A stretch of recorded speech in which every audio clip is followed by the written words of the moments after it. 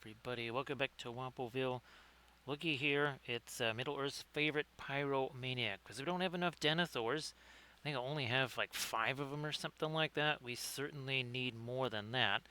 I mean, we only got this one here, right? Armored Wolf. We only got this one over here. So yeah, we clearly need more. We only have like these 3 that are sitting right here. So I mean, geez, what can you do with that? Can't do nothing with only those 3. It's been, yeah, another crazy, crazy day. I was moving more concrete stuff and doing more stuff in the garden and trying to explain to the neighbor that it's actually your stupid downspout, not anything that I'm doing that's making water. All right, yeah. So land dressed, it's just some kind of weird thing. I haven't had a chance to clean out the that new resin cleaner that I've been using, because there was actually other stuff that had already cured that just needed like a little extra, just a little extra clean or something like that, and it actually made them worse. So that tells me that maybe it has something to do with the cleaner, because something actually got like worse after I tried using that cleaner on it. So I said, well, maybe there's a connection there. So good that you've been having some fun on the new on those Space Marines there, Landrast. And of course, hello to the crew if they're sitting there watching at Shea Landrast, of course. I don't know if you've got it on the big screen. Let's keep going a little bit more. Orange there. A little more over here. Maybe a little bit down there. Hey there, Deck Knight. How you doing? And we'll wave back here. We'll wave with Denethor. There you go. So nice to see you there, Deck Knight. Happy Friday. Now, of course, these are not going to dry quite as fast because we use the cobalt teal bluish on these, right? So that's and not exactly what you call fast drying color. So these are going to take a little bit longer to set up. We also have, speaking of trees, we got the white tree of Gondor there, and then of course we've got ourselves some of these dudes right here. So what we're going to do, we're going to take maybe this here. We'll just roll with this. Let's roll with this little of this. And then we'll do this. Like so. We'll do a little bit of darker glazy stuff. Don't have to do all that much because this is sort of a dark bluish black sort of a deal. These are the, oh yeah, these files are from Papal 3D, by the way. So again, great to see you there, Deck Knight. So Deck Knight, what kind of stuff have you been doing there, painting-wise? Of course, you want to share any of that in the chat there, Deck Knight. Like always, don't feel like you can't do that. This is that Roman texture roller, by the way, Green Stuff World. We just kind of strategically don't use the parts that make it look super Roman. We just go, yeah, we won't use that part. Nice to see you there, Sector X. So yeah, Sector X, I'll just, now did you ever get any sleep there last night, Sector X? I know you said 72 hours with no sleep. So hopefully you were able to get 1 or 2 hours at a certain point there.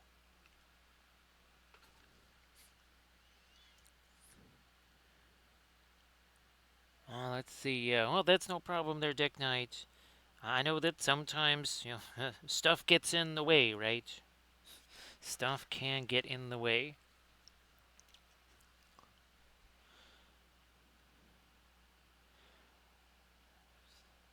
Actually, these guys right here, these are pretty darn close to the, they're almost closer, actually, than the GW ones to what these guys looked like in the movies, which I find hilarious.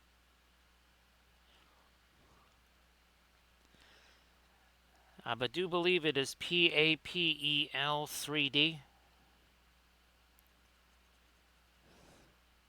I wasn't quite sure what you were talking about there, Sectrix. I'm like, I thought there was a little bit of mirth or something like that going on, and then I was like, maybe he was asking about who makes the files. That would be Papal 3D made all of these. Oh, also, here it is.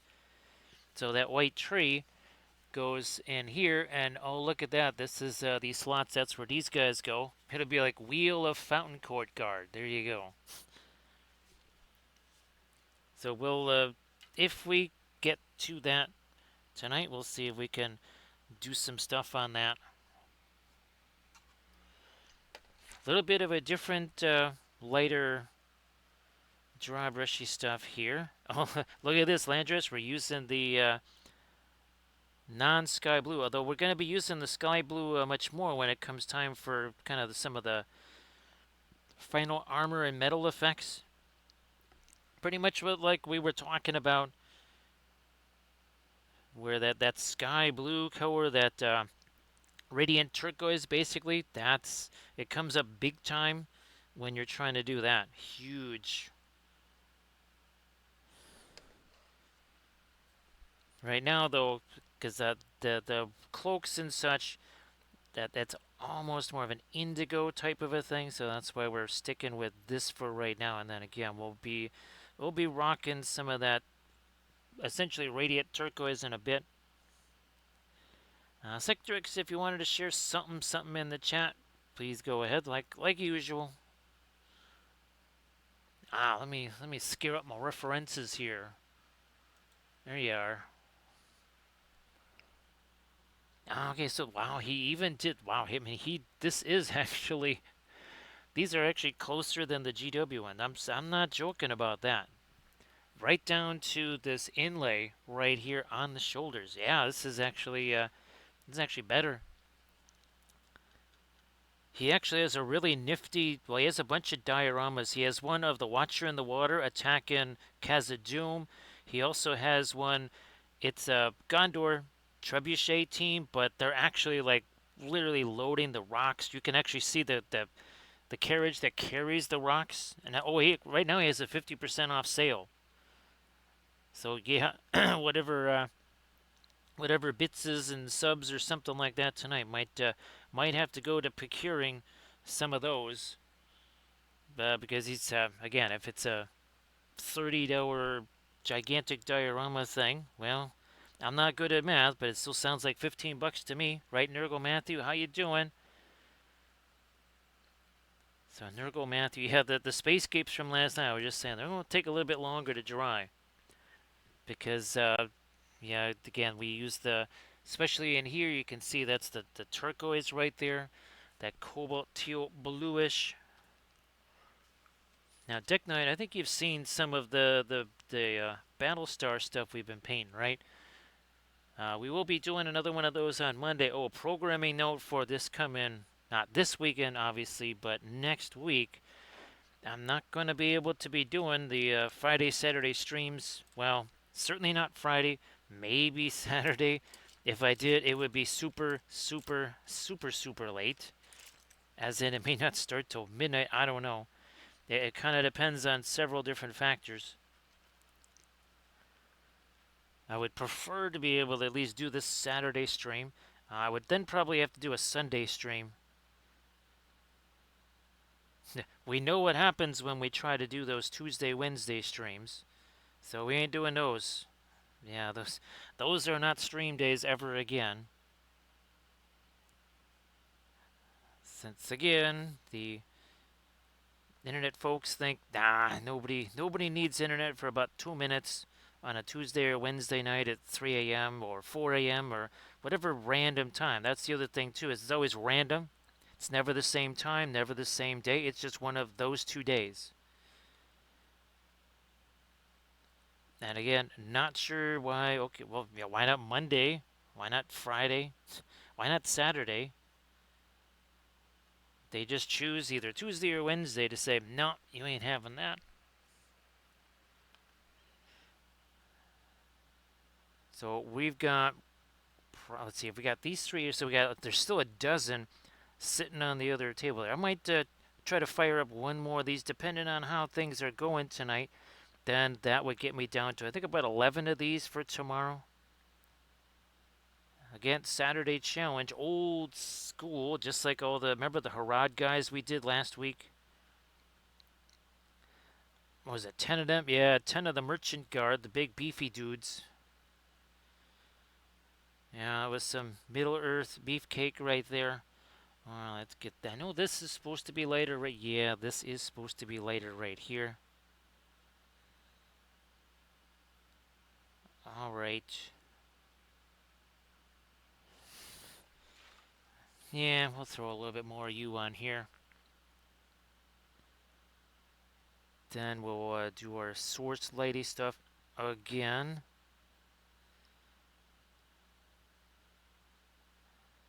Start thinking about some of these here floors. Again, that is a green stuff world Roman texture roller right there. Nice to see you there, Grey Wolf. Well, Grey Wolf, why don't you post some of your journeys in Middle Earth stuff? That's almost 50 months there, Grey Wolf Studios. So Grey Wolf, been doing a lot of one-to-one scale terrain projects like all that stuff I sent you. Hopefully you're not having to, you don't need to do any more terrain projects. That last one was crazy, right? So great to see you again, Grey Wolf. Yeah, that you guys came back, right? You guys came back from that thing. You look up and say, well, wait a minute, what's going on with that? That's not supposed to be there. Or that is supposed to be. Maybe that's the more accurate way to put it. It's like there's supposed to be something there. Hey there, Hornspan. How you doing? It's almost that time, Hornspan. Now, should we mention who has been selected as the preseason #1? Or do you wish that to remain anonymous there, Hornspan, and not jinx it? So look at this here, Hornspan. There it is. So say we all. There is BSG. Yeah, Hornspan, is almost time for the sacred time of year to begin. Again, it's the part that all humanity is waiting for every year. All other sports become irrelevant. People are like, what other sports are what other sports could there possibly be?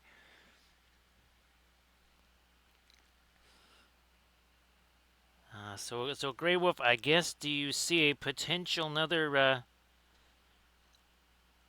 Texas Ohio State rematch there? Now, Horns fan, I believe that a certain Texas quarterback that went to the NFL, he's had a little bit of a rough time in pre. Maybe he should have stayed down there in Texas, right, Horns fan?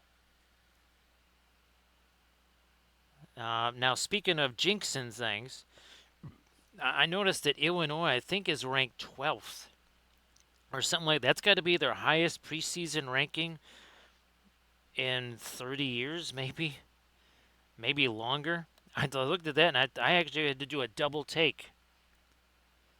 I know that Indiana is probably, I think they're in the top 20, but holy smokies, I went, what the heck is Illinois doing up there?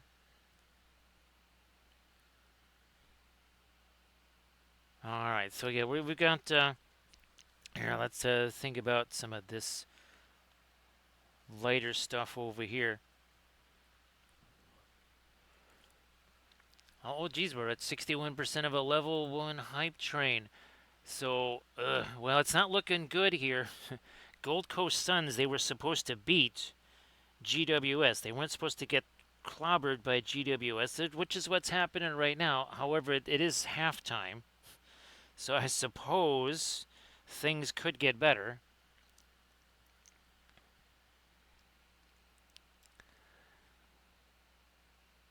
Horns fan, just think about it this way. Probably 2 years from now, that's going to be a conference game.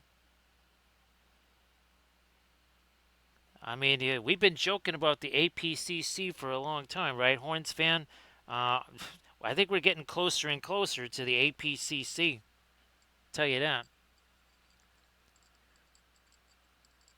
I'm thinking that's getting closer. Actually, speaking of preseason stuff there, Grey Wolf, I haven't really had a chance to see much much info there on Buffalo. Actually, is the new stadium almost done? It better be. Nice to see you there, Dark Horse.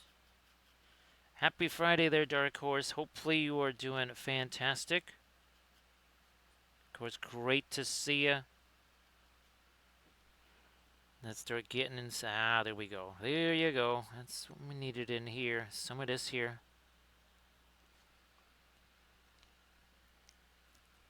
One conference and in the season bind them, right, Horns fan? Or in the playoffs bind them. There you go.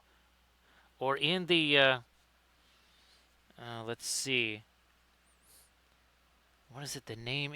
Oh, in the NIL. In the NIL bind them. There you go, Horns fan. Yes, in the NIL bind, and the NIL shall bind them. That's how it goes. I mean, Tolkien wrote about that like decades ago. He must have been a huge college football fan when he wrote that. Yeah, that is, again, most people probably would have figured that Tolkien would have been like a soccer fan or something like that. Nope, he was a college football fan, and all of his entire story of Lord of the Rings was all about college football. For whatever reason, some people don't interpret it the right way. So say we all. Oh, geez, Doomtech, thank you so much. Appreciate that, Doomtech. Oh, geez, now we're at 93% of a level 1 hype train there.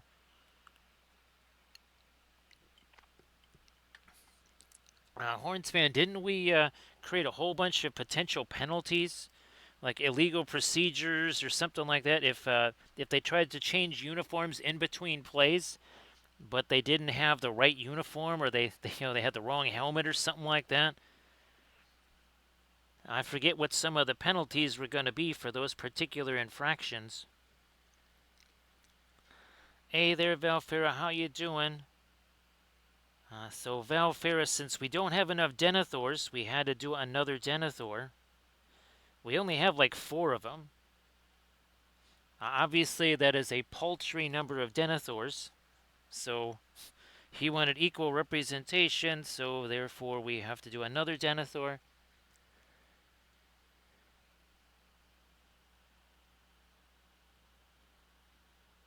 Actually, now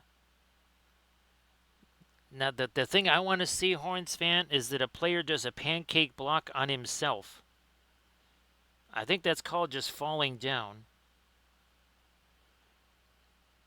But yeah, that's what I want to see.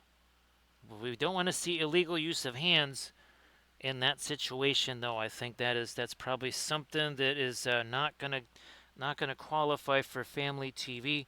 Now let's keep going here with our source lighting. Again on Denethor's face over here. He's not looking super happy there. So again, here we go. We got a couple of fountain cord. We might break out a few more depending on how things move along here. And we also have the white tree. Now I got to print out a second one of these here. Got to print out a second one so that one can have flowers and foliage on it, because we want to have that whole transition of that scene. And then here is the diorama. We're going to use our fabulous water effects in there, since, well, those seem to work. Yeah, we're going to be doing that. So Velfira, yeah, we need to do at least 5 more Denethors to get caught up, especially since, well, there's a few more Gandalfs that have been prepped, because we certainly don't have enough Gandalfs, right, right, Velfira? Now, actually, Horns fan, have you been able to do any miniatures type stuff? So there's going to be one more season at that place, Grey Wolf. Actually, well, speaking of last season there, Grey Wolf, are you going to try to make it to one more game there? Now, of course, I mean, even here, given the situation with the Chicago franchise, it's really hard to just go, yeah, I'm just going to get a ticket. I'm just gonna get me a seat here a couple days before game day.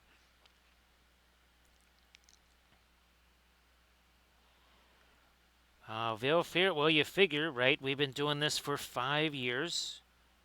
That's at least five spell brushes. Wouldn't you say, Grey Wolf? There's at least five spell brushes. Then there's also, I think we might have done one, for a birthday stream too. So I think there's got to be at least six of those.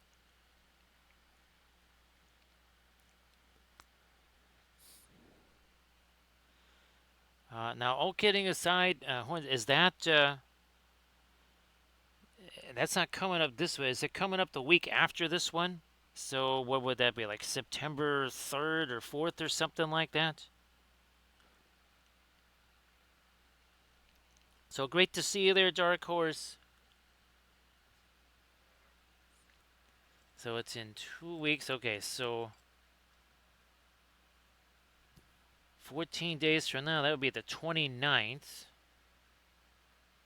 So it's August 29th. Okay.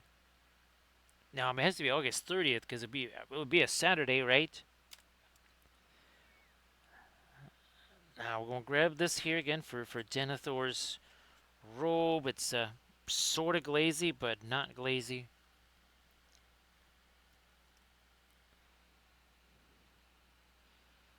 I guess where's the game being played, Horns fan? That's if it's being played, it must be getting played at Ohio State, and that's probably why.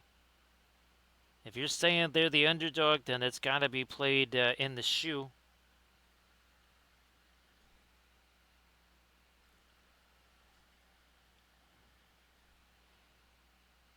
So yeah, Velfair, we were just talking about some of the penalties that would be enforced if you fail to, well, do the, change your gear in time before the play, and then if you if you're in the wrong gear or something like that.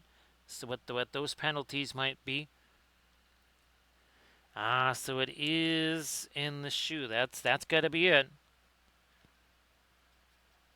I mean, it's possible that they would even be an underdog. Let's say if it was being played in Happy Valley or something like that, or maybe, probably not the Big House, because when Illinois is preseason ranked higher than Michigan, I don't think they're expecting. Well, I was going to say they're not expecting big things in Ann Arbor, but I think that's always going to be the case.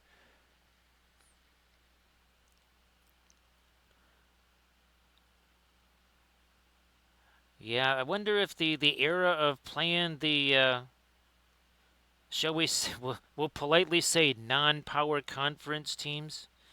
I wonder if that era is starting to go away.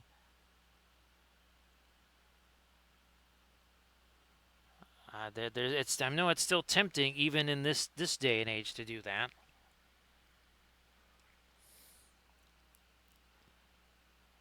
Well, let's see. If Ryan was in here, I would say Iowa State because that would make Ryan happy. Ryan would certainly hope it would be Iowa State. I mean, it could be. I mean, just like last year, where there was teams that just came literally out of nowhere, like say an Arizona State. That was most unexpected last season. Velfira, how many times did they tear down the goalposts at Vanderbilt last year? Because there was the Alabama game, right, Valfera? And then what was the other game where they got to tear down the goal? They almost got to do that four times, Valfera. I have a feeling if that keeps happening, they're not gonna be quite as, shall we say, as lenient on allowing the removal of the goalposts.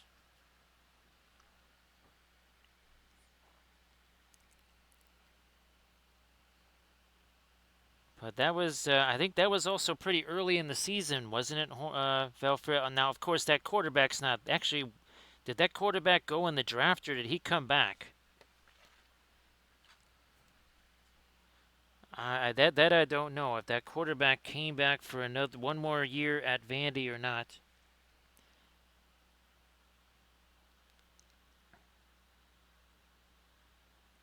I guess there's some folks that even talking about the Gators.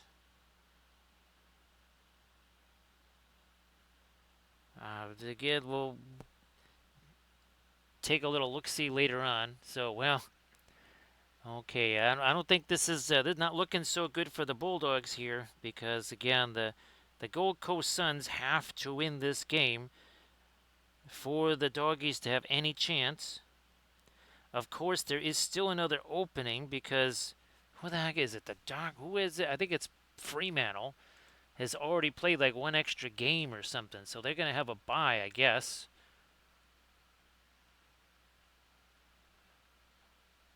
Yeah, somehow they played 22 games. So they must they're going to have like a late season bye. Maybe they're not even playing that last week of the season or something. Because even well, there is Hawthorn if they lose.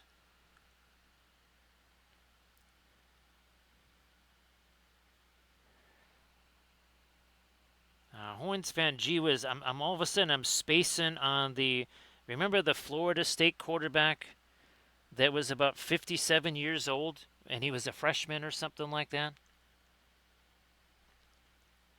He's still there, so Pavia is still going to be the core. He was. If you're looking for somebody that's fun to watch, that is one of the most entertaining quarterbacks in all of college football to watch. Right there. That's the guy, Horns fan.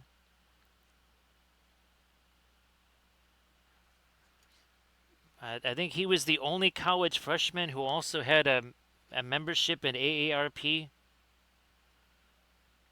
Let's do it this way here.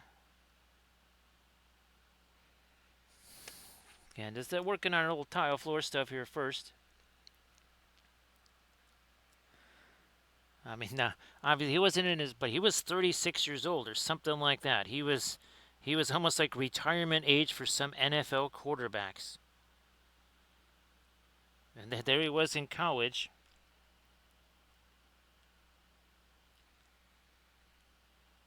Or maybe 26, not 36. So, but he certainly was no teenager.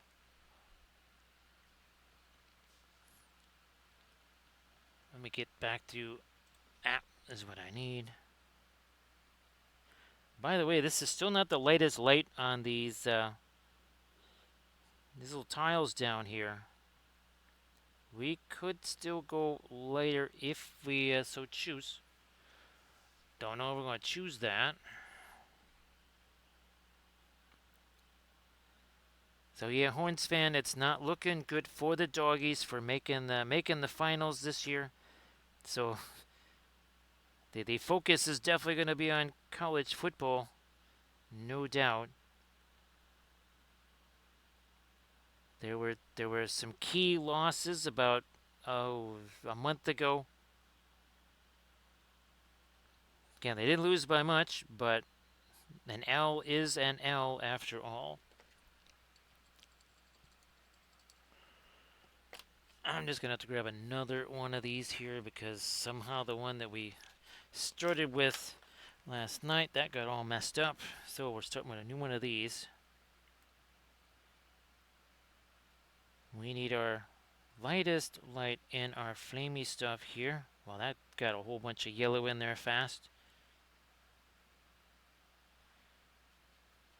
A little more thinner, I think. Yeah, let's go with this.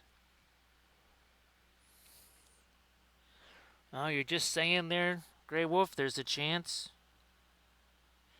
Are you saying there's a chance? See what I did there, Grey Wolf? I'm pretty sure that's not how you pronounce that name. However, the entertainment value of that is takes precedence there. Yeah, Horns fan, that was here. There was also the fumble. I don't know if you saw that. Yeah, there was a strip sack that also happened in that game. Let's just say in the shadow of his own goalpost. So yeah, that was inauspicious, as they say. Yeah, I didn't even know he was on. Miami. Oh, it is ironic, right, Horns fan, that Tua is the Miami quarterback and yours ends up there. Now that's interesting. He never should have done that. Actual. Now this brings up the new topic here, Horns fan. Who is the new sacrifice on the Fansville commercial? I think we've well established, right, Horns fan, that the Fansville curse is a real thing. You do not want any of your players showing up on that Fansville commercial.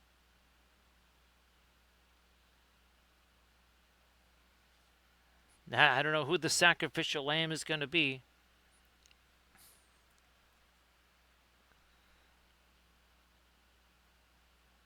But that is the very last thing you ever want to see for your team is any of your players featured on that particular commercial.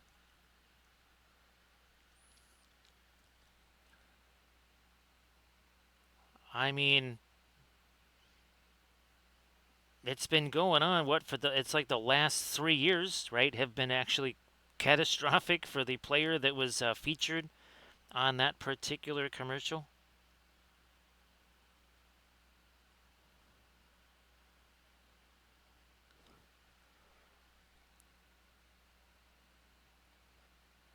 Well, I guess well, if he is there, that means that Arch Manning, that's going to be your core. You think Arch Manning is going to be on the commercial there? Oh, there you go.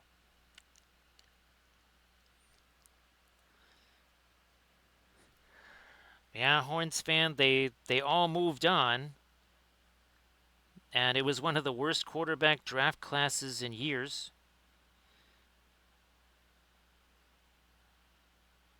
So that should be extra interesting, right, Horns fan? And oh, actually, we're gonna have to change our graphics down here. Actually, Velfera, remind me to get our APCC back up here. I just looked and I went, wait a minute. Actually, I wonder. Well, no, I don't think I can do it while we got the banner. Nope, I'll have to do that tomorrow. All right, so now we're starting to establish our lighting there. Well, let's do some of our darker stuff on that now. Let's do that. Um, yeah, okay, fine. I'm gonna grab me some of this. That's how it's gonna be. Where'd my Pearline Crimson go? Yeah, we're going all out here.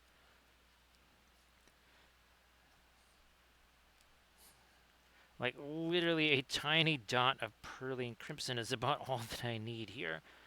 That's about it.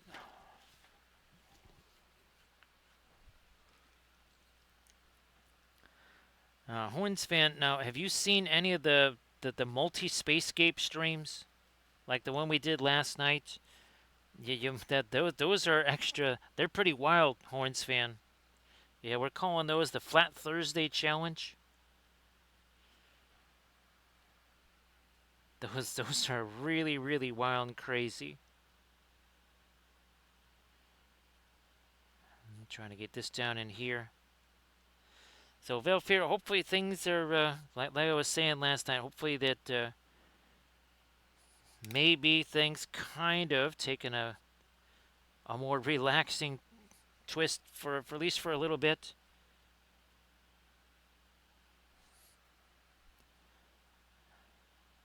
And get some of that over here.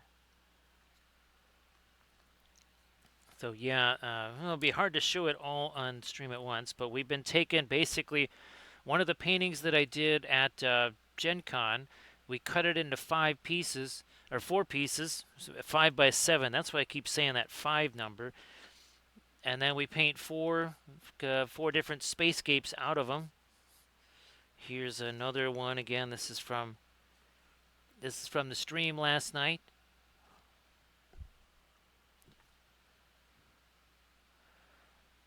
So Horns fan, like I was saying, there was a couple of critical losses, and now those are coming to roost because even though they have like the highest percentage in the league, there's there's about 20 teams with the same record, unfortunately, but they lost one extra game too many, and that might just be enough to keep them out. Yeah, I'm not going to say anything to jinx it there, Valfera. I'm gonna keep my mouth shut on that. Anything, if I say anything, that will certainly jinx it. We don't want to do that.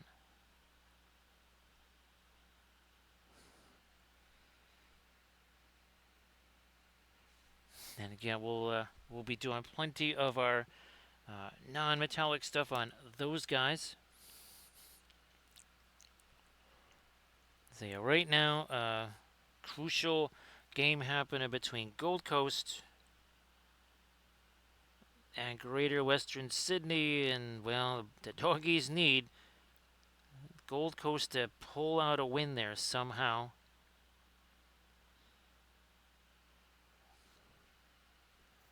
And even if they should get past this week, and of course, I think the Bulldogs are playing West Coast.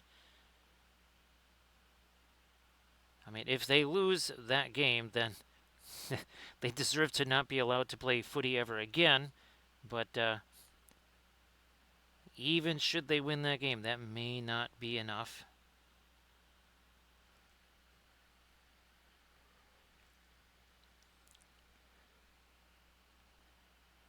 And you have Belfair. Well, I don't think you would have liked the terrain project from today, where I was crawling underneath that table again. Let's see, what can we? Yeah, oh, there we go. There's the slice that we got from one of the metal studs. I think, oh yeah, and this was from the hydraulic cement there. That's actually a concrete slice right there.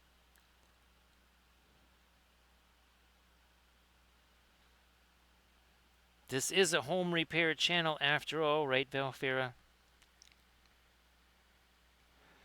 Yeah, Armored Wolf, I heard about the B2s. And they also had the B-52s, oh, and some Tomcats flying overhead. I mean, there is a big base there, right, Armored Wolf? In Anchorage.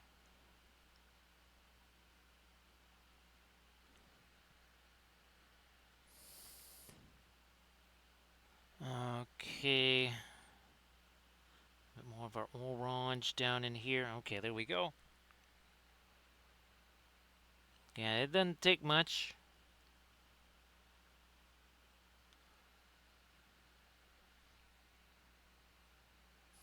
Darken this down a bit.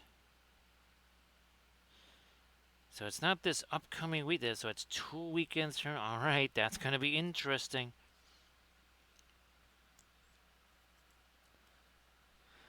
Now, I was going to say there, Valfira, that's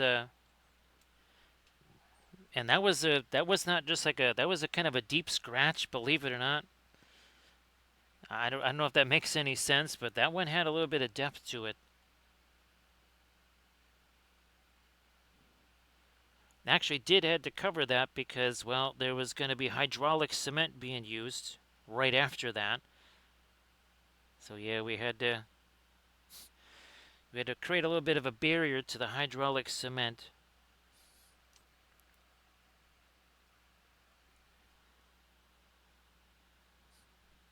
Make that smidge lighter. Yeah, fine. Let's hit that too then. Now let's darken up that here.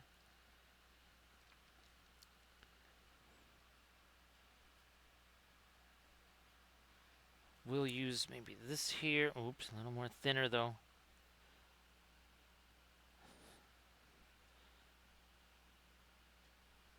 On this here,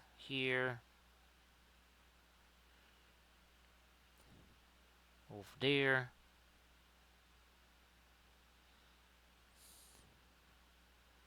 Start doing some stuff shadow-wise right here.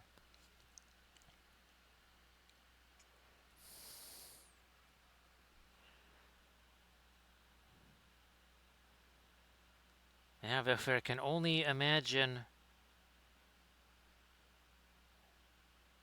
I'm trying to think of some of the miniatures activities. Well, you see people that slice themselves right with their X-Acto knives. That is would be less than ideal if you're on that.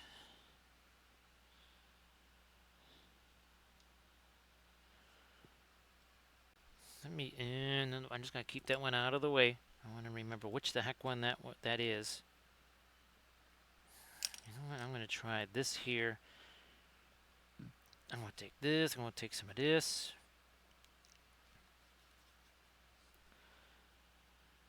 We're gonna do some of this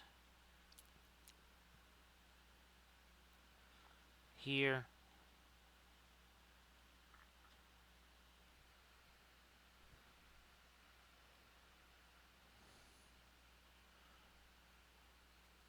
I don't want to go too much lighter there, but kind of like in this not radiant violet here.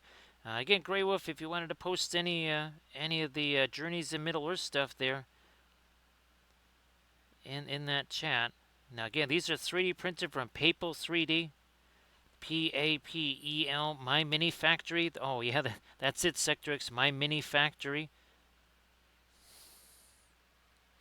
I do believe he has a Tribes, and right now he's got a 50% off sale going on.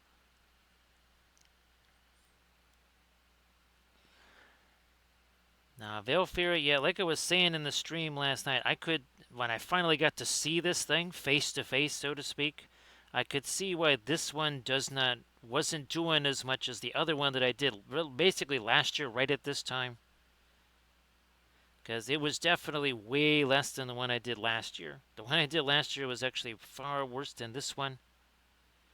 But we know that my method works because, well, it held up to 5 inches of water in less than 2 hours. Uh, when FEMA has been here, yes, we're talking federal disaster stuff going on here. That's when you know things got spicy. When FEMA is literally showing up at your street.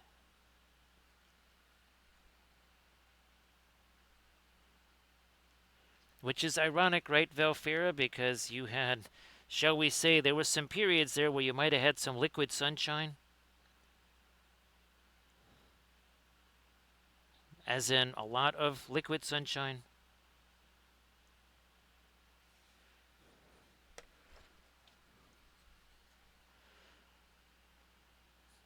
Wow, okay, I didn't think that this was going to be quite that light on these cloaks. That's okay, we're going to be doing another little darker glaze type thing. The primer on this was nothing more than, it's the same stuff that we use on our 1/1800 scale ships. Just Prussian blue ink mixed with some black. That's it. That'll be actually a gold over there. Okay, so that game is definitely over. So we don't need to be looking at that anymore. No, FEMA, you have to, you actually had to show there was damage. And because, well, I've been here long enough to know how to keep that from happening. Yeah, there was, nothing's gonna be for me. The folks next door, and the folks across the street, and the folks, yeah, there's plenty of people here that actually, for whatever reason, they don't know about it. And they're the ones that have been spending tons of money on basement sealers and all other kinds of stuff. Now, I think. One second before we do. Okay, let's get to that darker, glazy stuff here. Yeah, let's do this. The panes are gray. We'll mix it with somebody Mars black there. Hmm, maybe more to indigo here. So these are basically de facto color test figs here. So I wanted to do at least a couple of these on the stream tonight so that tomorrow, when we got to do a whole passel of these guys, we would be pretty well set.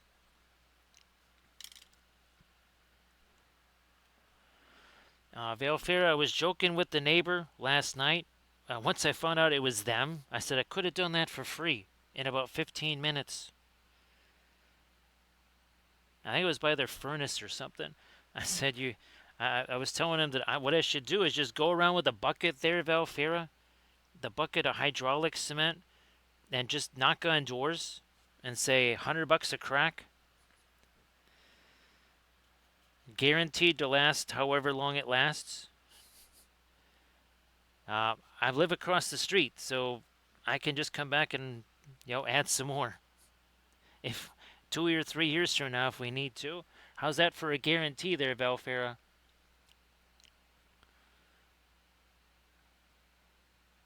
Yes, indeed.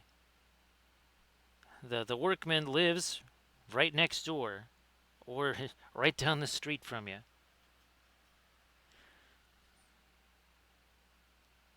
Now, yeah, that's got to be darker too. Let's just do that here. Got caught up in our dry brushy stuff there. That also needs to get. Let me take a little look, see at my reference super quick here. Yeah. I'm gonna say that needs to be darker there too. Okay, no problem. But he even did the decorative loops there on the. As we get into our Van Dyke Brown, he even did the decorative loops on the chainmail. Man, oh man, he left no stone unturned on this thing here.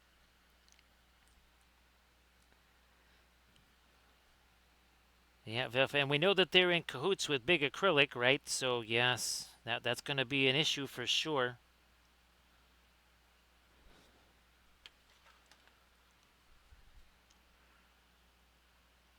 In we go. Here too. Also over here. Oh, back of the shield. Ah, fine. Let's just blammo. Oh, that guy doesn't have a shield.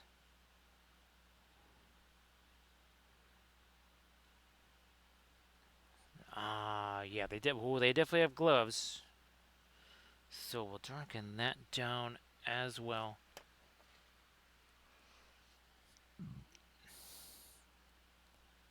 Yeah, I could see them trying to spoil our fun, right, right, Valfera?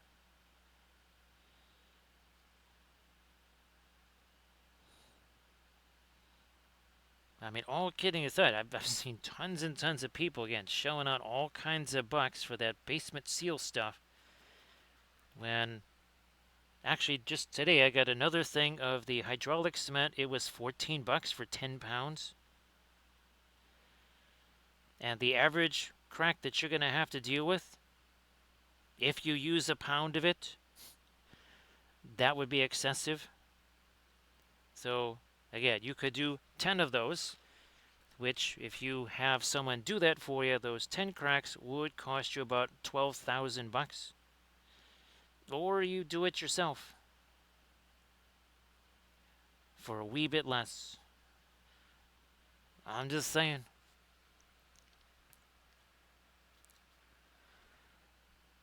You keep it around. If any other cracks show up, it's like, oh, okay, that's fine. Oh, and by the way, this stuff it's designed to work in water. That's why it's called hydraulic cement. So even if the water is coming into your house, you could use it.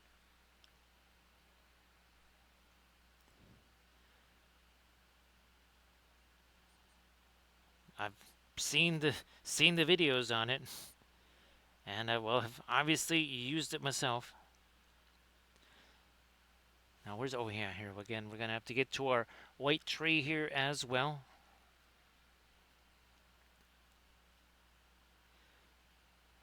Now I'm going to take here? Then let's get this sky blue, little bit of our Prussian blue, maybe. Let's do this. And that's gonna go over here, maybe.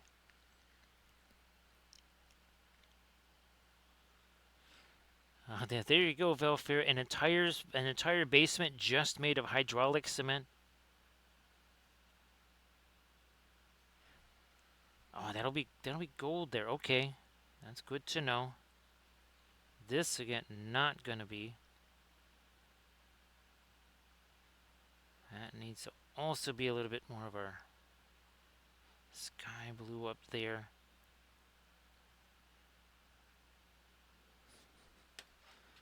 Do this guy.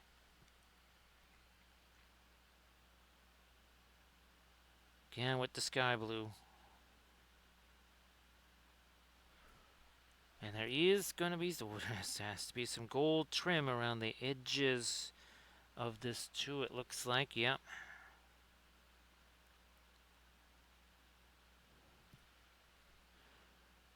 Yeah, I mean, he really, I'm looking at the reference that I'm using is one of the guys in the costume.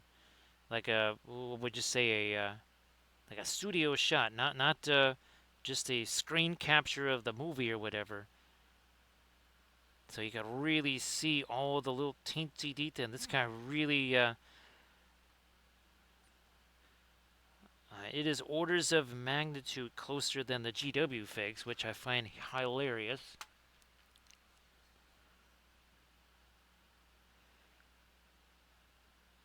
And so I think you could realistically call the GW versions Schmountain Court Guard compared to what these guys are. There's our sky blue again. Now the crazy thing about that hydraulic cement is you have minutes to use it.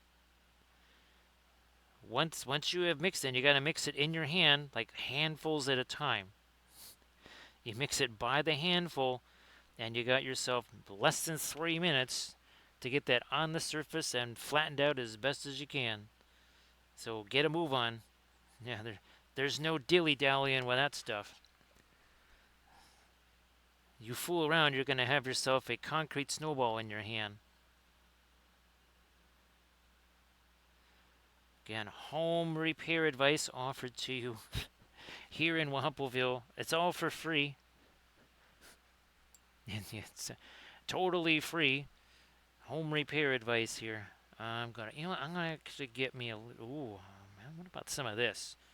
No, we should do the violet stuff because we were gonna be doing the golds. All right, I had this little idea there. I said, nah, we'll just keep it simple here. We'll keep it more simple. Nice to see other sea dragon. Welcome back. So Sea Dragon, that was very fun last night. We'll continue with we got 2 more of those Gen Con paintings that we can use already, and I'll actually I was thinking about doing a tutorial video because for our airbrush workshop series. So yeah, maybe we'll do some raw materials again, doing with the airbrush there.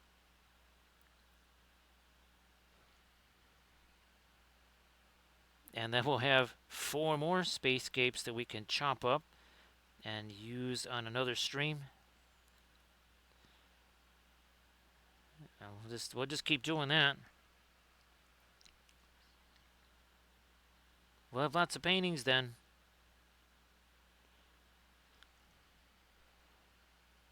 Because between the Adepticon meeting and Gen Con, I only had like maybe 4 to paint things left that weren't already claimed by somebody else. Gonna get this out of here. Let me start thinking about here some of this, some of this. I don't have my usual violet out here, so we're gonna have to use this. Oh, Van Dyke Brown. That'll work. There we go. Believe it or not, it's like doing a darker kind of gold, amber slash glazy type thing here. And a few areas, just keep going with the thinner. Fine. This is one of our beat up 18-0 liner brushes here.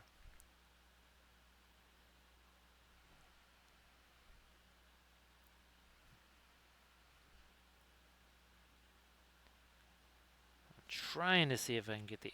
No, I'll have to. No, we'll have to use our other one for that. Alright, we got it sitting over here.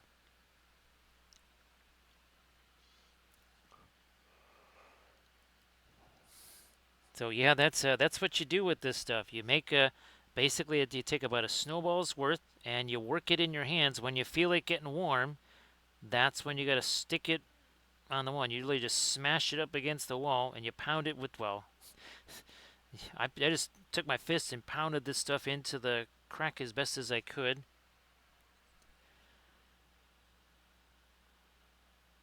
You can just get this. I mean, obviously you can get it at Home Depot, whatever, but I just got it on Amazon.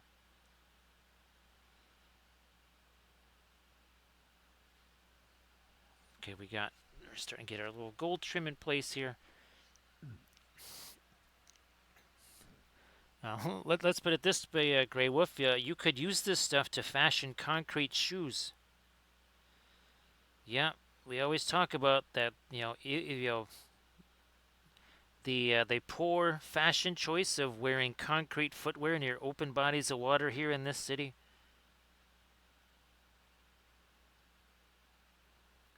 Yeah, now you could literally make fashion concrete shoes out of it. Oh, let's do this gold trim. I'm almost forgetting this. I knew there was something else.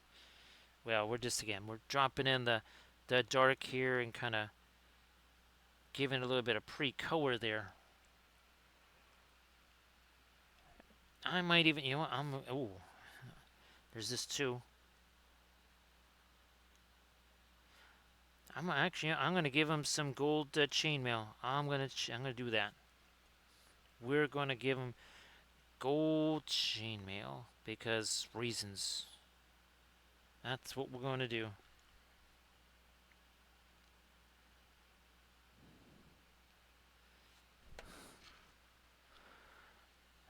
So, like I said, depending on how quickly we're able to cruise through these, we might drag out a couple more. See if we can do at least maybe one more today, and then that leaves me with probably around 10 or so for the Saturday challenge. We did 10 miniatures last week. Was that the merch? Oh yeah, the Merchant Guard, part of our Harad army.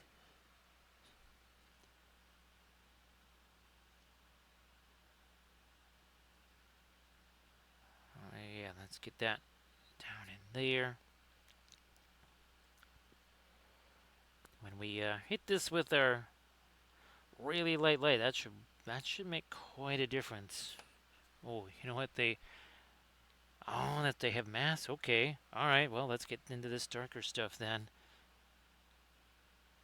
because I just noticed that. Nice to see you there, Uber Yeti. So Uber Yeti, I don't think you got a chance to see the Spacescape last night. Well, Spacescapes. Yeah, it's not just Spacescape now, it's Spacescapes. So great to see you there, Uber Yeti. Of course, Uber Yeti, if you want to share some stuffs in the chat, please go ahead and do that.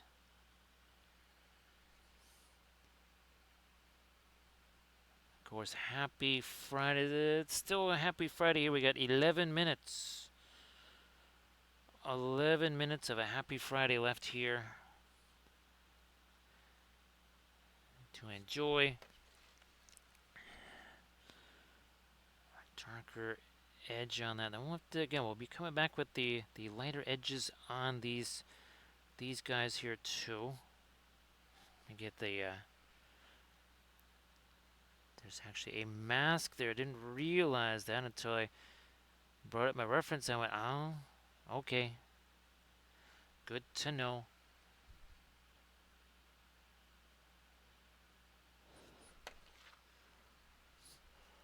We will definitely need to get some reflected light in that area as well.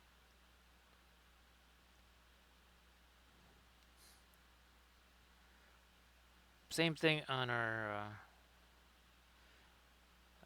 yeah, they're spear. They're not really halberds. I guess you would just say spears. You know, I'll darken you down just because. Now let me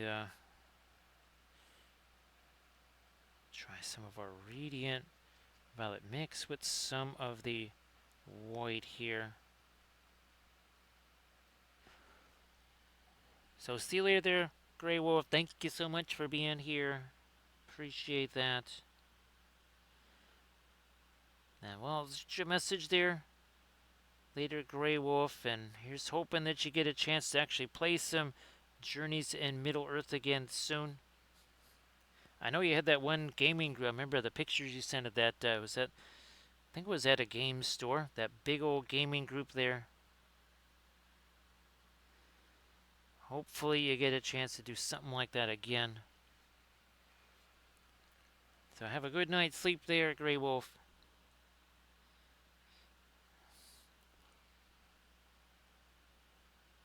Boy, and even this is not our lightest light here. Actually, Horns fan, I think they were playing. Pretty sure that they were playing the Rangers this weekend.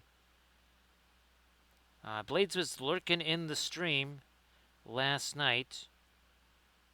Yeah, I think they had it. Was it right after the break or was it right before the break? Great, Horns fan, that they started to really. They just went on a tear.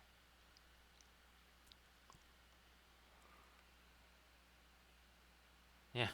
Of course, at Gen Con, Ken was trying to tell me that there's hope and optimism for the future for the White Sox, and I said, yeah, that is not something. Those are not synonymous words. Those don't go together. Yeah, those hope, optimism, White Sox. Those are four words really that do not go together. No, those are not. Those can't go together. Not those phrases. Yeah, that was the one, the article that talked about how basically the Rockies also have for whatever it's worth, they have like the worst ranked farm system in baseball. I can remember many times where the White Sox had the worst ranked farm system, then they had a good one, and it didn't matter either way. It made no difference. Now, oh yeah, let's get this. This needs to not just be lighter, but this also is going to get some of that violet in there too, that radiant violet. So not a cooler gray, but a warmer gray in here. Now I guess were the Rangers sellers at the trade deadline there, Horns fan, which was actually happening as we were driving down to Indianapolis. It was basically trade deadline day.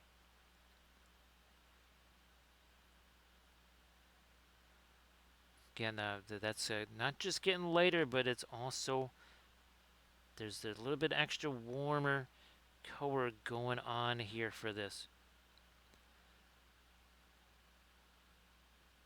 So continue to warm that up, and now we'll try to get some of the latest light in there maybe. Let's see how this goes. Yeah, you can see it there. It's lighter, all right. You know what? We'll get the hilt of that sword later too.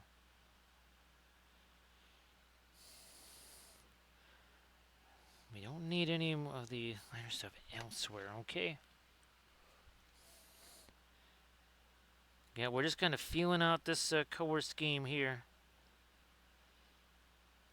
Man, oh man, I'm really glad that I also gathered up references of, say, the actual Fountain Court instead of the GW ones, because man, these guys, they look so much more like the actual ones than the GW ones. Now, yeah, let's right on back to our blue here. So we're going to take some of this white here. That'll get mixed up with the sky blue slash radiant turquoise. Hornsman, so yeah, I guess the Rockies aren't even on pace to match that, are they? I thought for a while they actually were on pace to exceed that. That was a little more of that stuff than I wanted. Yeah, well, here we got these that we can use as blending brushes and just get rid of that.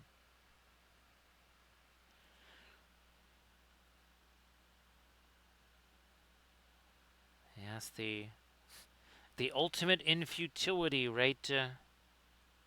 Right, Horns fan.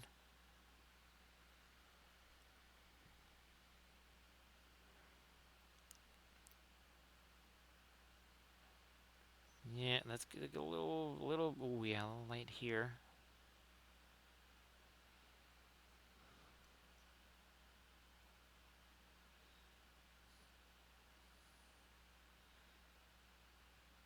And this.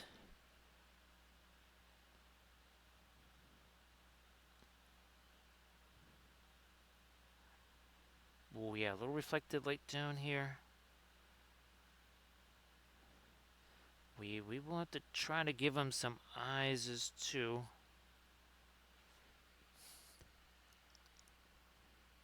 Fine, we'll lighten up the top of the shield here also. Top of that. We can still go lighter than this. We're just trying to hang on to that last bit of highlight mechanism there.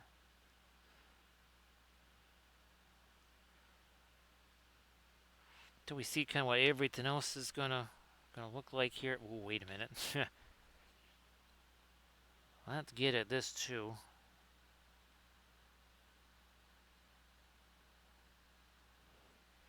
Almost forgot about that. Back to the shoulders here. Oh, and by the way, we're 1 hour in.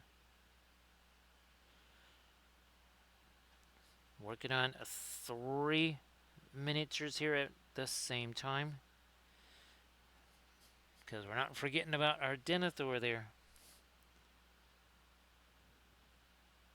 We'll be getting back to him soon enough.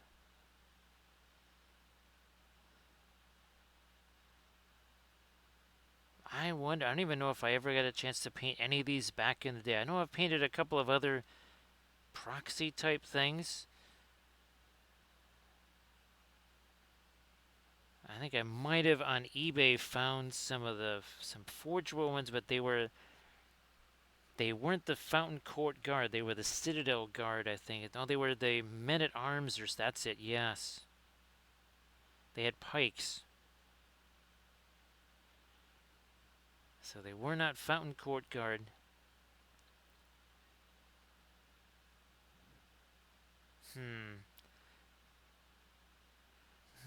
Not so sure about that. So we want to do that. We'll just take our blending brush to it, and it's no problem there.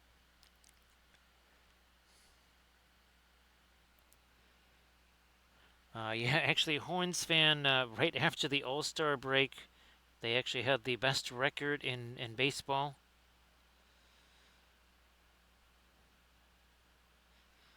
Which, irony bounds, right? That sort of news. But even the spear tips there actually has a nice little finish to it instead of just the usual flat stuff there. So this is the some decent sculpt. Actually, these are the first of the Papal 3D sculpts that I've done. Yeah, I don't think I've actually had a chance to paint these. I've been printing them up like crazy. But yeah, these are the first ones I've actually had a chance to paint up here. And again, that's Papal 3D on my mini factory. PAPEL.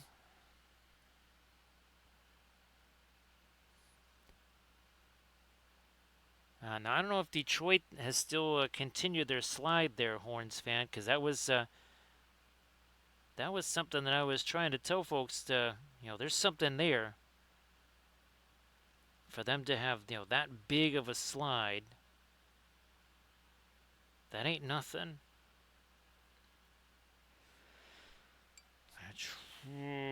Fine. Okay, here we'll take some of this and we're gonna pull that over here. Yeah. Here, let me just get some thinner on this. Bingo.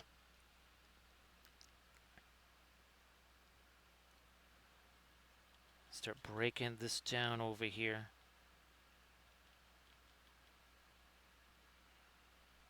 Also some of that sky blue.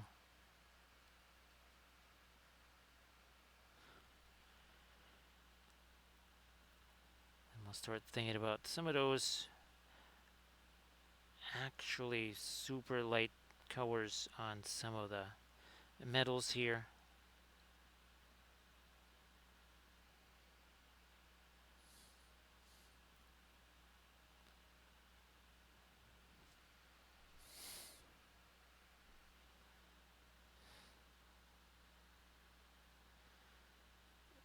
Okay. Oh, here. That's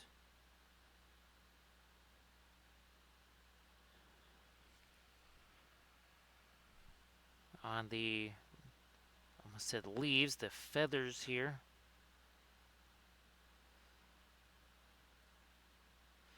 We will be coming back with some dark. We also, again, we have to come back with our golds too. We're not forgetting about that.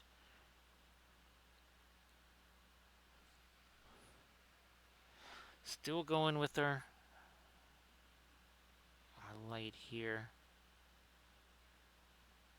On the edge of that. Bracers.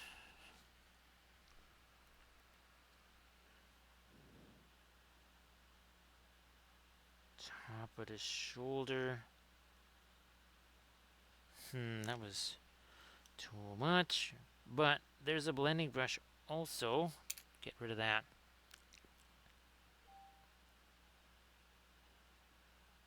More of our light up in here, I think, sure. So down there. Start thinking about our tree motif on that part of the armor. Reflected light also.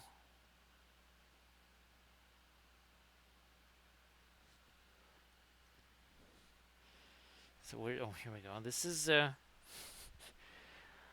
what these guys looked like 1 hour 14 minutes ago. Yeah, that's it. And again, here is our Denethor. We'll be getting back to his cloak and his hair and his face and such.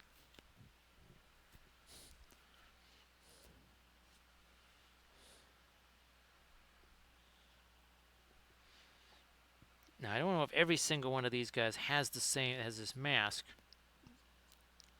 There's a bunch of different poses. Oh, and he also does these. There's a set that have shields, and then there's a set that obviously, like this one here doesn't have a shield. The other guy does. That tells me that, well, he might have played 1 or 2 games of MESBG to know that you need the options of shield, no shield. Of course, GW didn't make the figures that way. even though it's their game.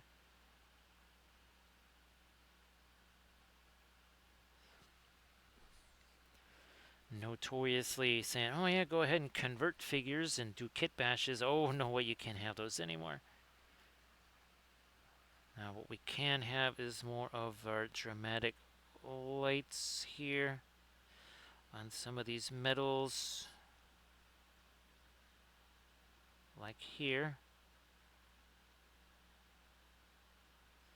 I gotta get more of my gold over there. We don't want to forget that.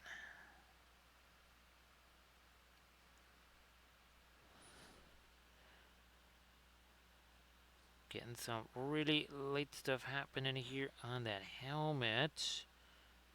Then on the shoulder,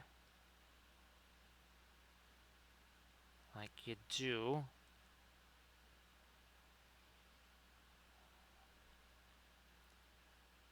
Something there.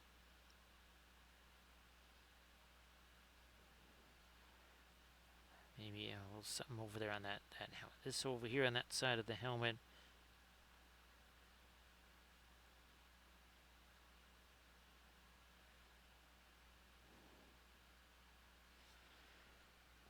I wonders. Let me see what we could do on the white tree of Gondor motif here on the shield.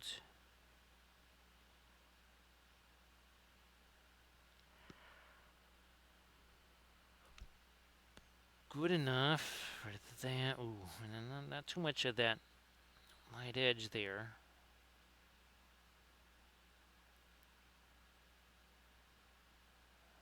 A little something lighter on that too, yeah.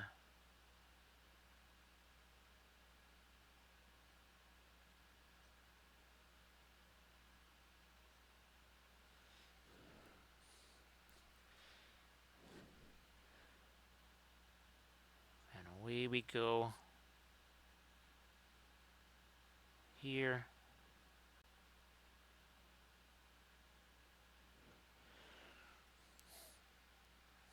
Did I? I thought I actually gave him more of an eye there. That's alright, we have to come back with our drug stuff there anyways. Now, I'm gonna have to start playing around with some of the gold stuff. Let's see what happens with that.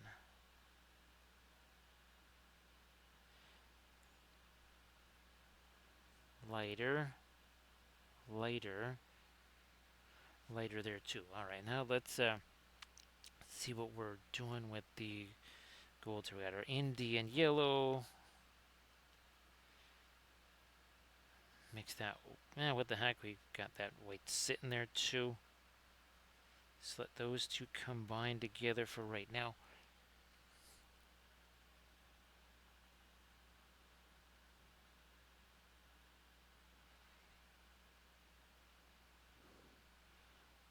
And more of that over here. Nah, that's way too much light there on that thing. Let's get rid of some of that.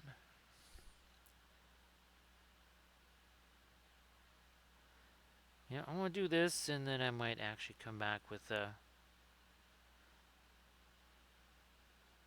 we'll maybe come back with I might even throw some of my violet out there to be able to do a more of an amber type of glaze on some of this gold trim here. It'd be just easier to do that instead of, especially when we're doing only 2 of them right now. What about tomorrow when there's 10 of those to do?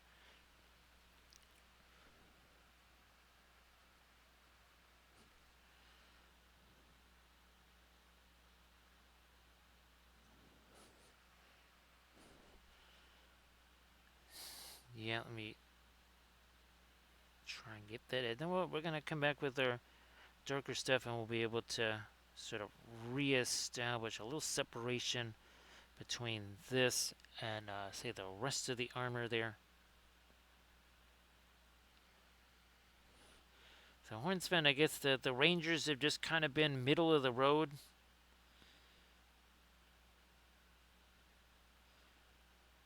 I mean, trying to think. I think at one point Seattle was playing well in that division.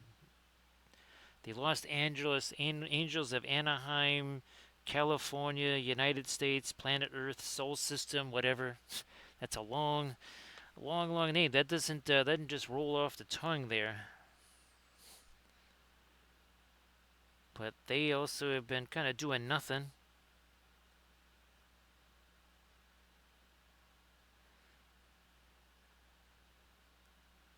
I do believe the other franchise in town here has had some serious struggles since before the All-Star break. Pretty sure Milwaukee still leads the Central.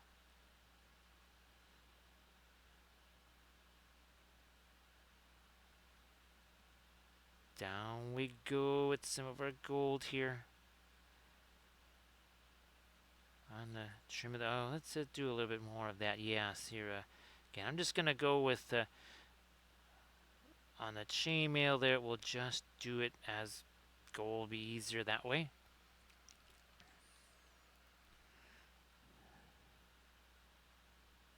Sword there.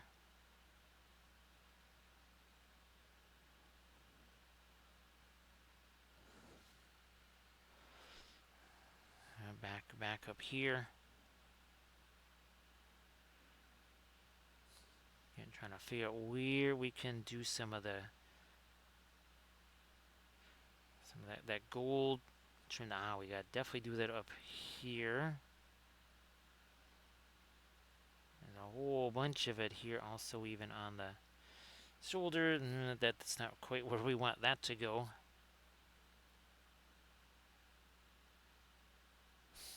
It's not where we want that to go either, but oh, looky there. We have ourselves a blending brush.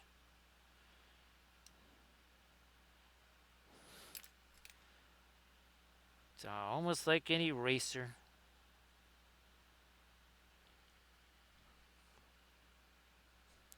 Too much of it there. Again with the blending brush there.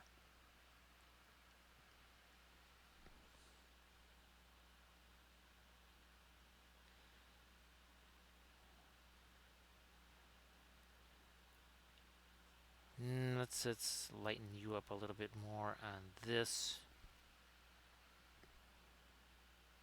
Maybe give that a little gold touch to it as well.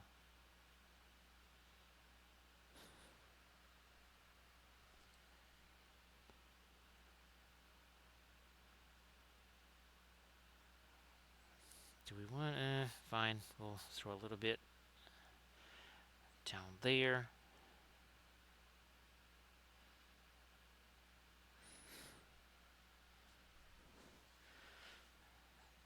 Okay, so those guys are starting to take form, and oh wait, look at this. We have Denethor over here. So not forget about Denethor. You get a little something something on that sword there.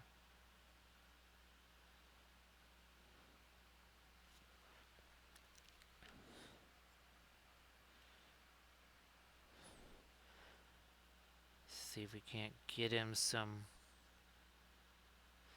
eyes here. He didn't have any right now. Now he does.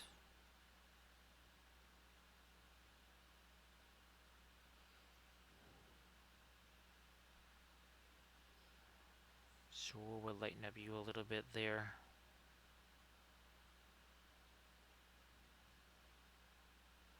Also you guys.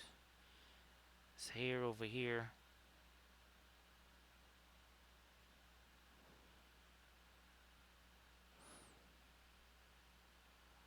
Do that too. Too much. Blending brush. Takes that away.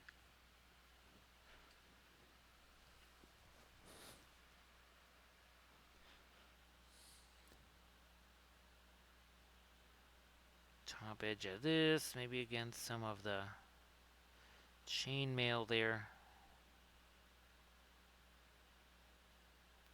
That is not our source light color.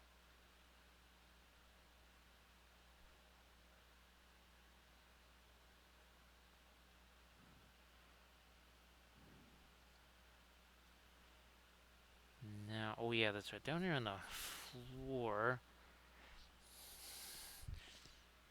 we'll break out our indigo for some of the flooring as well.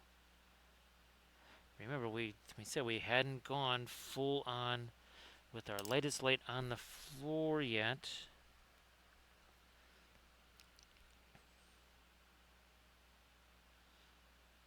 Also trying to do a little bit of a marble pattern on each of these tiles, which means they're going to see we're going in different directions with them. They're not all going in the same direction.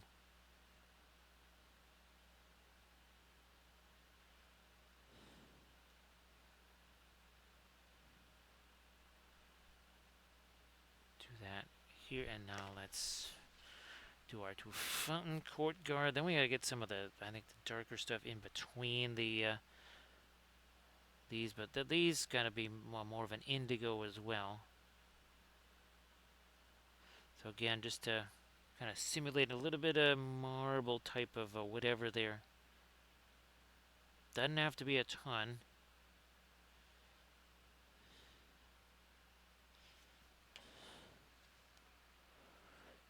I think we're pretty good on this guy here. No, there's still more we could, yeah.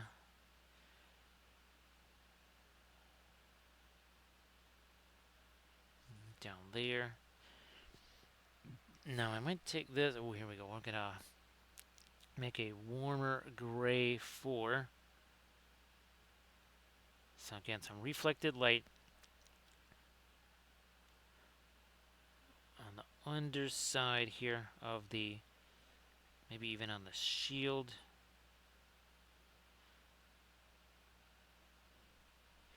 Well, we'll be coming back with our dark stuff there too. Don't worry about that.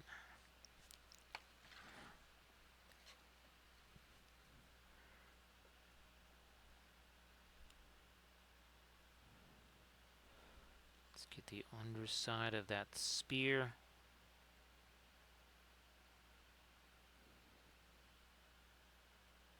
This one too. A little bit on his glove there.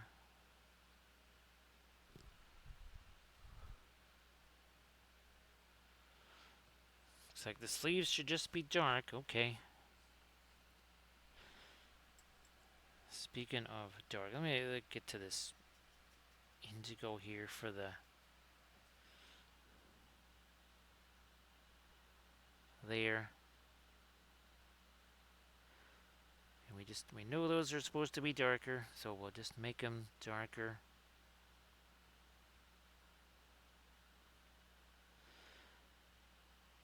And these are normally, they maybe are raised or something like that, but with some cork or whatever. But since they're part of this diorama thing, I left them all just flat like this. So it's just a Sculpey sheet stuck to the base. It also made it really fast to base all 15 of these things. I didn't realize there was that many of them.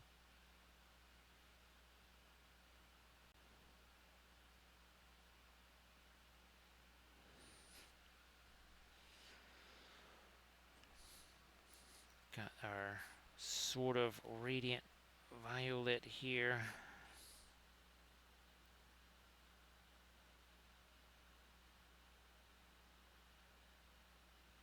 Starting to put a little bit of that on the top of the cloaks here.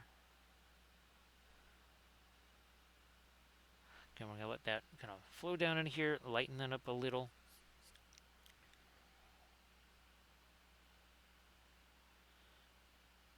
So 1 hour 29 minutes ago, how much of this had paint on it? Absolutely none. Same thing with Denethor, same thing with another one of our fountain courtyard. There was no paint on any of these. So just in the last 1 hour 30 minutes, so in the all-important 9 extra seconds there.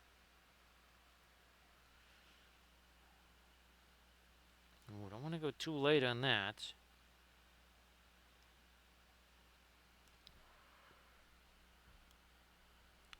I mean, it is basically supposed to be a black shield.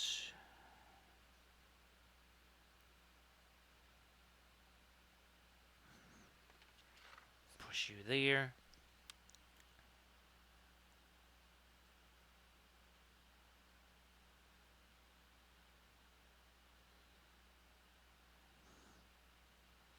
We'll do more of that here.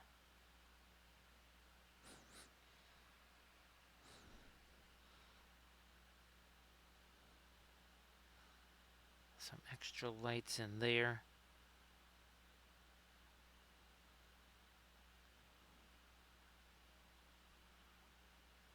Also here. Now this, that the word, of course, light is relative. It's a lighter mid-tone. It's not like a highlight light. And we're still going to be coming back with some really, really, really dark stuff, I think, too.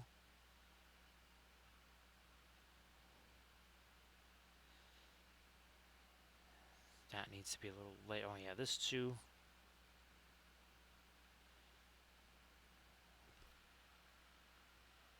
Don't think there's going to be... There's no gold trim on this. No, there's not. Okay. Does need a little bit of light, though. Same thing with his arm. We did that one already.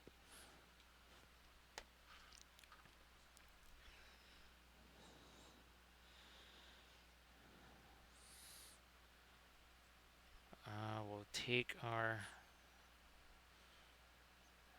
some heavy duty darks here and sharpen up a few edges, maybe here again on the armor there. There we go, and then here too on the shoulder, just that one little portion there.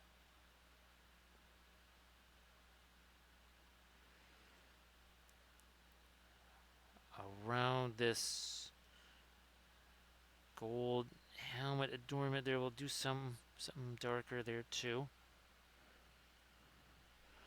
Now, Link the Armored Warfare posting a link to the YouTube channels, Linseed Fellowship. Remember, if you want to see the older sessions, well, like the Spacescapes we did last night, you do a little subscribing to this. Again, there's no ads there or anything like that. We can't do our usual, like we used to, the Twitch highlights. We have to put our past sessions somewhere. That is where they will be going. And we've already done a bunch of them. The advantage of, well, at least the YouTube channel is that if you want to search for something specific, there are playlists now. There didn't used to be, because you can't do those really on Twitch.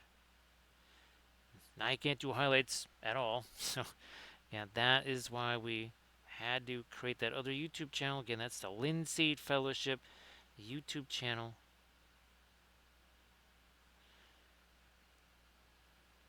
It's not just Lord of the Rings figs. It's all, again, all the Twitch sessions. That's where they're going to end up. You know, let's do... it's almost a bit of sky earth here. This is our horizon line. You must almost forgot about that on the helmet there.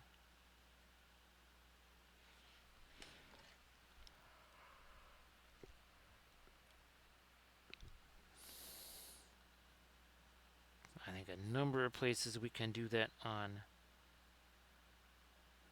this guy. We'll leave in here to that. We're pretty good on the base, I think, yeah.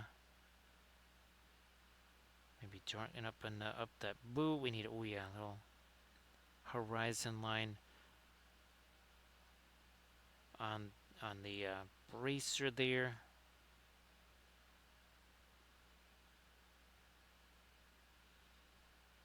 Well, we probably need a little more reflected light, I think, over here on this part of the shoulder.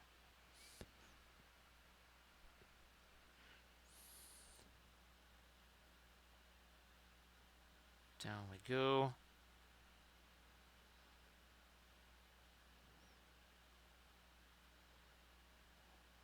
We're doing it. Yep, let's do it like this. Now here's where that yellow went a little too far.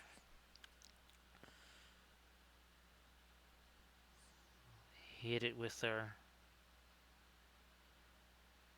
that sort of amber glaze type of color first.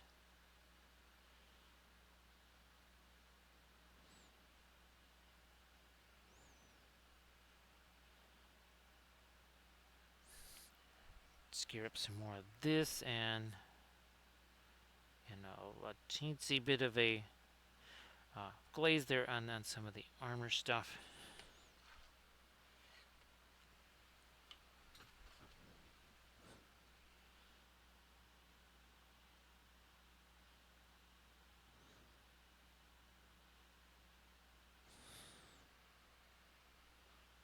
And we'll do that here.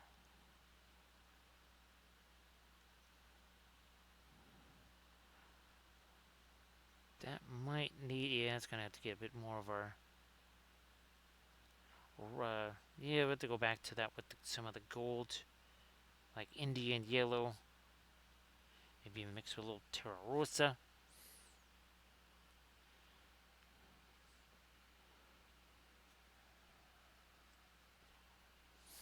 The feather, you know what, here, let me try something on the feather. Let me take some of this.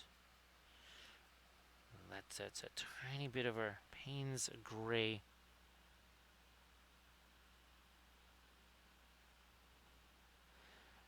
Because what's weird is we almost need to engineer a little bit of dark in here. Well, mid-tone, darker mid-tone. Can't be too late, and I'll probably break out the fast matte white here too to do some of the latest of lights there.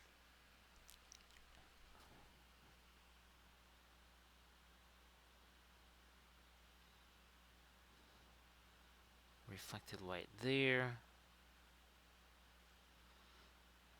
Some dark in here.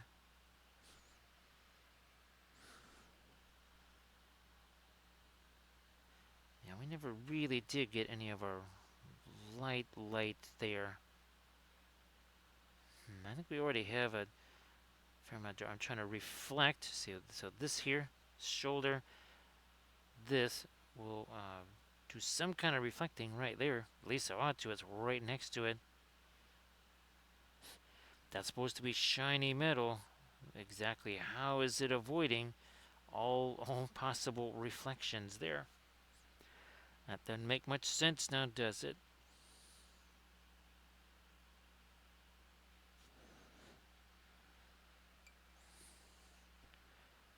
So I'm actually going to just get some of that fast matte white out here.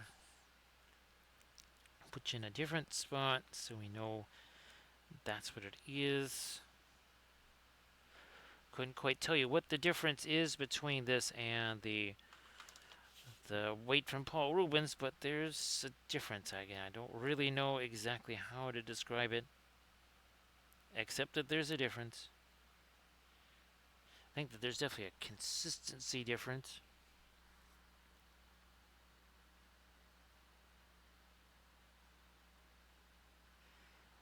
Alright, yeah, let's get that in here.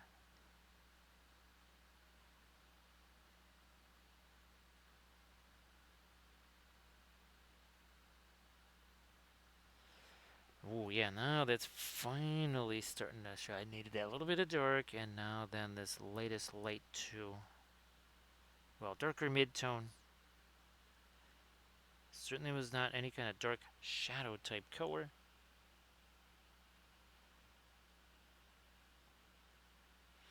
Again, these little glints of light, things that, light's bouncing around off of different stuff.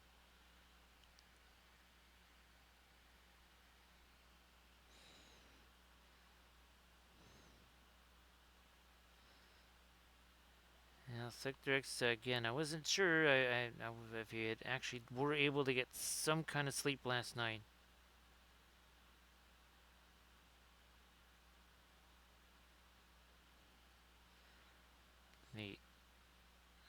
this up to some more there.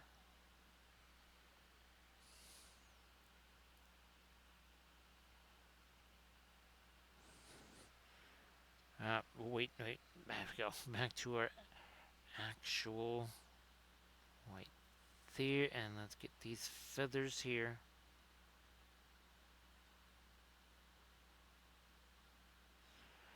Yeah, those were also another nightmare on the GW versions. Those feathers, because remember, old metal figures and something delicate like that feather texture. This stuff on the shoulder pad. That's pretty much that does not even exist on the GW versions.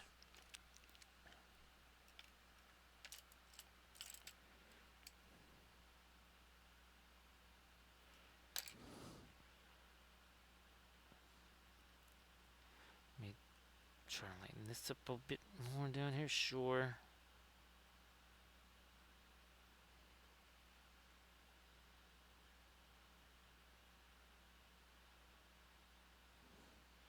And we'll light. Yeah. Let's get this really light stuff also down here on his tunic there.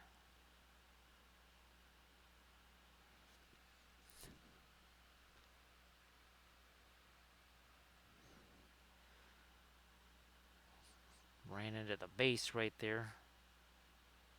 Now we're getting somewhere on that.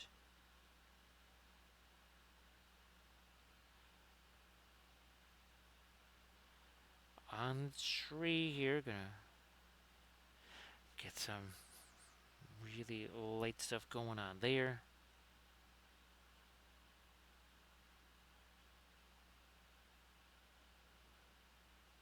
The eyes, too.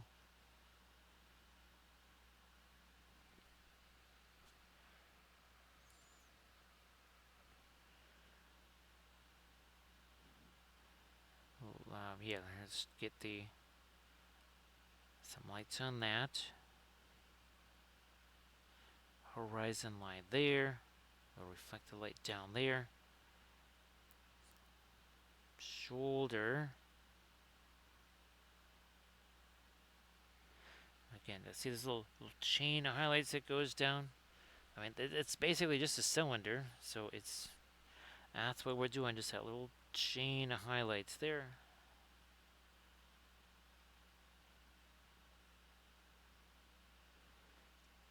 Hit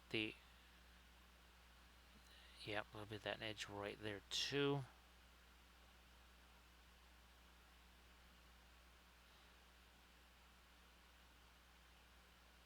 A few edges along the edges on the ends of that.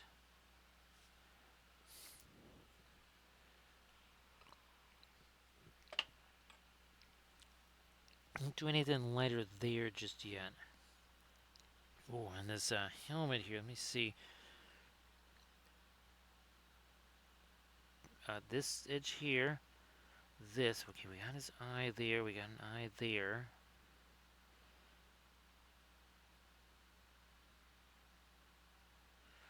Some more of the crest there.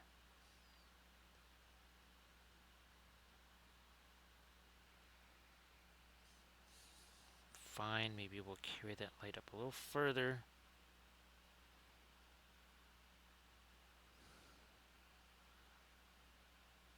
And so, yeah, some here.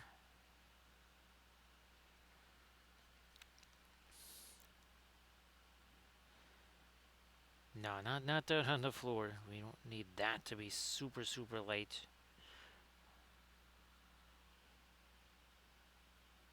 I was just looking at my my other Denethor one. Yeah, because you can never have too many Denethors. Got yet another one here that we're painting up.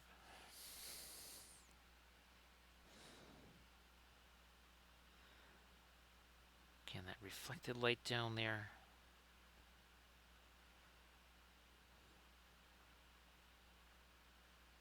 Like I said, I could try to sneak a little bit of skin tone in there, but we'll leave that go. Now let's get the lighter stuff now here up on the head crest. plus the helmet.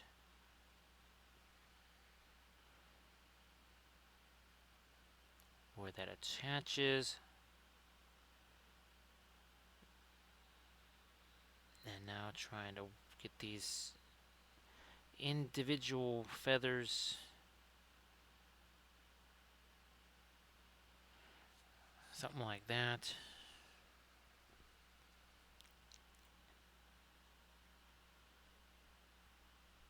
And then here you can start to catch some of the edges of the armor here to make that separate from the cloak.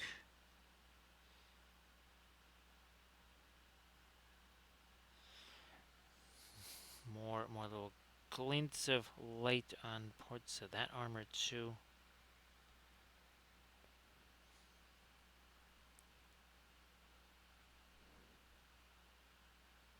And here, like this. On top of that, here. Whoops, that's not quite where the eye is supposed to go. It's a little too high. Now, I'll probably just take our dark that we're going to use to do the rest of the eye, and we'll reshape that. It'll be all fine.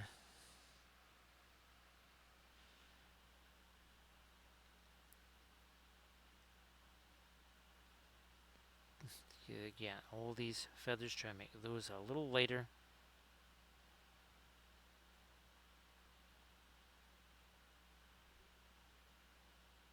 Light on the top edge of that, and then up here on the top of that white tree of Gondor there.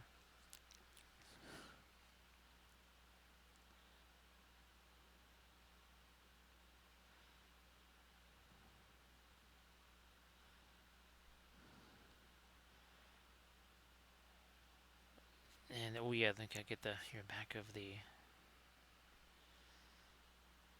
shoulder pad here. Couple of these layered, one on top of the other. And then that's the trim on the cloak.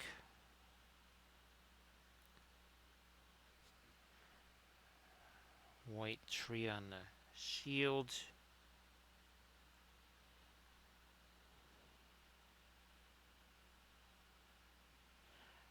Is nice there.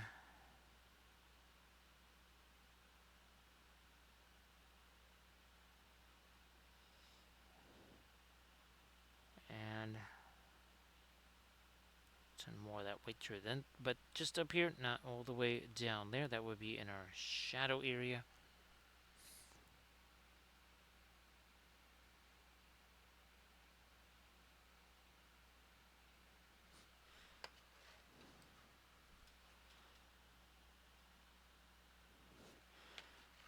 Now let me see here if we can just do a little bit of a super quick kind of dry brush type stuff on our white tree here. We'll take this, maybe some of our yellow there, and we're just gonna do this, and then we'll do some glaze stuff over the top of it. Again, this is all part of a diorama. There's even the, look at this. Now it's printed in FDM with several pieces, but yeah, they all go on top of this.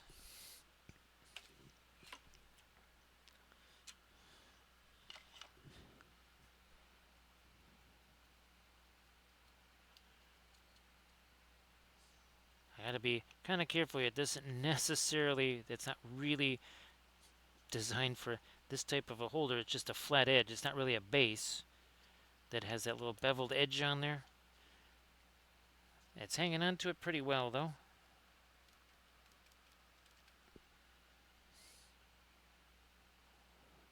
So yeah, we'll do this, and then we'll do a little teensy bit of glaze stuff over this. Don't want to spend too much time on this. Now we'll be doing two different versions of it. We've got this one, and then we're going to print it again, and then we'll get that one with the foliage on there, because I want to have both versions.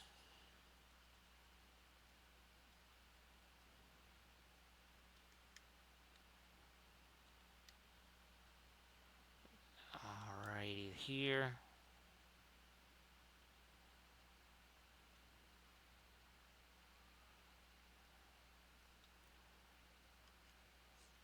We're starting to, yeah, we're really starting to get our light. And you can see it's got a little bit of a yellowish tint to it instead of just dead flat white.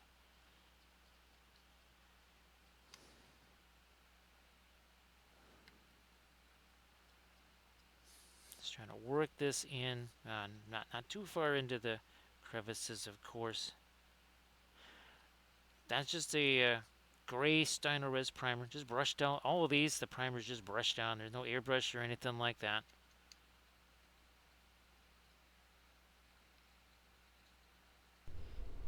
We're getting to the top of our tree as we welcome in a Brush Master. How you doing there, Brush Master?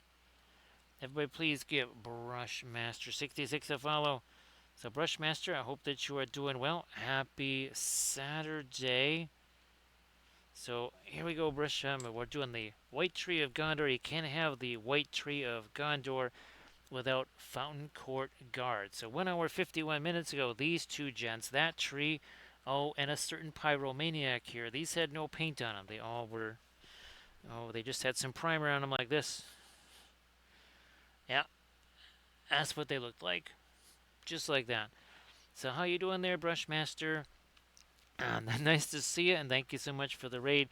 So Brushmaster, oh boy, some of the, I think you've seen some of our Galactica ships, right, that we've been painting on our Armada Mondays, right there. And last night, this was super fun. So we took one painting, which was 11 by 14. We chopped it into 4 pieces, 5 by 7s, and then we added to it here. And you can see here's another one of the 4 that we did. Now these are, here I got another set of them. Whoops. This was last week on our Thursday stream. Looky here. So again, we did a bunch of different spacescapes from one painting. We call it the Flat Thursday Challenge there. See you later there, Hey, Brushmaster, before you head out, would you like to maybe share anything? Share something in the chat there. Whatever linkies there. Again, please, everybody, give Brushmaster 66 a follow. So see you later there, Brushmaster. Okay, we're just going to drop in a little bit of our light here. Then we're going to let this set. We'll be doing some glaze stuff again here. This is on our White Tree of Gondor here. We're actually going to do 2 versions of this. One, obviously, no foliage, and then another one that has foliage on it. Alright, we'll get rid of you now. Let you sit over there. Let's get back to our Denethor over here. Everybody check out that Instagram link that Brushmaster just shared.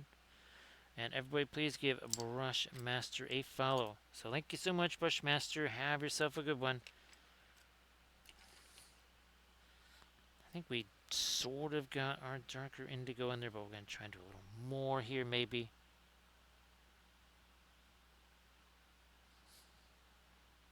A little something over here. And then we'll try to darken up even more this part of his cloak here. Especially here, because potential shadow there. Alright, blending brush. We're using oil paints like always. Straight out of the tube. Start to finish. No zenithal, nothing like that. We just brushed on that dark blue primer like you saw. Doing our object source lighting, doing all the usual stuff with the oils. Again, no zenithal or anything like that. So, but we, I might even, no. Get some of this.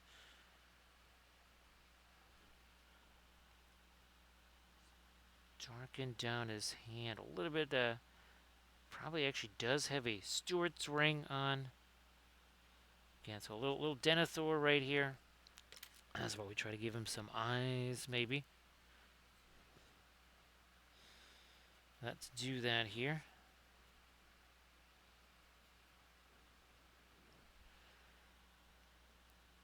So we need something dark here for sure.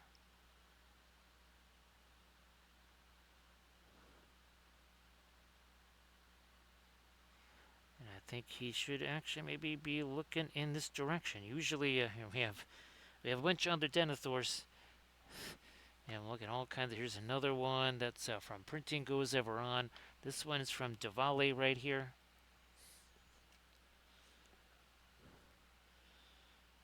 Ironically enough, this is the only one that actually has a torch in his So say hand. we all.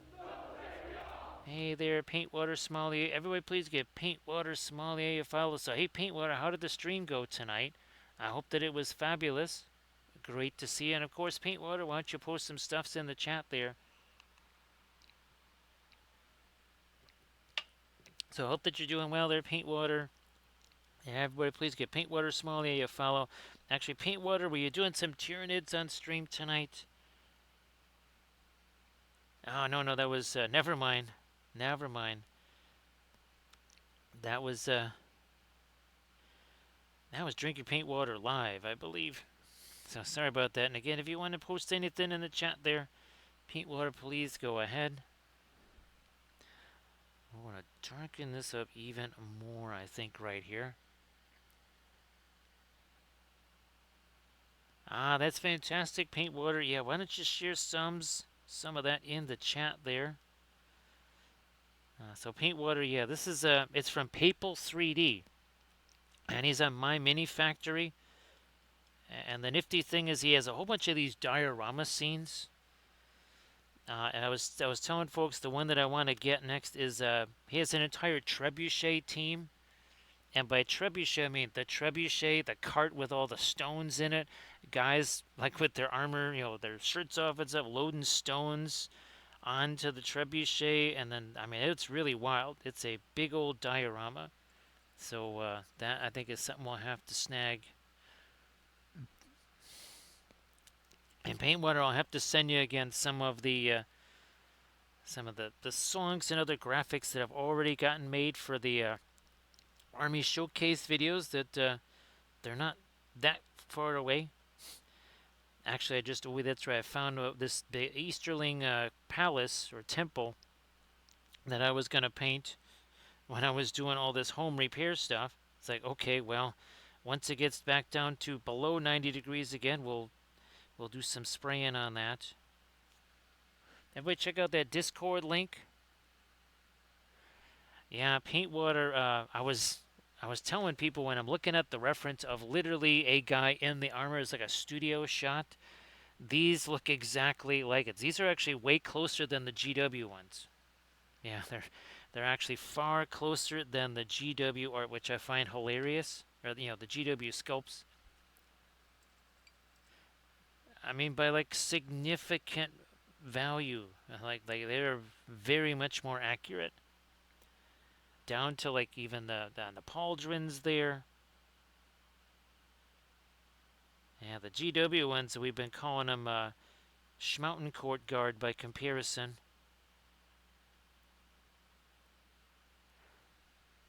So, but please check out that Discord link there.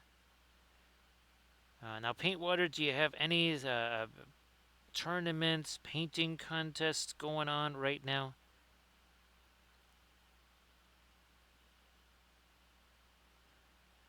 I hope that everything has been going, of course, fantastic for all things Middle Earth for you.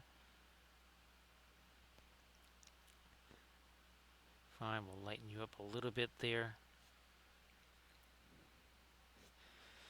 And we'll have to get the spears too, because I haven't done anything on there. Well, that's well, good. I don't want to say anything there, Paintwood. I don't want to jinx anything. But here's hoping for the best for you.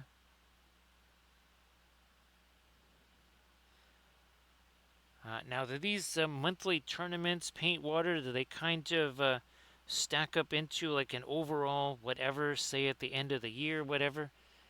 Whoever has the most battle points or whoever has won the most tournaments or whatever?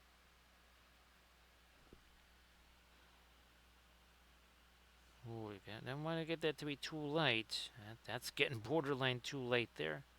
That's fine. We can always come back with our dark. No big deal.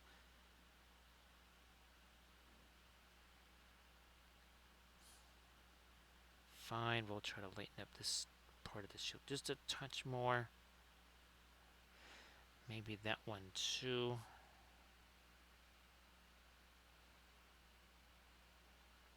Okay, I don't know if every single one of these guys has the mask type thing going on.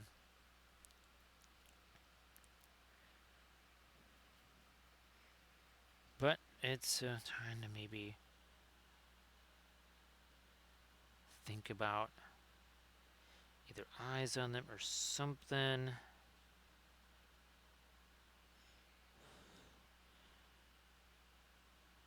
Enhance a few little darks here on the armor too.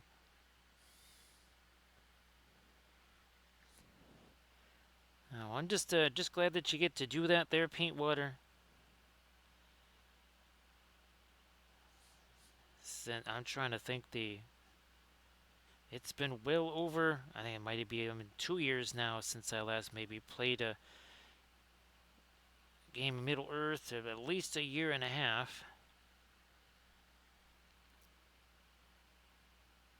And I really doubt that's gonna change at all for quite some time. We never did our gold set. You know, I'm just gonna grab this since we are over here thinking about it. Yeah, we did the other side. We just didn't do that side. So I just wanted to get a little something over there. Since I looked over and I went, all right, there's something missing there. Yeah, Paintwater. There's between the no game stores, between the nobody plays it, even at the few game stores there are, and other such things as, well, no vehicle to get to the game stores and stuff. That creates a bit of a barrier. But yeah, there's not a whole bunch of SBG. I don't think really in this city actually.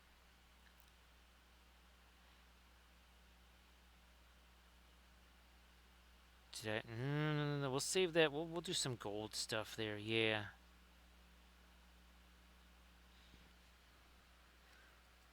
Already.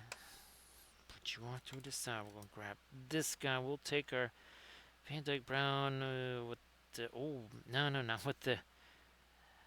Not with our Mars Yellow Deep. Nope. Let's do this. There we go. That is what we needed. So Paintwater, I've got, I think 15, well, 14 of these plus, again, Middle Earth's favorite pyromaniac. I have 14 of these plus Denethor, all printed out. What's nifty is these got shields, right? No shields. I was just saying earlier, speaking of playing MESBG, well, he actually kind of must be playing it. Because, well, when there's options needed for such things, he has those.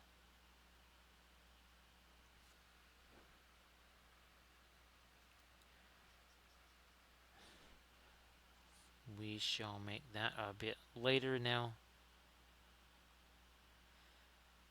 See, I think we might chuck at least one more of these guys onto the on one of our holders, which means then we'd have basically 10 Fountain Court Guard. Paintwater. Did you see? Was it last week? Paintwater for the Saturday challenge. I painted 10 of the Merchant Guard. Yeah, painted up 10 of those guys.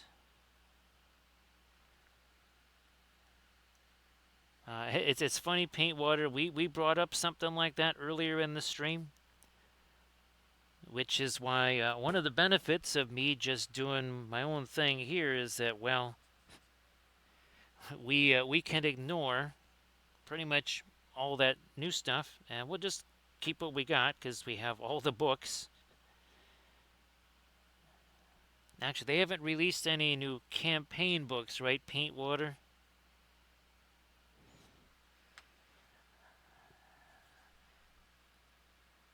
Let me hit this here. So yeah, we have a long-term project doing every single army of Middle Earth, including the legendary legions,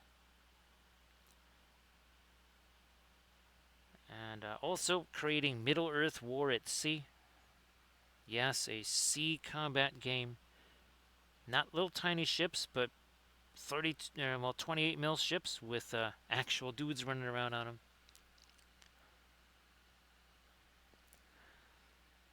So yeah, Paintwater. I am. Well, let's put it this way: I'm a wee bit behind on MESBG news.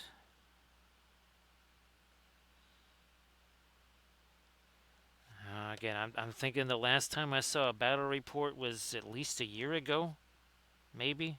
Maybe not quite that long. Maybe about like 8.5, 9 months ago. Well, whenever the new stuff came out,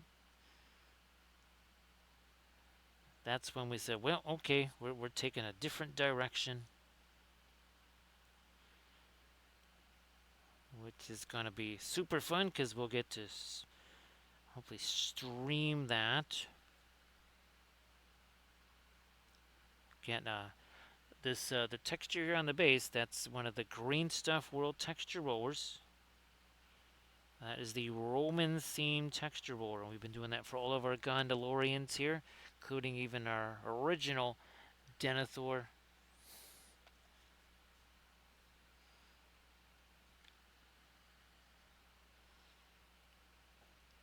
Now again, Paintwater wasn't sure if you were going to do some more streams this weekend.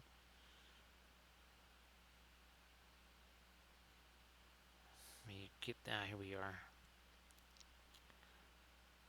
And again, this is from Papal 3D, My Mini Factory. I think he also has a. Does he have a Tribes or a Patreon? I think it's a Tribe, right? Paintwater. Yeah, it's a Tribes, and obviously he's got his regular store too. So yeah, check out Papal 3D on My Mini Factory. Some really good stuff, and actually, Paintwater, he's got a 50% off sale going on right now. So if you might be so inclined to say, I need me some of those. Oh, you're on his Patreon? Okay, yeah, he's both. All right. Now, was the last month? Was it Orcs or was it the Army of the Dead Paintwater? I can't remember which one it is.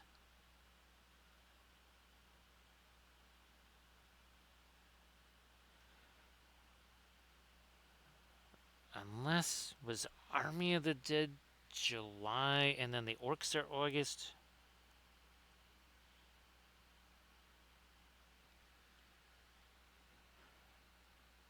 Actually, well then Paintwater is the Pippin that you did. Was that one of his or was that the old GW one? Oh, and the three hunters. Okay.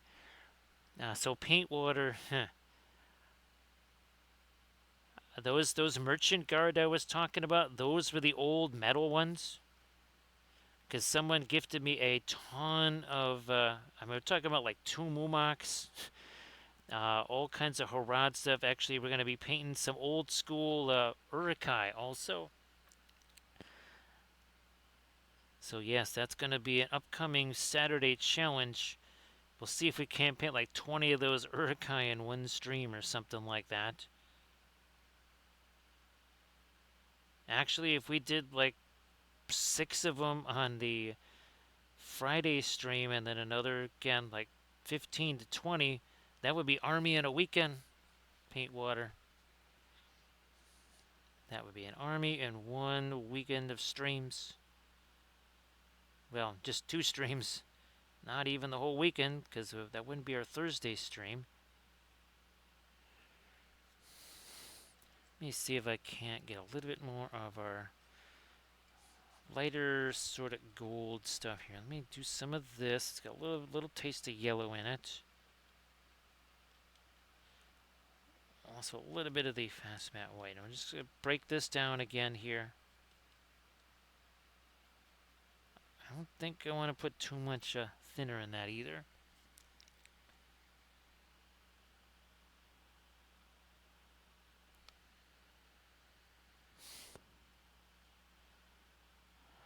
Yeah, paint water. It's funny that I never saw his stuff before. The only reason I ran across it is because I was looking for casualties. Actually, I was looking for dwarf casualties there, paint water, to use again for some of my Army Showcase vids. And I don't think I saw dwarf casualties, but I saw his Rohan. Actually, he does a bunch of casualties. He has casualties of the Fountain Court Guard. He has, I think, he has Easterling casualties. He's got some Gondor casualties. I only always got the Rohan casualties. That's it.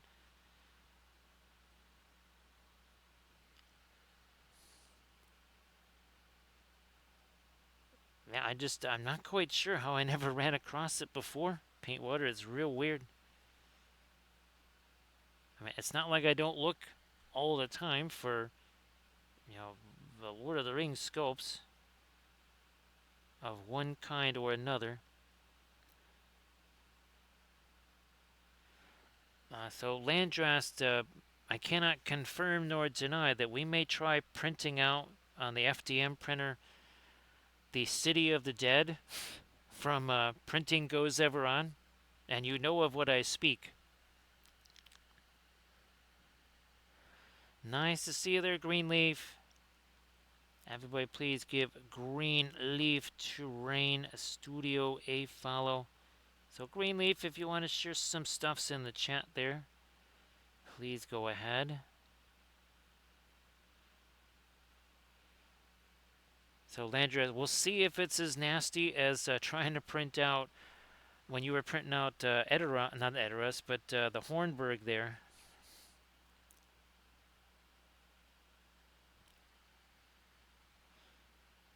Did I? There. Oh, something there.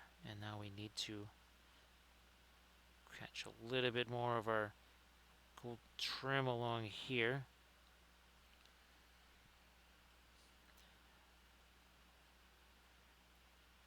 Gonna get some of that here. Some of that over here. Greenleaf, I don't know if you saw. Oh, geez, I don't even have that up here. Well, it is up here, but not where I can reach it. But all the trees that I posted to the Instagrams, that was a very, very, very fun video for sure. Keep hitting that shield there.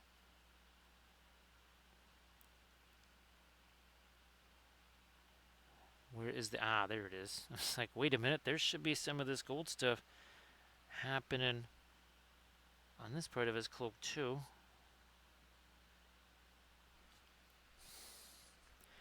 And then remember, we got to do some of the little smidge there of the glaze stuff on their tree. So that can set. Now we can come back with whatever highlights we're going to throw on that. So here, let's move you guys out of the way. And over here, now we'll just mix up something in one of our little containers here.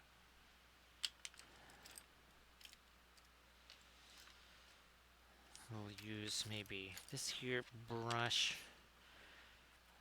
We'll just take some of our VDB and maybe a little smidge of the violet there because we don't want that to be super opaque. Right, Camda? How you doing? So happy Saturday there, Camda. Camda, if you want to and actually, can you share the one thing that you were working on now? I know there was a few days where you said, well, just don't be hasty. Don't be a hasty hobbit. I'll post it eventually. But I know you got your other stuff there that you can post.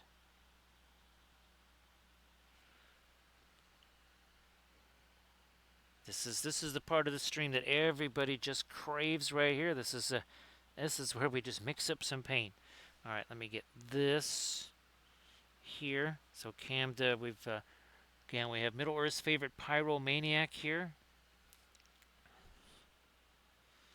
and then the first two basically color test figures here of our Fountain Court Guard. We're gonna be doing a whole bunch more. We're gonna oh wait, here we go.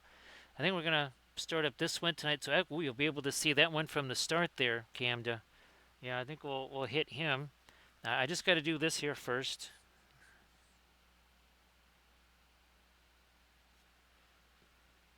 We're just going to hit in our white tree here with some stuff.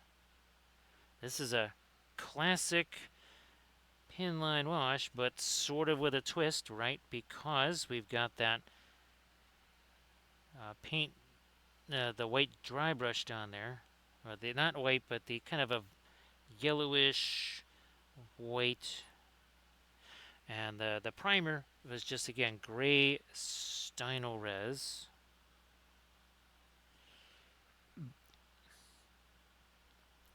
And we're just going to let that do its thing. We are just touching the brush there, and it goes where it goes. Where it stops, nobody knows.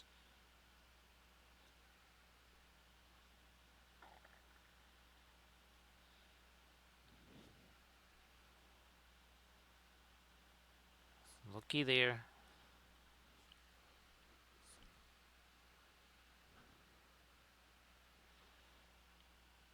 Camda, I got to actually print out another one of these because we want to have two different trees. We want to have this one, which will have no foliage, and then we're going to have another one, which, well, now that we certainly have the ability to do flowering trees and basically white foliage. That's going to be fun.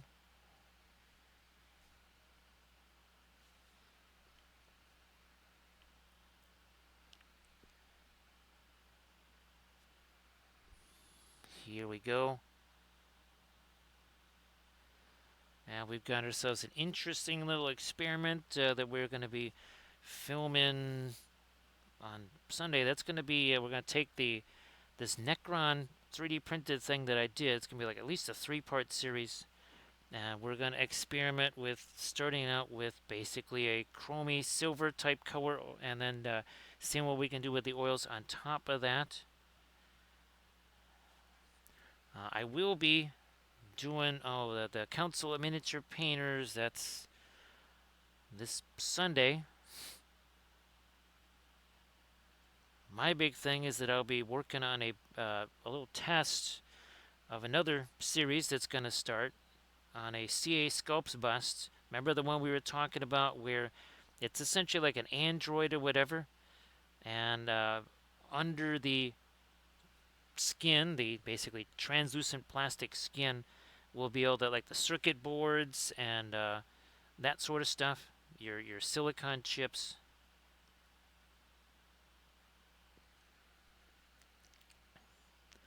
Yeah, Camda, I know we were kind of talking about that last night, right? And all the stuff that Recoil was doing with the new materials that he found. Now this here's going to have to set for a while.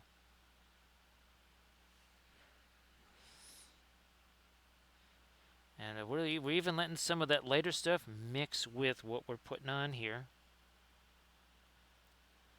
Because that's the whole point of that, instead of just some dead zenithal whatever that gets airbrushed on. None of this primer was airbrushed. It was all just brushed on with our hairy sticks. That's all. Just hairy sticks.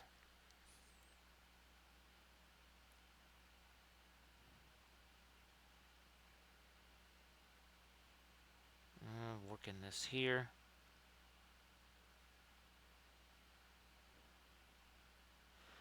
I definitely, at some point, I think we're going to have to just get, even if it's just a P1, because I don't think the X1 carbon is ever going to just drop in price, at least not the way I had thought it would when their new printer, actually, how has their new printer been been taken up there, Sectrix, or people are just kind of doing whatever? Oh, thanks, Landrast. Appreciate that, and hello to everybody at Casa Landrast there.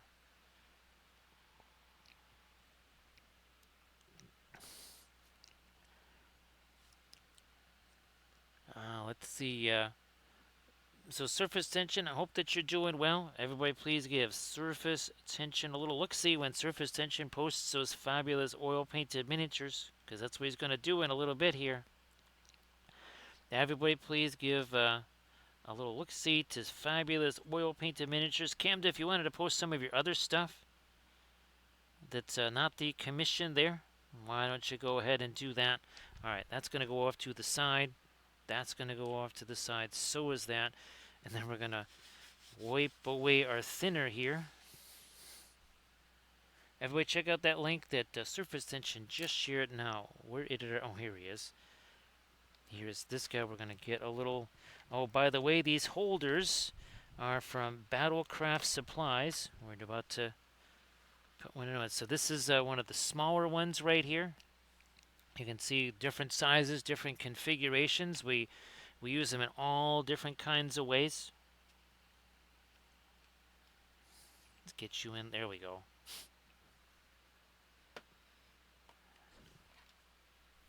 So everybody check out that Instagram link that Camda just shared.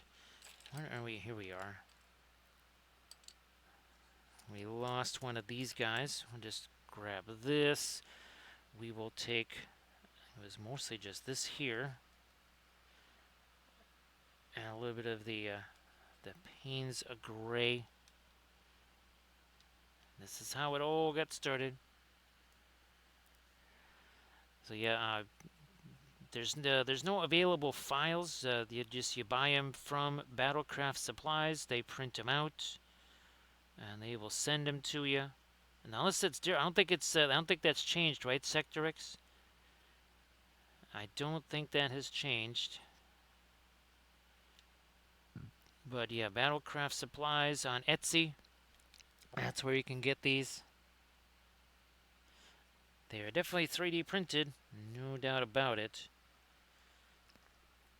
Now these right here, so you can open this up and you can put weights in there like I did. Same thing with this. You can open this up, put weight in there. You can unscrew this here. There's, again, all different kinds of attachments and implements, which make them very fabulous.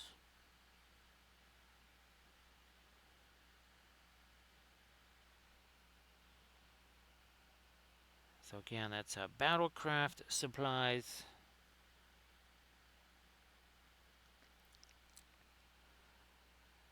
Yeah, that's going to be difficult, Sectorix. That's going to be a minor detail right there. I think that's going to call for a little change in strategy. Let's get that down here on the base too.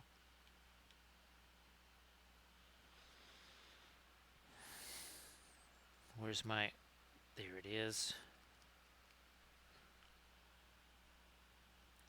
And this is exactly how the other two started. Again, those were basically color test figs.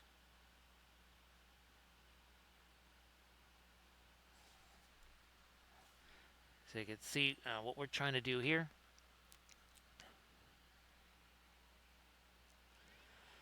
We'll see that that's a very good plan there, surface tension, because you say, well, okay, I have all these miniatures, right? I have all these miniatures to paint, therefore I need more holders. And then as you get all those painted, then you can say, well, geez, now I need to make more miniatures, which then leads to you need more holders. So I think that's a very good cycle of life there, surface tension. That's very productive. Now, it's all about motivations, right? Surface tension. Yeah, so you get that. The proper motivation to do things. Okay, good, that is over there. All right. I'm going to take you again.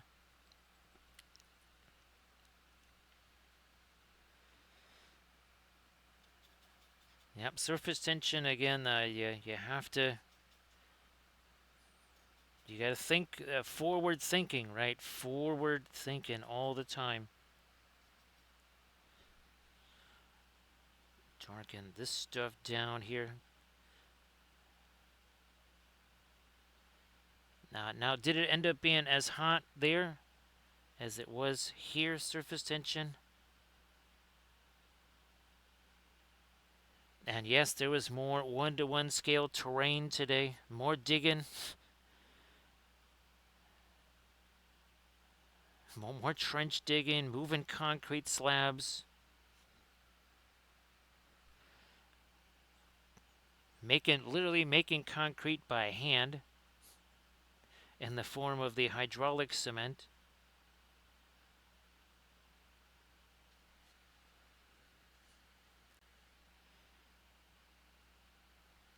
Well, Sector X, like we have the that photo area, is also an alternate, zombie apocalypse shelter. The more fortified the basement is, and the more entrenched it is, that also provides extra zombie apocalypse protection.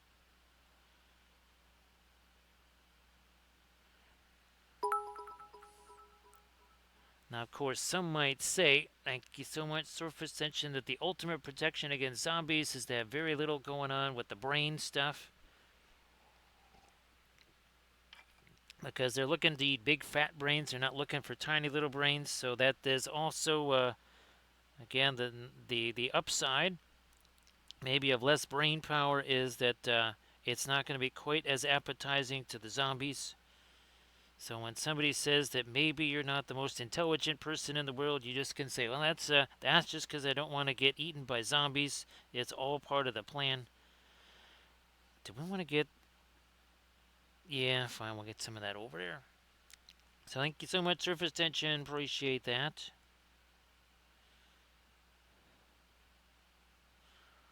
It is all part of our clever ruse. Again, to avoid being on the menu for the zombies.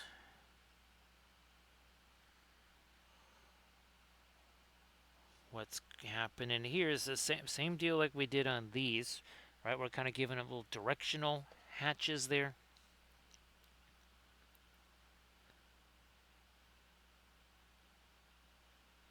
Like you do. And then, of course, on our Saturday challenge stream, well, there's going to be a whole bunch of these guys. At least 10 more. Yep, at least 10 more of these dudes. No, I was about to grab another one to do the same deal. It's like, oh no, that's right. Now we'll do a little bit more on him. Then we have to kind of let this stuff have a chance to set a bit. Where's the indigo here for this one? Also that, and this is the Green Stuff World Roman themed texture roller. We just cleverly disguise all of the Roman parts by sticking a figure on those, or we just kind of break off those parts that, again, are kind of a super dead giveaway that it is a Roman themed texture roller.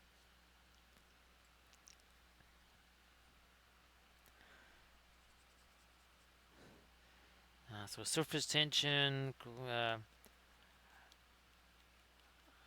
don't know how long is this latest apocalyptic heat wave of like 70 degrees supposed to last there.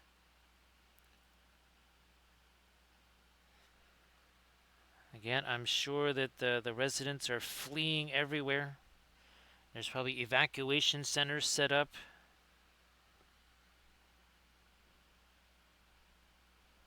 Get some of the, again, that light middle tone on the feathers.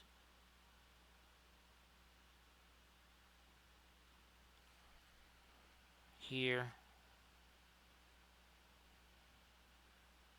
Also down there.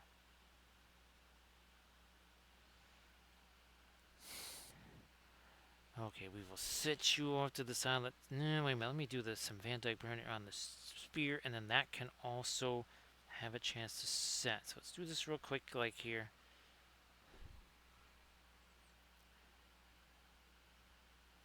Boom. Also here.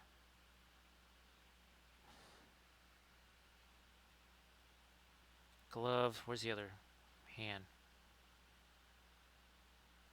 Good enough. Now again, these are these files 3D printed from Papal 3D. You know what? I think I can do this. Oh, well, that's good there, surface tension. That is good. Camda, that initial, that actually is on. I think there's one part of the roller pattern here. You do have that, so we've let's just say we've done a clever job of masking that. Camda, oh yeah, that's definitely on here.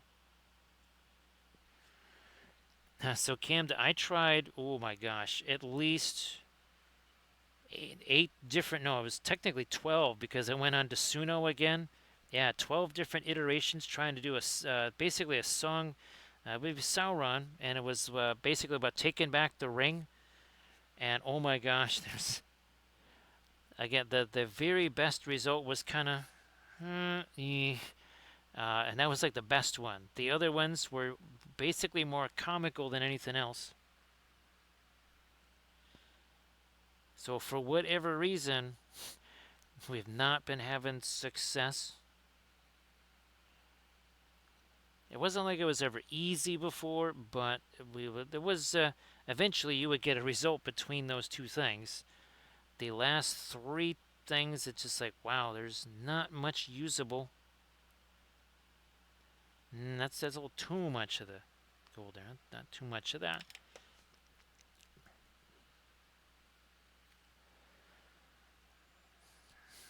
Surface tension. Actually, I might have to also be baking, among other things tonight, I might have to be baking some Sculpey. I wish I was baking some bacon, but might have to bake some Sculpey tonight because I don't think I have any Necron texture stuff. I might have used it all for the last army painting series. So yeah, I might have to roll out some of our fabulous Necron texture war from Green Stuff World. Alright, so I think we got a little something there that we can work with now. Alright, that's going to have to just set, and we shall move back to these guys here.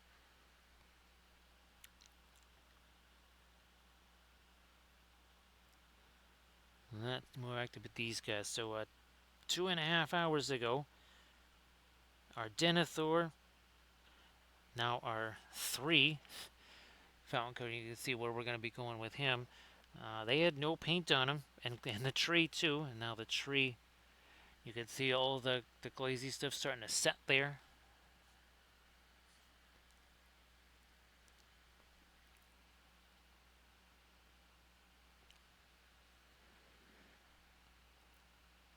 Surface tension, I guess like a 3D scanner to scan the, well, I don't know if you want to use a rolled out texture because those are usually not all that super perfect. I just unfortunately have no knowledge with the different sculpting programs there. I know that was something I was hoping to be able to do with the AI stuff, was to say, hey, I want this type of texture. Make me a texture rolling device. Because there's a whole lot of patterns I'd like to do that do not exist, and even some of the ones that I have are not necessarily the most ideal patterns anyway.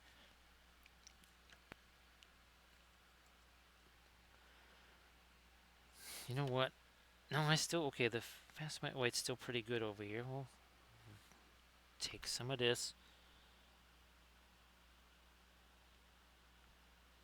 See if we can get our parts of our white tree going here.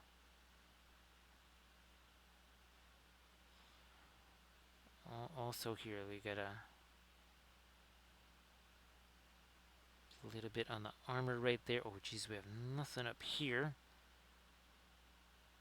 to indicate any kind of reflections or anything. We don't want that to be the case.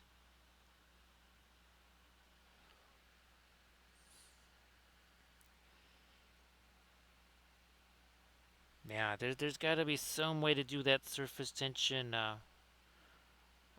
I guess, well, I don't even have the time to do the Google search. You know, how do I create a texture war pattern in X program? Ooh, here, no. Let's get this sky blue. So here we are using that radiant turquoise now.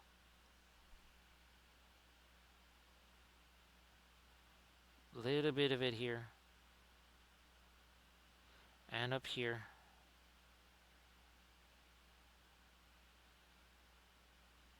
Also, maybe a little teensy bit down there.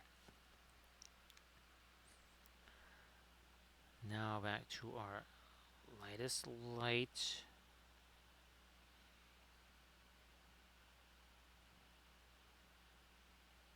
Catch the edge of this up here. Yep.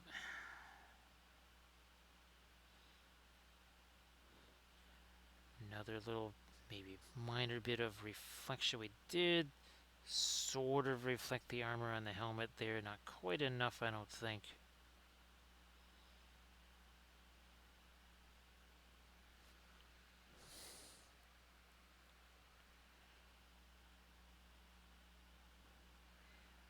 Touch more of our light. Yeah. Let's do that up here too.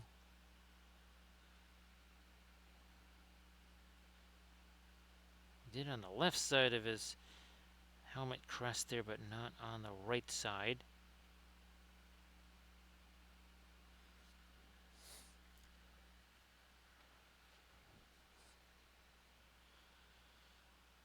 Oh, yeah, speaking of reflected light, let me get some of this blue again.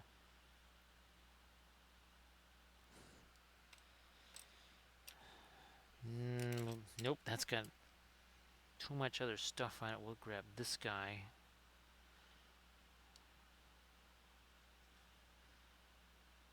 There we go. So again, 2.5 hours ago, none of these guys had any paint on them whatsoever.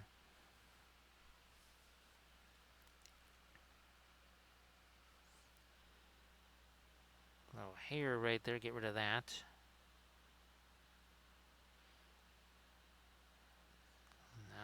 This still is mostly just the radiant violet here, no wonder. It's like that wasn't really popping out at me because we didn't have our lightest light on there.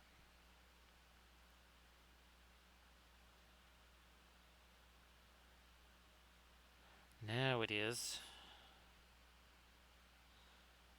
Maybe a couple little extra lights here. We're just kind of treating the armor here, the chainmail. We'll just treat that as gold.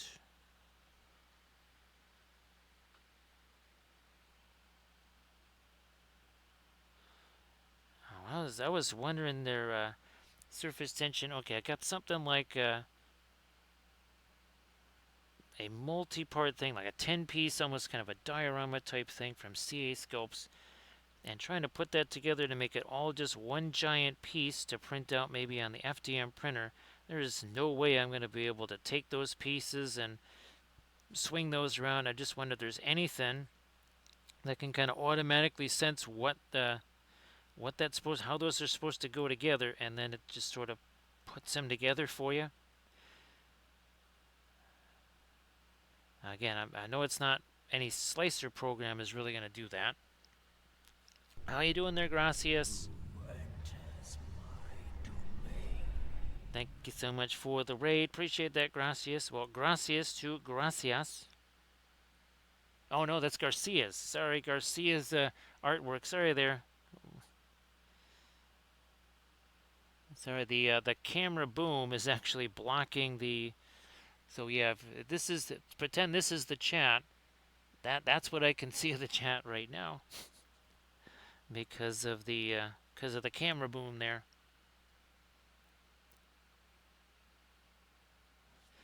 So we are painting up again multiple Fountain Court Guard plus Denethor's hiding way over here now. There we go.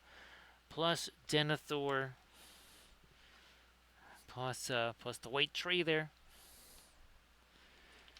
So great to see you there, Garcias.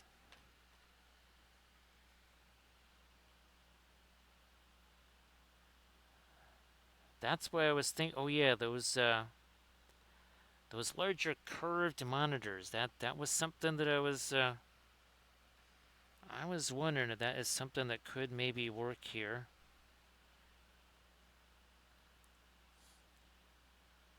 Because it would at least kind of curve out of the way of the camera boom.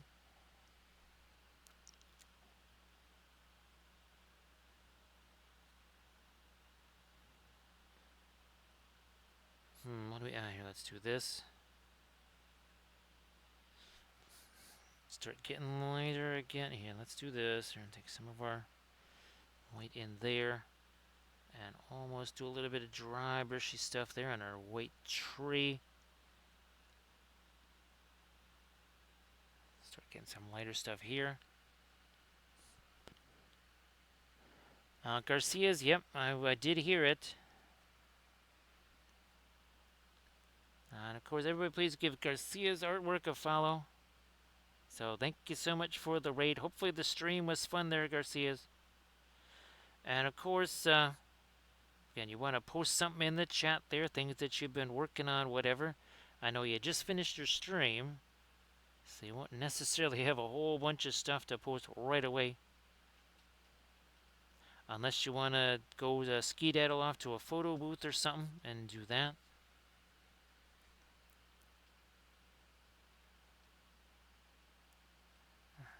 No, we're going here. Let me get some of this violet stuff here.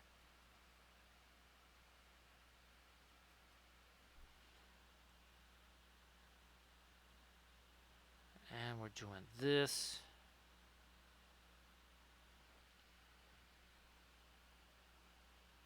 Then we'll come back at it with our much lighter stuff.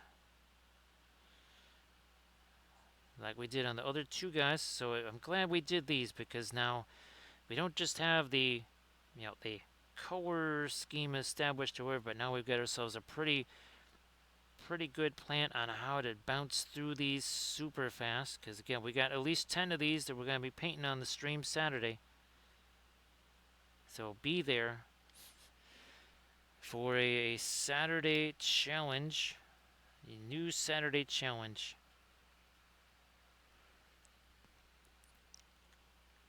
Painting up 10 more of these guys here, all in one stream. Okay, let me do this here. Just gotta get some of that out of there. Let me make sure we get the thinner out of there too.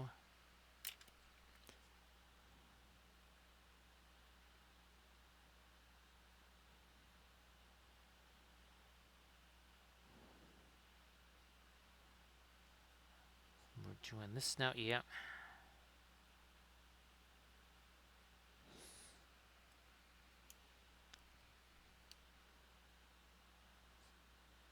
Blending brush, like you do.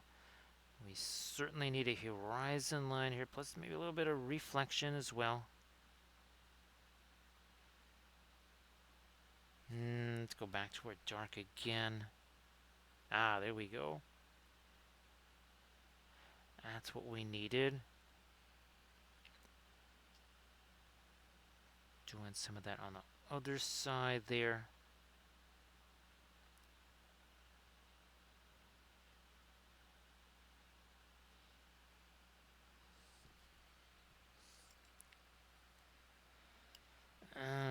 Okay.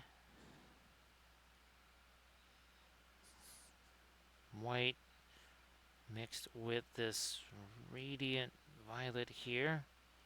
Let's just see what we can do on the head crest.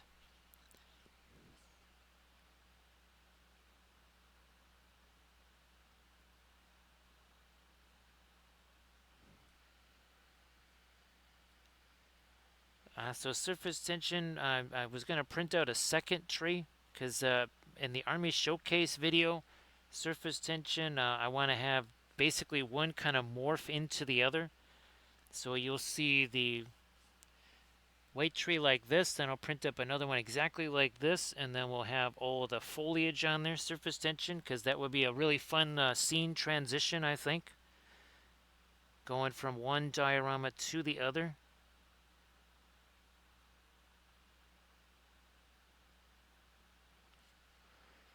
I also I rediscovered and it's on the Patreon page actually. It was the diorama that we did for Galadriel's mirror pool, and now that I've got, I think they're from, are they from? No, they're from Dandelion and Middle Earth. I actually have the Galadriel and the mirror pool scene, and then yeah, so I've got those printed up, and we're gonna be taking those. We're gonna pop those into the diorama because the GW figures were never quite right for that, especially the Galadriel figure. That was really more Galadriel kind of at the water's edge there, instead of Galadriel at the mirror pool. So I don't think they ever really did that figure.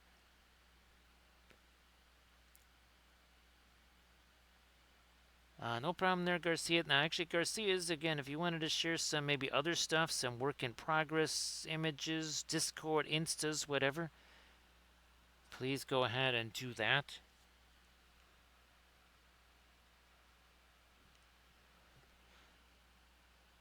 Let's see what. So now we're about 2 hours 47 minutes in.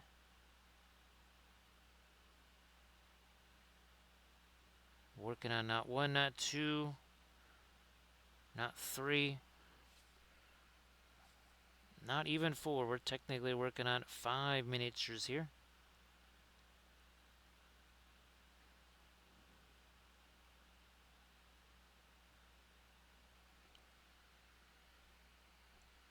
Let me.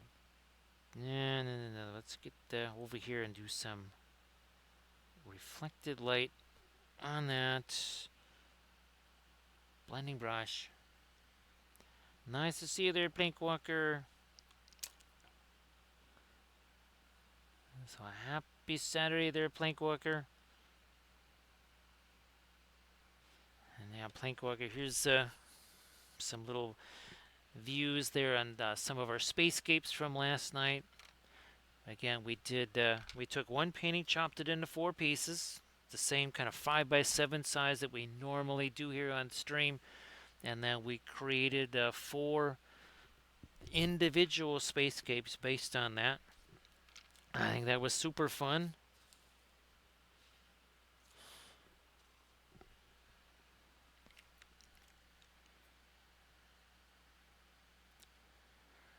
Surface tension, yes, that is. I'm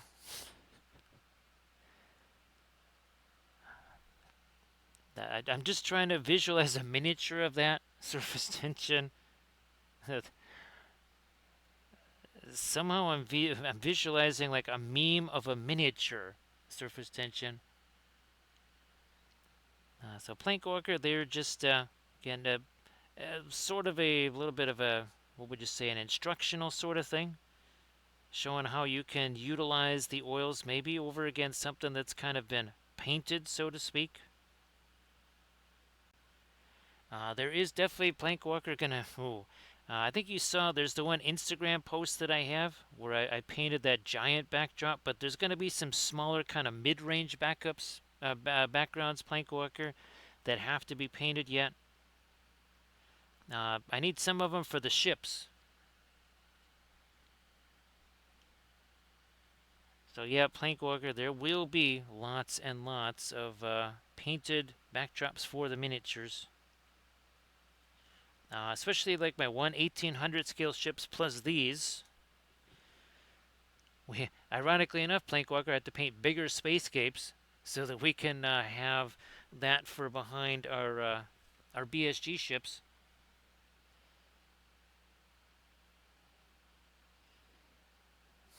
There's, yeah. Well, we'll just let that kind of break down for now. We'll have to come back and we'll have to So we're on a little bit more of our fast mat weight there. There's too much thinner in this for right now.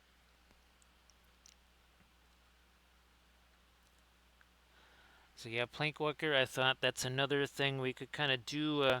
We've never done a tutorial video on miniature backgrounds. So that might be a new series.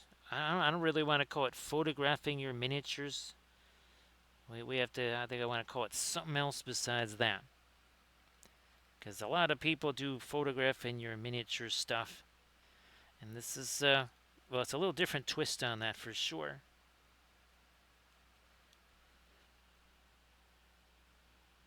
Ah, there we go.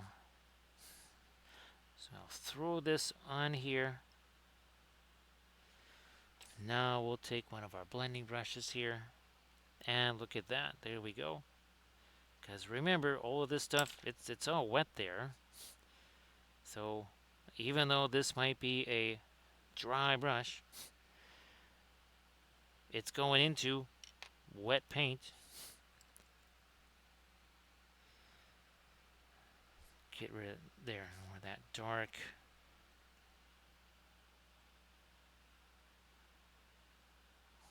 Then we'll come back down here and go even lighter on some of our pieces of marble.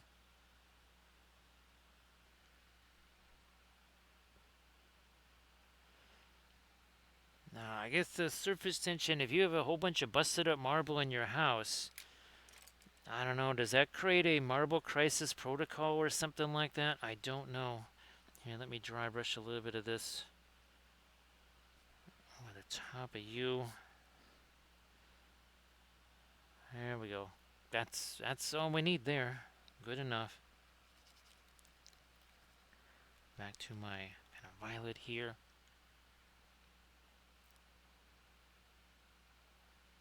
Get a little bit of light onto the spear here.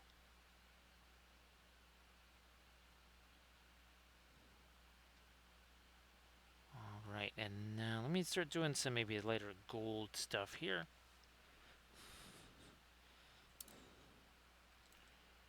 Now, Camda, that was unfortunately necessary.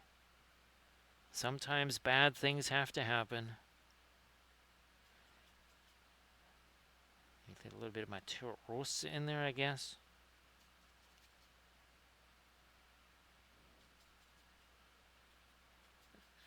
Alright, that's good.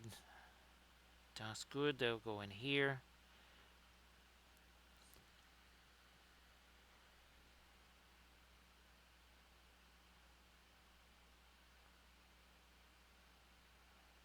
Oh, actually, surface that's something I should get. Maybe I should get me some salmon fillets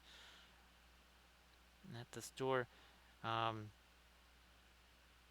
hoping I'm not going to need to do is buy any more produce for a while, because those tomatoes, there's flowers galore on those tomato plants.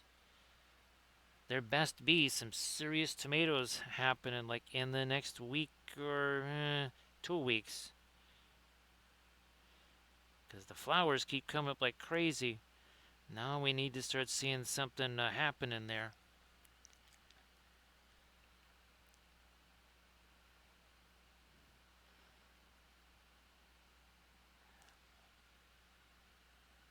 Oh Jesus! Oh, surface tension. There was a commercial here years ago.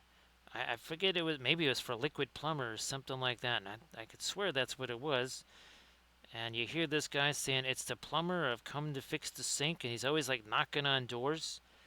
And I guess they ignore him because they all have Liquid Plumber or something like that in their house.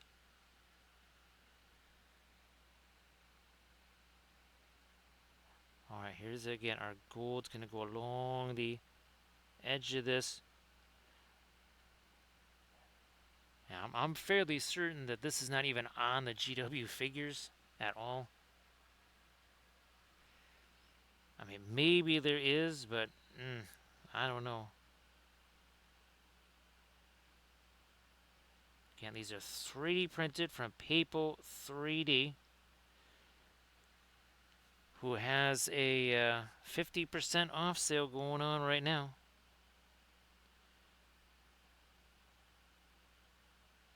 50% off sale.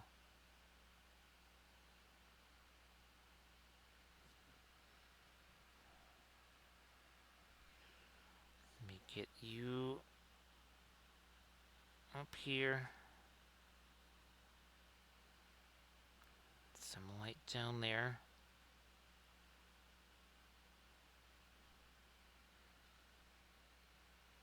Yeah, more of the gold here. We're starting to get caught up to where our other two fountain court guard are.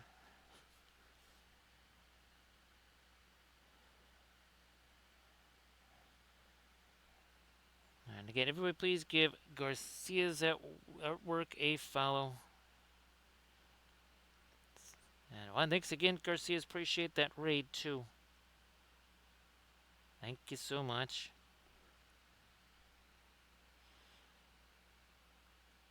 Camda sometimes with that maybe something that's either like absolutely spanking brand new, different than what you've done before, or something kind of simple, just a quick hitter there, Camda. Just let me say, here's something, because I know with Kathy that really actually helped her sometimes. It's just a miniature she had no plan for, didn't care about, just kind of basically just grabbed it and started painting. And that kind of without having necessarily to do a grand plan for a figure, that you're just more likely to maybe just grab it and slap some paint on there.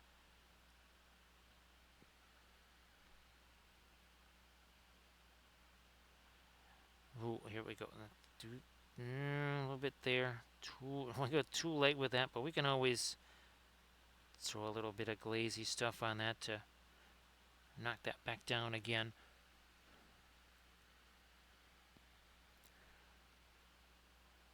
That's fantastic, Garcia's. Those multiple painting things, that's something we do on our Thursday stream. We're basically now calling it the Flat Thursday Challenge.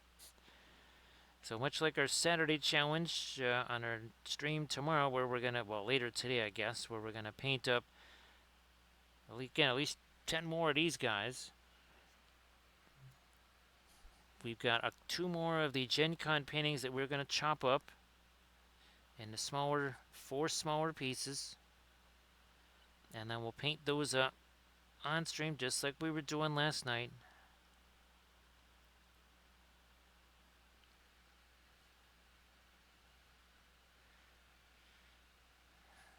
So yes, sometimes again those are actually more enjoyable miniatures there, Camda, because you're not really specifically saying, okay, I gotta make it look like this. There was no plan for it, no big deal. And like Surface Tension was saying, always experiment, and it doesn't necessarily have to be a miniature painting. It could be some terrain stuff or basing. Yeah, maybe you try to achieve a different basing effect or something like that.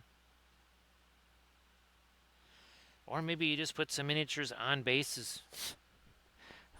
Not even anything necessarily new, but just something is always better than nothing. I know there's been a lot of stuff going on there, Camden, and that's definitely distracts the brain there, makes it hard to come up with those new ideas and such.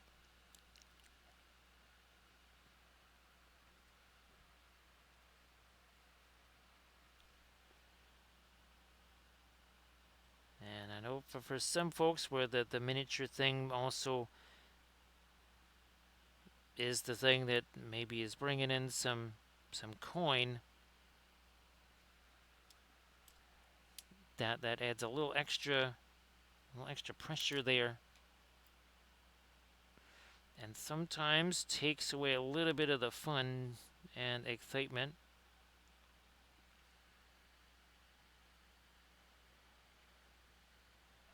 Surface tension, you know how much we love the brushstroke counting exercises. Big time, big time. Love those.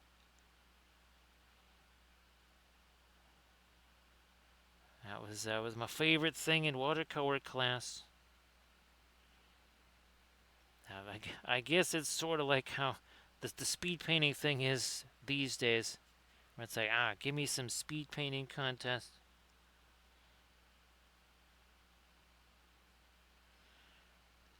It basically just means take the thing you do every single day, every minute almost of every single day, and just, well, do it again. It's yeah, it's very complex. Those speed painting competitions.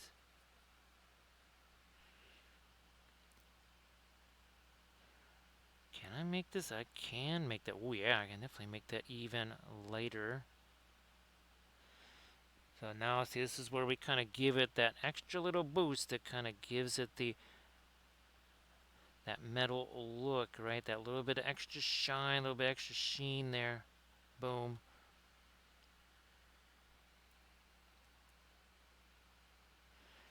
I remember the spacescape last night, surface tension.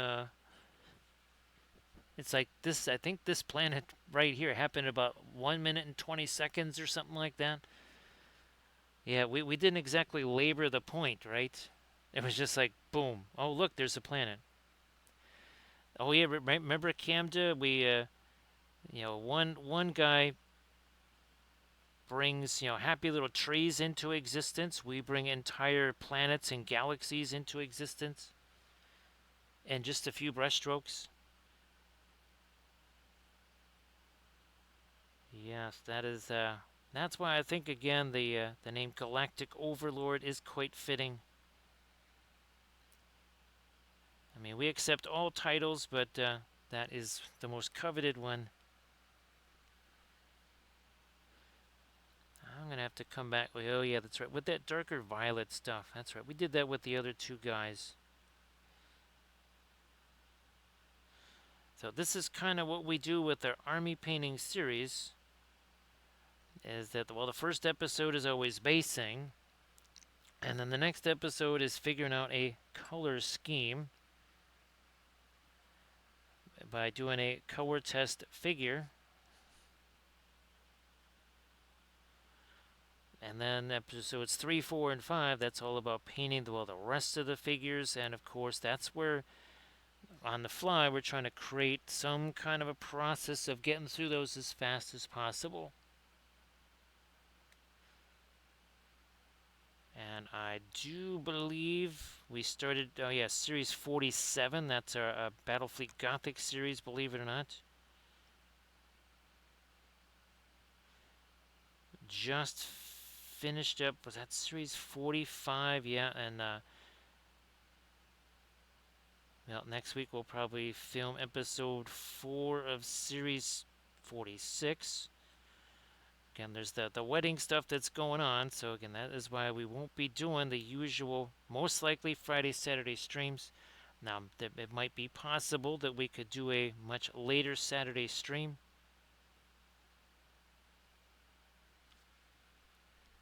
See you later there, surface tension. Again, braving the death orb in the sky to go do the walk with the dog.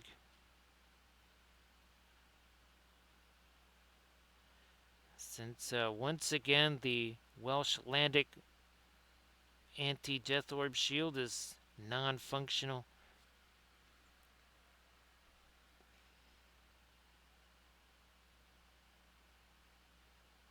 We still have to create a graphic for the Welsh Landic Space Agency.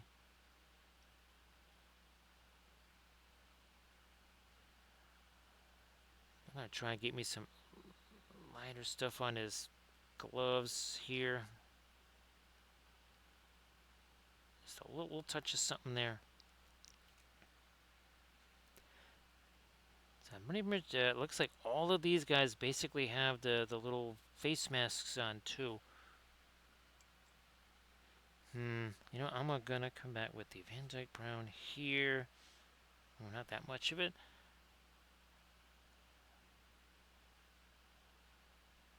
Also, right along there. Now, I think when we come back with our lighter stuff, we'll get a bit more of an edge out of that. Just like I'm trying to do here, trying to create some edges there. Kind of lost a few of those.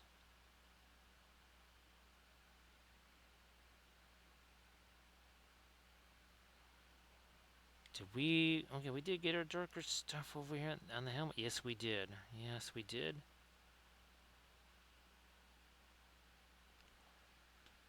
Nice to see you again, Peace Talker. Appreciate you being here. Happy Saturday. So, Peace Talker, we've got, well, technically 5 miniatures that we're doing here on our kind of partial challenge here on a Friday. It's not a full-fledged Saturday challenge, but we've got Denethor, we've got the white tree, and then we got tree. These guys here. 3 hours and 6 minutes ago, we only just started painting these.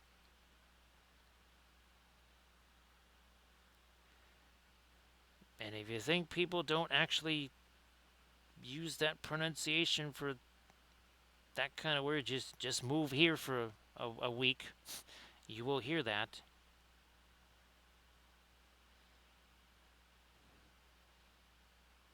Doing more of our dark. Yeah. Let's get some of that. We're going to do this, I think, on the other cloaks too. Yeah.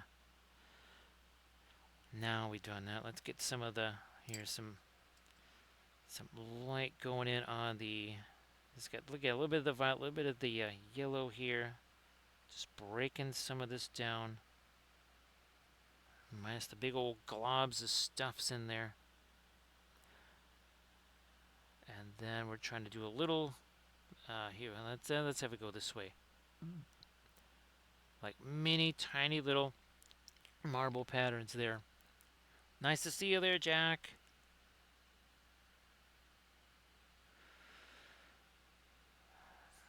No problem there, Peace Talker. So, Jack, I hope that you are also having a fabulous Saturday here. At least a start to it.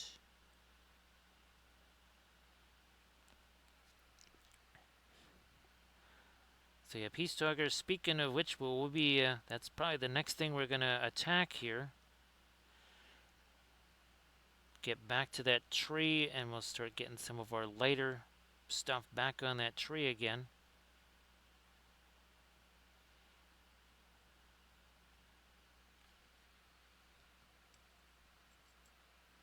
And here, well, let's set, now we're going to give that a little more time to set. You can see it's nowhere near as shiny, right, as it was.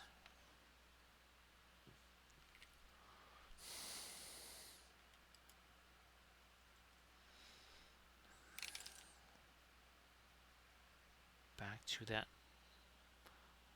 lighter stuff once again here.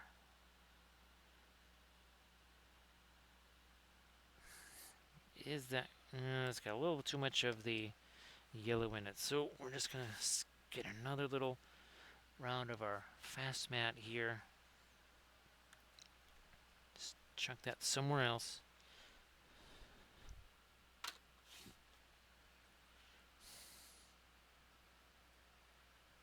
Move that down here. So I can start using that on the feathers. So we never did get our lightest stuff there on the feathers.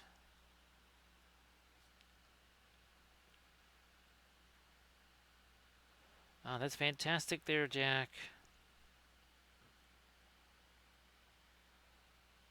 Well, I'm sure they're really going to like it. I'm sure they're really going to like that, Jack. More, again, that's our lightest light there on that headdress.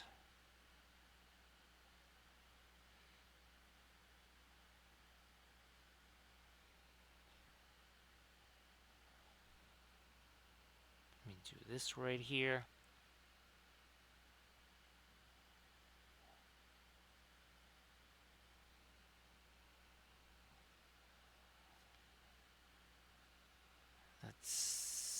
let's do this.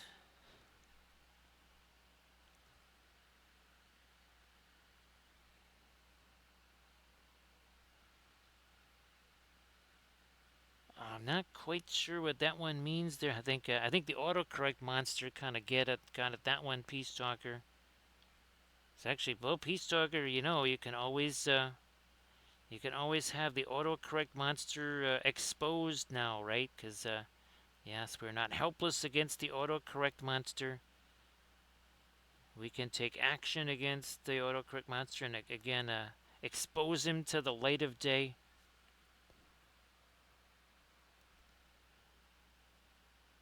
The dark things, well, they want to scurry around in the corners there.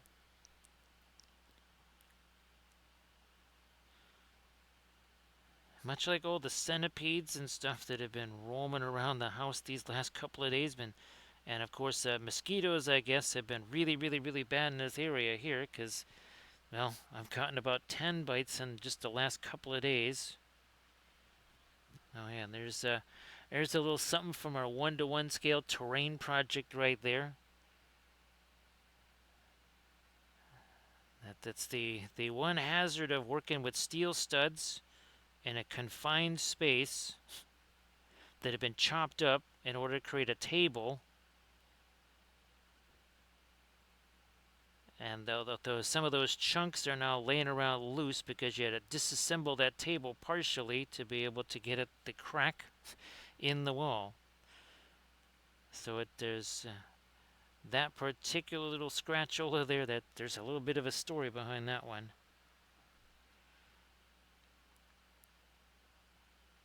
And since it was a piece of basically sheet metal that did that, that was a little bit of a slice there.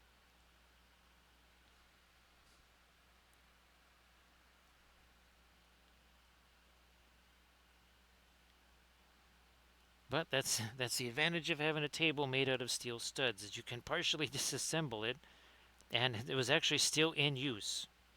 There was actually still a bunch of terrain on that table as it was partially disassembled.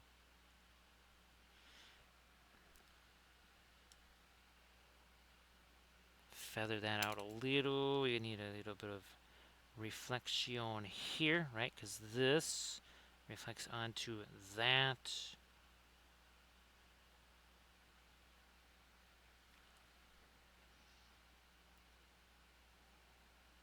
Did we? Okay, fine. Let's do a little something there for reflected light.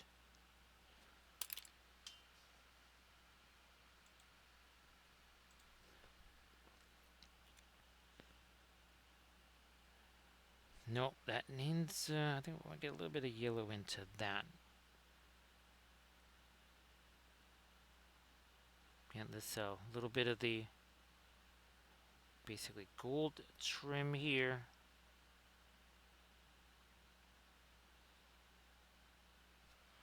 Now we'll go back to something much later here.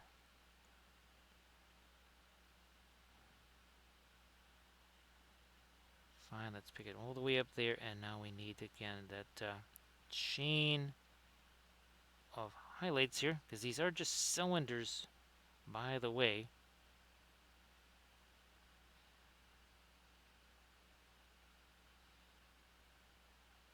Yeah, like that.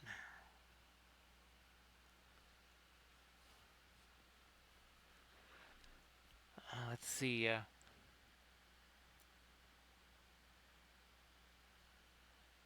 Oh, no problem there, P-Star. It looked like, well, because I've had the autocorrect monster really get at things. Peace Talker, that that little spray I was talking about, that piece of board that I use as a spray backing thing. That actually was more effective than I actually thought it was. Now there was some stuff that kind of sprayed, beyond that a little bit. But man, oh man, Peace Talker, if I had tried doing the other stuff, I'd still be filming that video. And I'm not really joking about that, Peace Talker. Nice to see you there, Inganes. Everybody, please give Inganes a follow. Inganes also does the oil painting there. So Inganes, why don't you share some of those fabulous oil painted miniatures?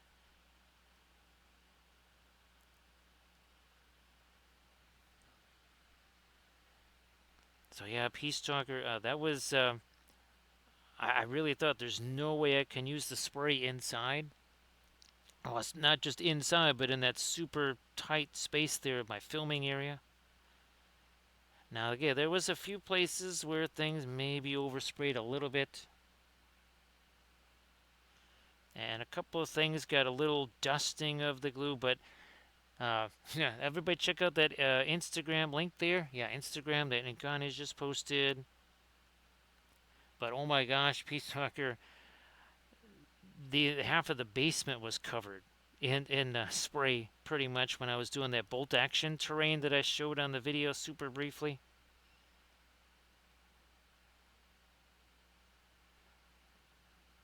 So we can always learn new ways to use old stuff, right, Peace Talker? Because that certainly was a new way to use something that I used years and years ago when I was making my bolt action terrain.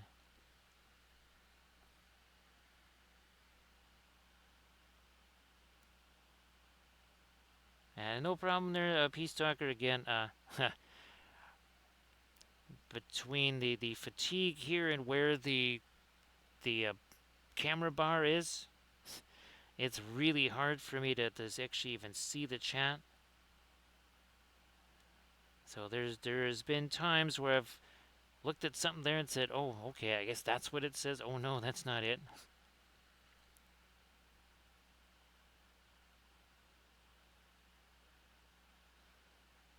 Let me try that here. And down on his boot there, that's just a little bit of a warmer gray. Less of the cooler gray, which, again, here now we've got some of the bluish or purplish gray up there. Well, let me look at our other two guys. Which, yep, they need some of that, plus maybe some other dark stuff as well. Alrighty, we've got that sitting over here.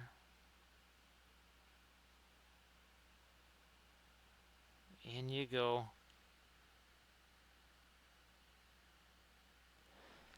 Peace Talker, I actually want to, well, once all the basement work is out of the way, there was a airbrush workshop video I wanted to do about making your own homemade uh, spray booth kind of a thing. I'd even gotten a little LED, LED, no, not LED, little USB powered fan there. One that did not have LED lights on it, because if I'm using it for filming, we don't need extra weird light coming from funny places.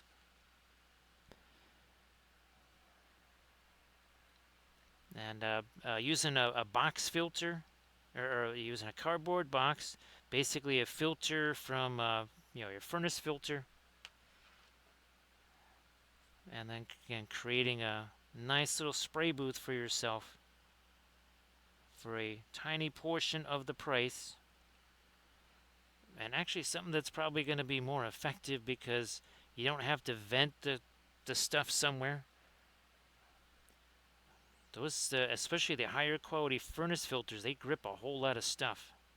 I mean, that's what they're designed to do.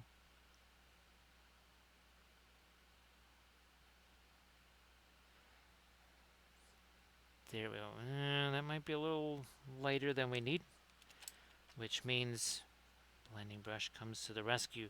So yeah, Camden, last night, all of those blending brushes that I used, I had to locate all of them, laying around here on the work area, and then make sure those all got cleaned.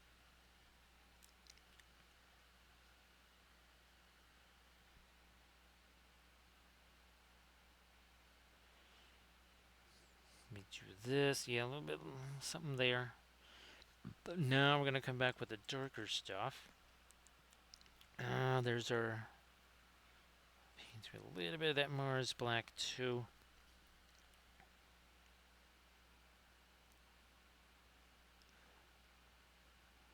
Again, look at to get some of our deepest darks here. Ooh, not too much thinner though. We don't want that to be a pin line wash. Ah, okay, that's more like it. What have we here? This.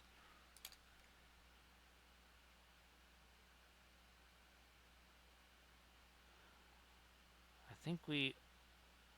Ooh, no, that's. Ooh, that's nice. Can we do the same thing right there? Get a little bit of. There we go. Okay, so now our gold trim stands out. Can we do that on this guy? Or did we already do that? We were pretty close to having that separated. The that spear is definitely in the way.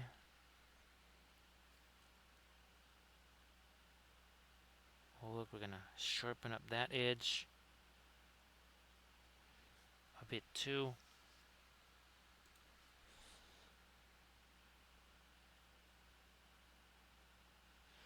Now we will set you aside. Where's Mr. Tree over here?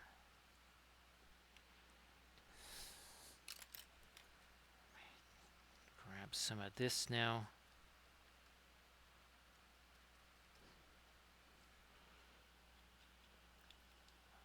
And it's gonna once again be the wettest dry brush ever because that paint that's on there, that's still wet. I mean, you can see, look, it gets darker there, which means I gotta come back over here. We grab some, we refresh that brush.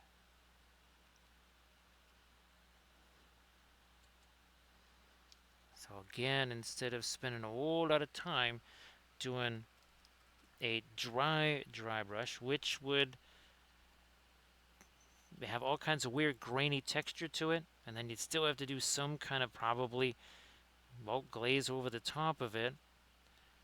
We did a little bit of lighter dry brush, then we did the glaze, and now we're doing the dry brush back into that once again.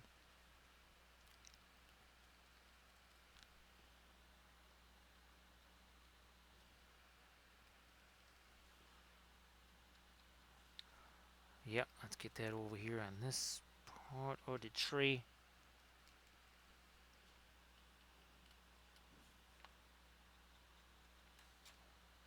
Also up here.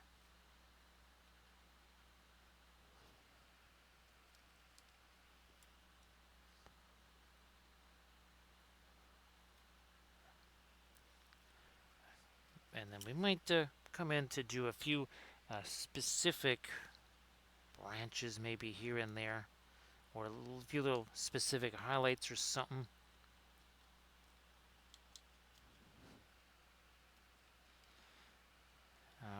With our fast mat weight or something like that.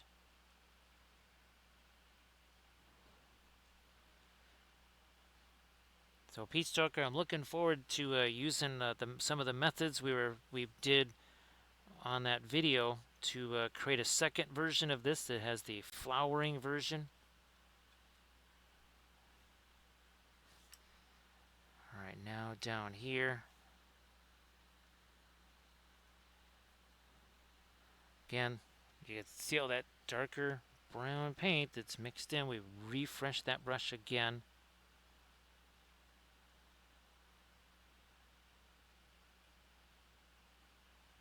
Like you do.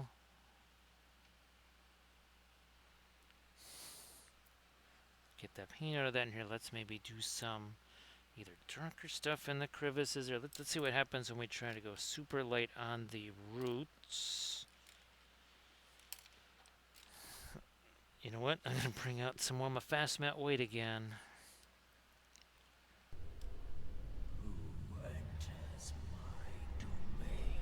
We are also going to say hello to Erican wife. Erit, how are you doing? Thank you so much for the raid. Everybody, please give Erican wife a follow. Just like Jams gave that follow. Thank you so much, Jams. Appreciate that. Wait, we need a better one here. There we go. It's like, dude, you realize that's somewhat unsafe. He's like, well, what could possibly go wrong? He's like, well, I don't know. You poured oil all over yourself, well, and Faramir too, and you got a big torch in your hand. It's like, it's cold in here. It's drafty in this stupid palace. It's like, I don't really think. I think you're missing the point here. Thank you so much for that follow. It's gonna happen on our big Gandalf 6 for jams. Perfect imperfections. Ooh, that was kind of a middle of the road right there. A 4 for jams. Perfect. How you doing? Of course, Arid, if you want to share any links in the chat, like your Pinterest link, why don't you do that? 3 hours, 26 minutes ago, all of these guys here, well, they had no paint on them. So 3 Fountain Court Guard plus Middle-earth's favorite Pyromaniac there. And also White Tree of Gondor right here. So thank you so much for the raid, Arid. Appreciate that. We are going to add a few more lighter highlights there. And again, thank you so much for that follow. You never know who you're gonna see show up on screen during one of those. Well, it's gonna be some form of Gandalf. You're never sure which Gandalf it's gonna be. We have many, but of course now we have many Denethors because yeah, there's there's more than one. Oh wait, look at this. There's another Denethor, but wait, there's another Denethor.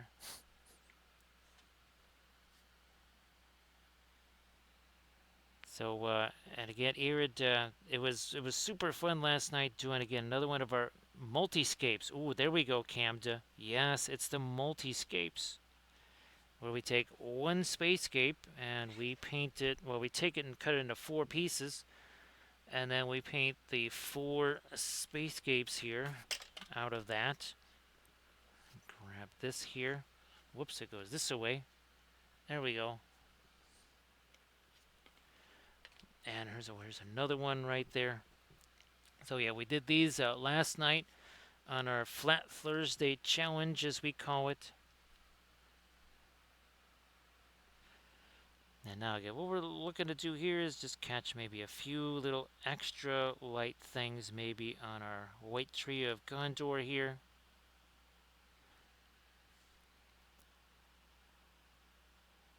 And again, everybody please check out that Pinterest link there that has all of Arid's fabulous jewelry on it.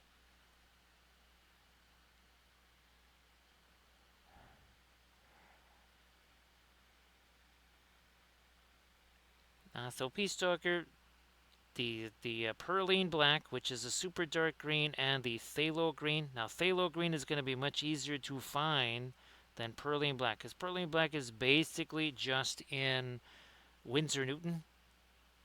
So if you can't get Winsor Newton, then that creates an issue. But Phthalo Green, that's kind of ubiquitous. That should be kind of everywhere.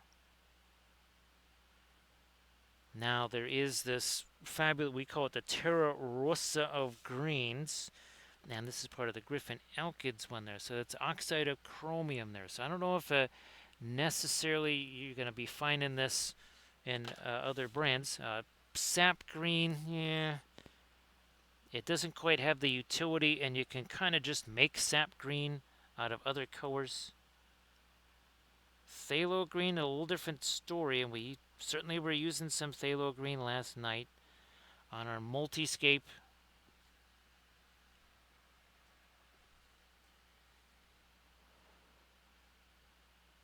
Now the phthalo, remember phthalo green, also perlene black. They do have also staining properties, which give that increases their utility. I know we don't really do the staining stuff too much on the streams these days, but we still do that on the tutorial videos on the Patreon page.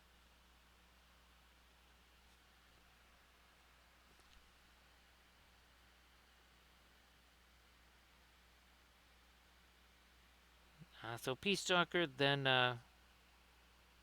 you get a phthalo green from Winsor Newton. You get the perline black for sure, because I really love that. Again, it just does a lot of different things there, Peace Stalker. If you can get Winsor Newtons, by all means, take advantage of, well, those 3. Now, again, the oxide of chromium, that might only be the alkyd version, which is fine because, well, then you got yourself an alkyd too. All right, see you later, Irid. Yeah, I did that earlier after another one of my one-to-one terrain scale project days. And of course, it was 90 degrees out there, digging ditches, pulling up concrete slabs.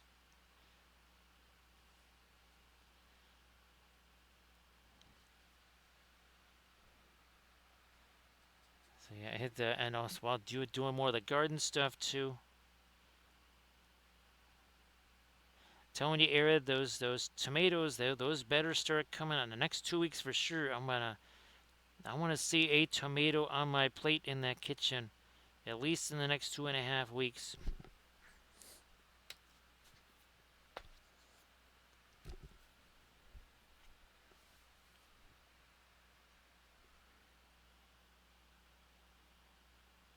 Again, just trying to find a few little highlights on our tree there.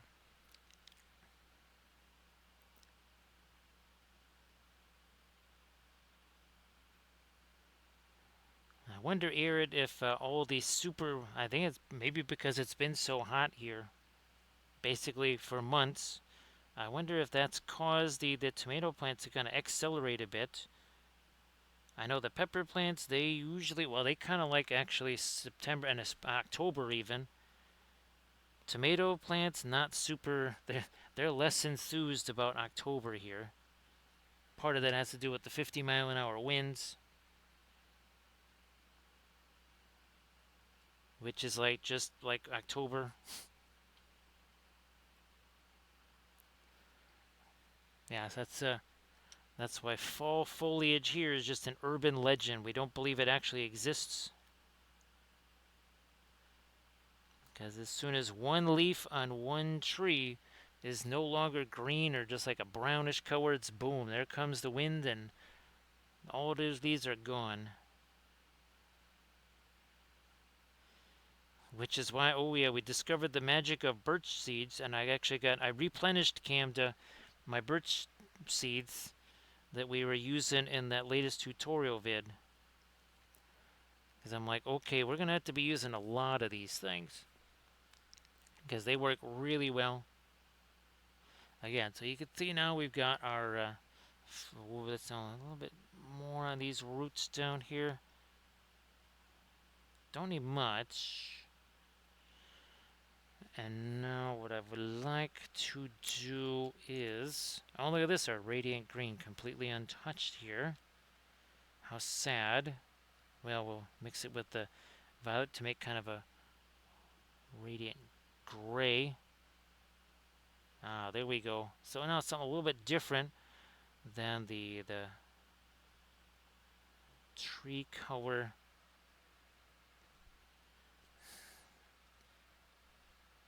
Ah, that's what I need. It's like that is way too much thinner in it. That's not going to work. Trying this again. Over here.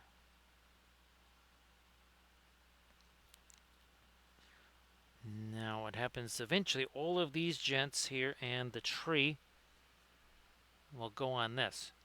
So that I think there's 10 slots here. 3, 6, yep, 10 slots on this. We'll also be doing a water pour there. Nice to see you there, Doji. And nice to see you there, Gatugi. So this is actually part of, it's from Papal 3D, the same that display thing you saw, plus all of Denethor and the Fountain Court Guard are all from Papal 3D. Doji, believe it or not, there's more. Those seedlings, they're still growing in the house. Like I planted them all out there, and the next thing you know, there's a 1.5 foot tall tomato plant in the house. There's a couple of them, and there's a bunch of pepper plants out there too. Oh, that's in the artist range. Actually, thanks, Peace Stalker, because I'd like to get that for the artist range too. Yeah, I want to get me that because again, it's like the Terra Rosa of greens. I really like it. Now, of course, Speaking of Williamsburg, is that in this shelf here? I don't know. One of these shelves where we had the Terror Green or whatever. Where is that? Is that around here? I don't know where that is, but that was. Remember the Italian Terra Verte? So great to see you again, Doji. And of course, Doji, why don't you share some of your fabulous oil painted miniatures there?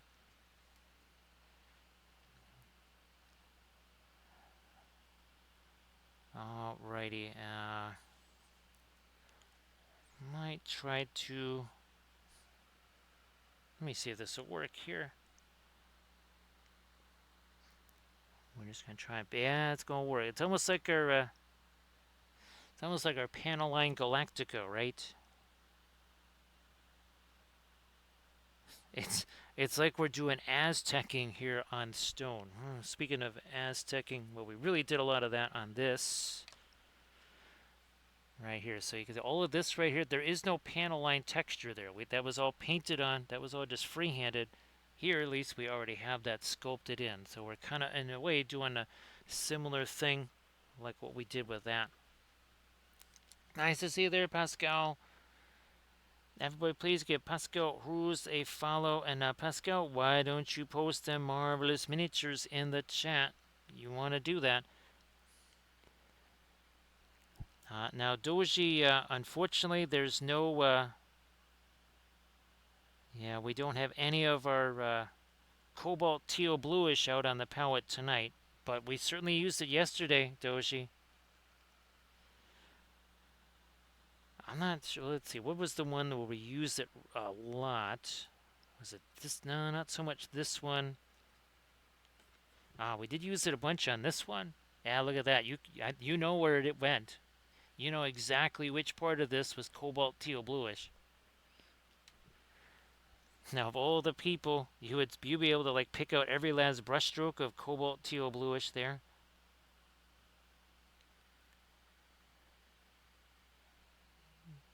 So Gatugi, they are fabulous on all surfaces. They are absolutely fabulous on all surfaces. So, well, I mean, here we've got something. Is this our? Yeah, we use it on busts all the time. Let me see. Where's our? Not actually. Well, we did one of those also in the oils there, but let me see if I can find. Oh, here we go. So that is a very large bust right there. Here's some terrain pieces done with the oils. See how that's terrain pieces there. And then I wonder. Oh, yeah, there's another large bust there that we did. Another large bust that we did. And of course, a vehicle there. And then we'll get into things like, oh, I don't know, terrain pieces. So there we go. And where's my. Oh, yeah, this is even bigger. That's a 28mm ship right there. And then we have. Nope, that is not what we're looking for. We're looking for that. Nope, that's not it either. What happened to my painted Easterling buildings? They're up here. That's why we don't see them. There we go. Yes. Everybody check out that Instagram link that Pascal Rouge just shared. And now, Pascal, we're going to maybe do some streaming on Sunday or something like that. I wasn't sure, we were super, super busy. Haven't been able to stream in a while. So they don't act anything like acrylics. They are very, very, very much different. They are way smoother, way easier to get on the surface. As in like orders of magnitude easier to get on the surface than acrylics. They're more durable. They're actually far more cost effective because, I don't know, I have maybe 11 colors on the palette here. That's it. I usually have no more than, say, 15 at any time. You don't need lots and lots and lots of colors. You do, well, the mixing happens here. I'm not mixing any colors on the palette. All the mixing is happening right here on this tree. That's fantastic, Pascal. So everybody please give Pascal a follow so that when he does start that stream, You're all set and ready to go. So you can see what's happening here, Gatugi. Um, you can see there's a little bit of dark paint on the end of that brush there because even though this is a dry brush kind of motion here, that's actually being mixed together there. So there's actually a mixing that is happening even though all I'm doing is just a dry brush action and it's just a color. We didn't mix any colors on here. All of the colors basically mixed themselves on here, which makes life a whole lot easier.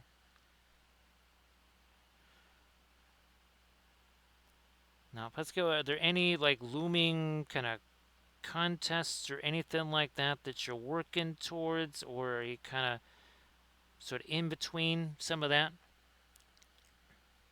Actually, Pascal, I've got a very interesting. It's one of those CA Sculpts busts, and it's the most complex kind of freehand skin thing of whatever I've ever tried. Like in 25 years. So it should be interesting. We'll film the process, of course, because that's what we do here. Oh, the SMS. Okay. Well, best of luck with that. Best of luck with that, Pascal. So here again, we're going to do that. See, it's a little bit, it's a dry brush. However, it is mixing with the darker color that's there. Why? Because, well, that's still wet. Oh, here, wait, why don't we start getting some of the final do thingies in his hair. And even here, look at that. That's just blending there. That's just doing a dry brush. Letting it blend itself. Gatugi, as long as you kind of take you don't want to go, well, you don't want to be a hasty hobbit, as we like to say. A couple of things here. If you were to do stuff like this, these little color chart things, because they do a couple of things. They don't just show you what the color looks like, they also show you how it handles. Like certain colors that are very strong versus colors that maybe are a little bit weaker or shinier or whatever. So there's that. Also, I would highly recommend that maybe your first 2 or 3 miniatures just take one light color, one dark color. It doesn't really matter what those are, but do basically value studies like this. All right, because when we do something like this, here, let's do a little film noir. Well, all of a sudden, all right, there's no color here. It's all about value. Same thing here with our fountain court guard. So again, doing something like this, one light color, one dark. Heck, it's not a bad exercise to do in acrylics. It's not a bad exercise at all, no matter what. Now, where are we at? Oh, here we are. There it is. There's my brush. Just looking to get a little something lighter on here, maybe even down on the edge there. And all the while that is mixing and blending. Look at it, you can see that extra little dark on the end of the brush there. How did that get there? Got there because we're basically mixing the paint with, look at that. See all that darker stuff on there? And the thing is, Gatugi, if you don't like what you see, you just wipe it away. That's it. It's gone. Now you're gonna want to abandon all the ideas of acrylics, that whole layering, no layering. Blending happens on the figure, not in the palette. And again, did you see me mix up any colors on the palette for this? Or did we just go straight to the miniature? We went straight to the miniature there. And get all this out of this brush here. Do some lighter orangey stuff on the face here. Is that gonna work? A little more thinner. A little more thinner to that. And of course, we don't use a giant vat of thinner. We literally have a tiny little water bottle cap of this right here. Again, a high quality odorless thinner, and you only need a tiny bit of it because you're not cleaning the brush with that. Oh, if you can get Winsor Newton stuff. Oh, here we go. There you go. So, again, not hazardous, no vapors. Even works for acrylics. Even works for super glue. Don't ask how I know that. A friend told me. But it will get super glue out of a brush.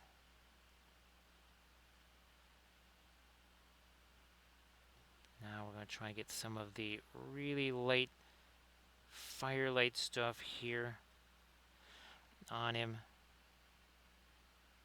Just was kind of waiting for some of the stuff to set just a smidge.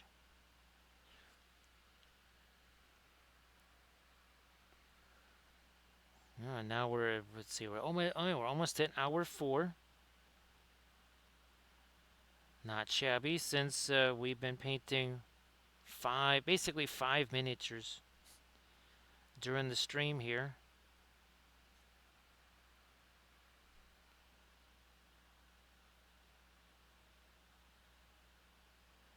Alright, let's do something over here.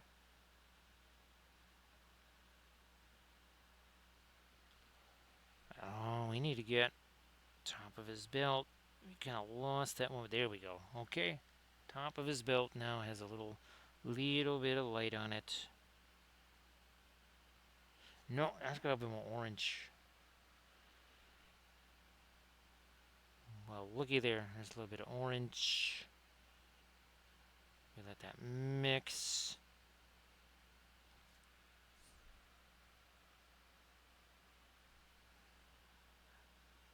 Fine. Something lighter on the hair. Now, for the Saturday challenge coming up, well, later today, we've got 10 of our Fountain Guard that we are going to be painting. So, we did 3 of them here, plus Denethor. Well, we got 10 more of them to do.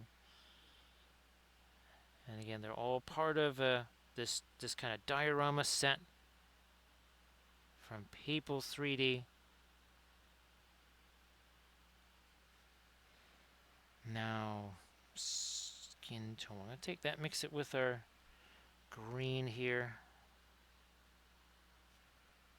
Because we want that to be almost kind of cold, almost grayish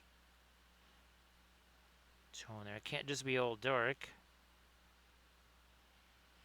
So that's kind of very distinctly different from the source lighting side, which is a whole lot warmer.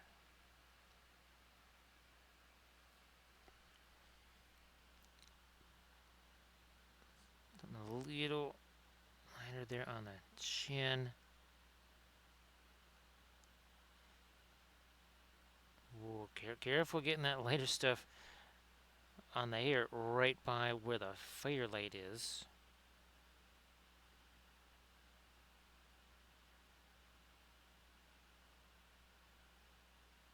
No, you need the Payne's gray here. No, a little lighter.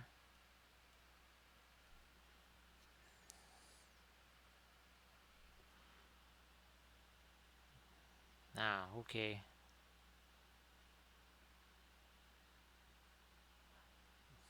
Touch lighter there. Blending brush, sure.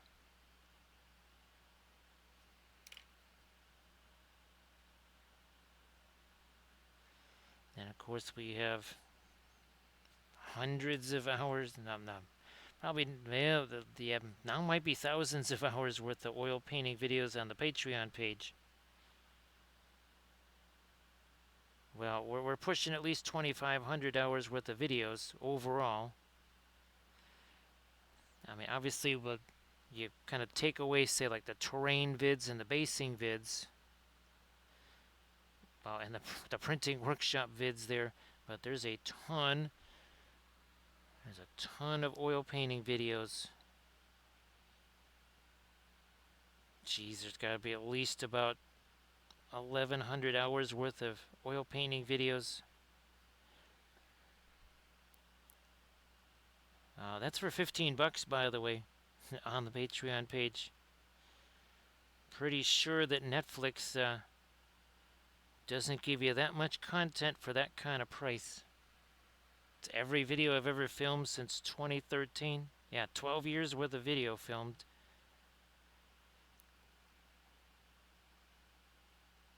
For just 15 bucks.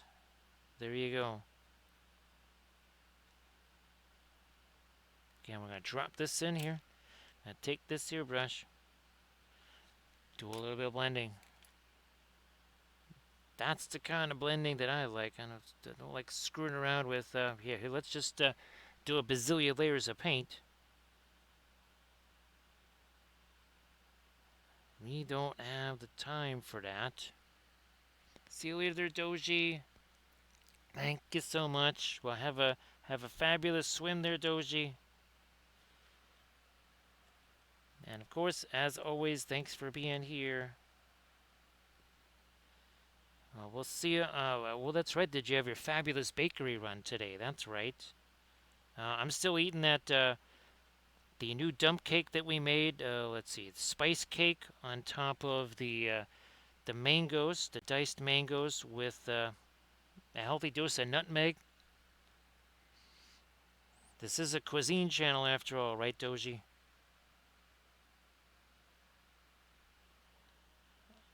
We're missing a teensy bit of our yellow in there. Catch a touch more over here. Now, so Pascal, we were just talking to Camda about if there's a little bit of a painting rut or something like that, maybe you take something that's very inconsequential. Just grab any old figure and just paint something on, or try to do some kind of experiment, something brand new that you've never done before.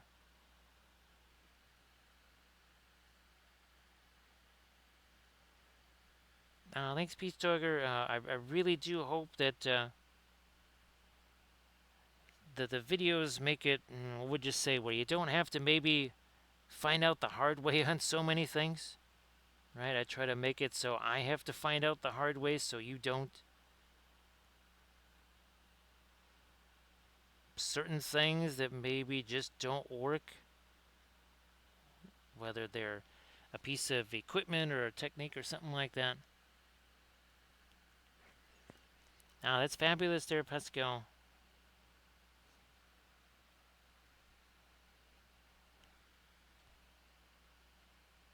So yeah, Peace Talker, this thing that I want to do with the Necron series, and then that CA Sculpts bust, which is it's going to be this one here. This one's going to be at least a 3-part series. It might even be 4 parts. I don't know, but it's this one's going to be really, really, really interesting here.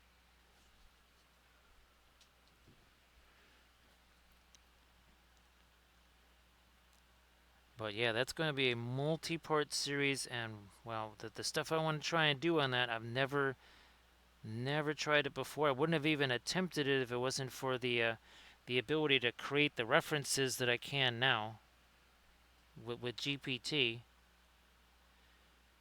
I basically said, okay, well, show me what this skin might look like this way, and it actually gave me a path forward.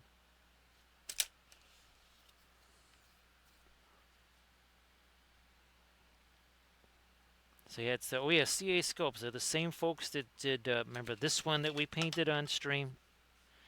Right, and that's another FDM printed bust. The one you just saw was also FDM printed.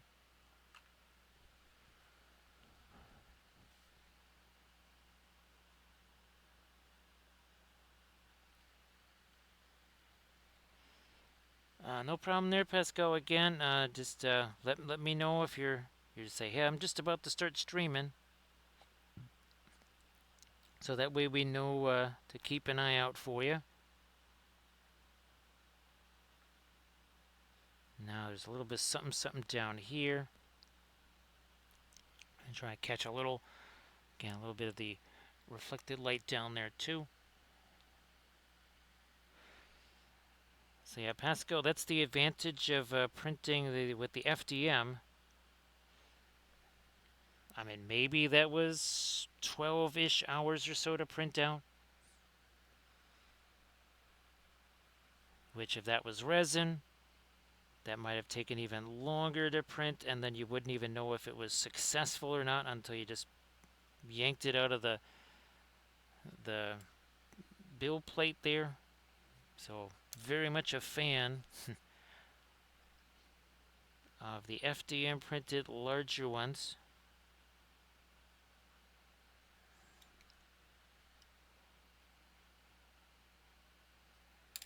A little more orange there.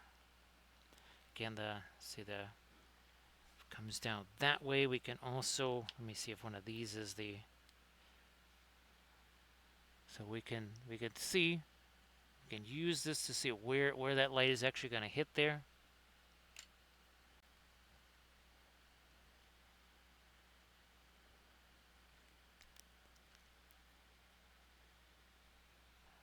Now, he's talking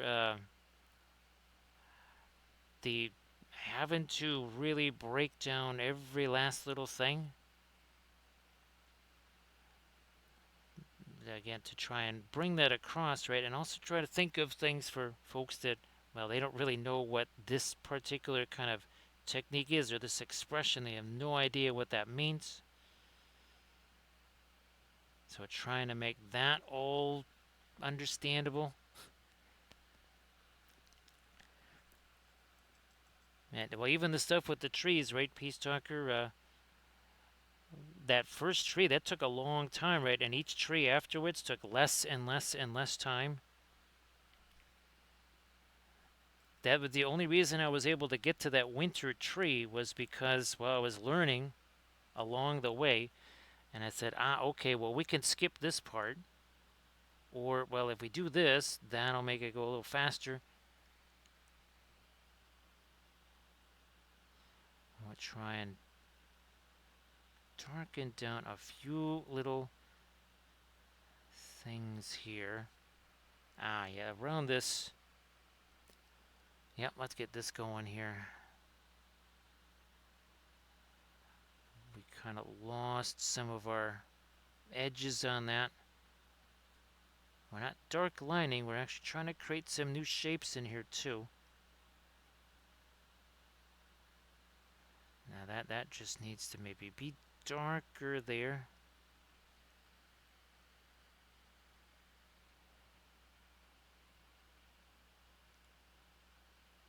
Now, Peace Talker, less is more and more is way too much is really, I mean, holy smokes. You can't, like you say, you can't underestimate just how crucial that is.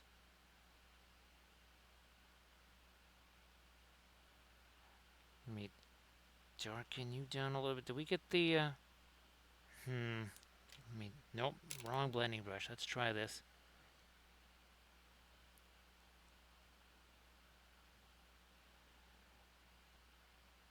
Thanks, Peace Talker. There's times where I'll discover something and I'll say, "Holy smokes, we gotta make a video about this."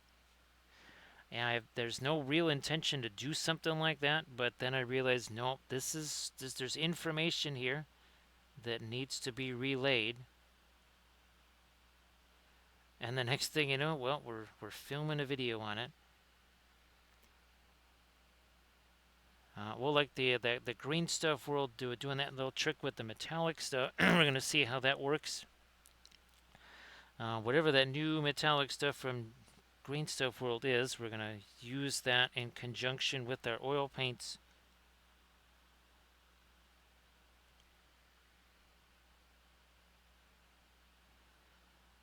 Again, always trying to find new methods to do stuff.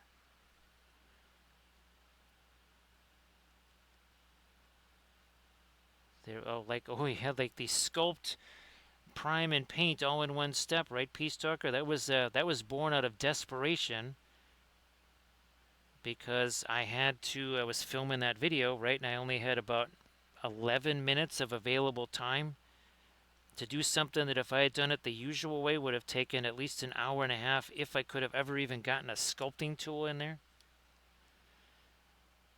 And instead, I took the modeling paste, mixed it with regular, like with some inks and some primer, and I think it only took about 8 minutes to sculpt, prime, and paint something again that would have taken hours. And then we transferred that to sculpting our trees. So tree bark over our FDM printed trees. Yes, taking FDM supports,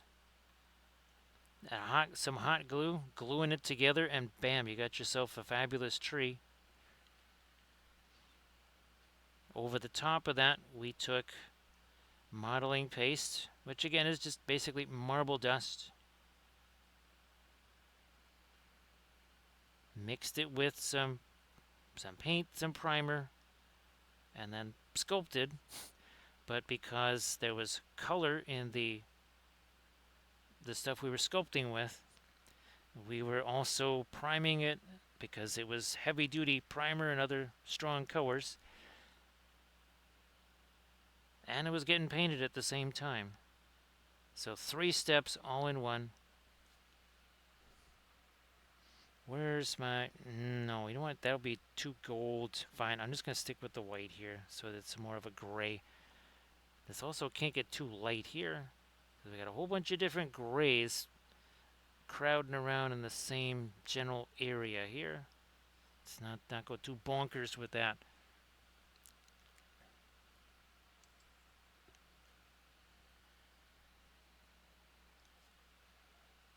Oh, that sounds wild.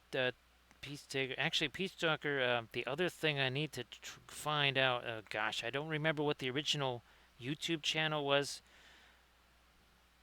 but taken essentially, and I've got the floor mats, taken floor mats, like the rubber welcome mats or whatever, and then adding basically silicone to them to create almost like water effects that are like a neoprene mat, essentially. That's another big experiment that I want to try. So how you doing there, Commander Suffer?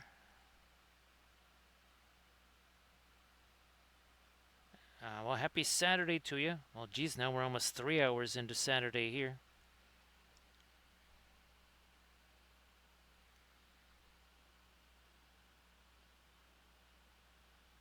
That's not good to get too light too quick there. Thank you so much, Sergeant. Appreciate that. So did the crazy guy? Did he already jump off the ledge? Yeah, man, you should have seen it. I was gonna try and hit him on the way down with this thing. He's like, well, I think you're a little bit too late. Ooh, that doesn't look good for him down there. That would be our Denethor right here. So Zarek, let's see what you're gonna get on there. Uh-oh. That's not quite a Gandalf 6 right there. That's an opposite of a Gandalf 6.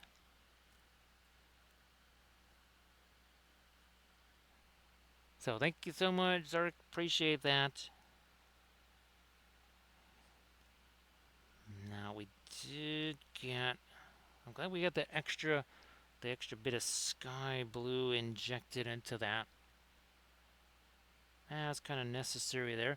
And well, there we go. Now we have passed hour number 4 here on the stream. Working on not 1, not 2, but 5 miniatures. Right, we got 3 of our Fountain Court Guard plus that Denethor. Right, well, we're going to be doing 10 Fountain Court Guard tomorrow. Well, later today, and of course our fabulous White Tree of Gondor here.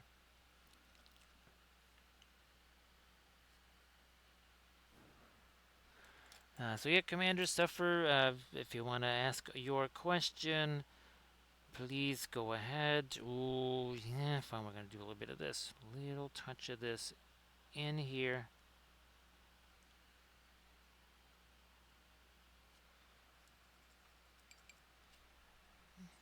Maybe we'll use. That's. No, we need to get something that's got more of our indigo. That will go around these. These are the 6 stars around the white tree here. You know what? I think I'm going to steal a little bit of this.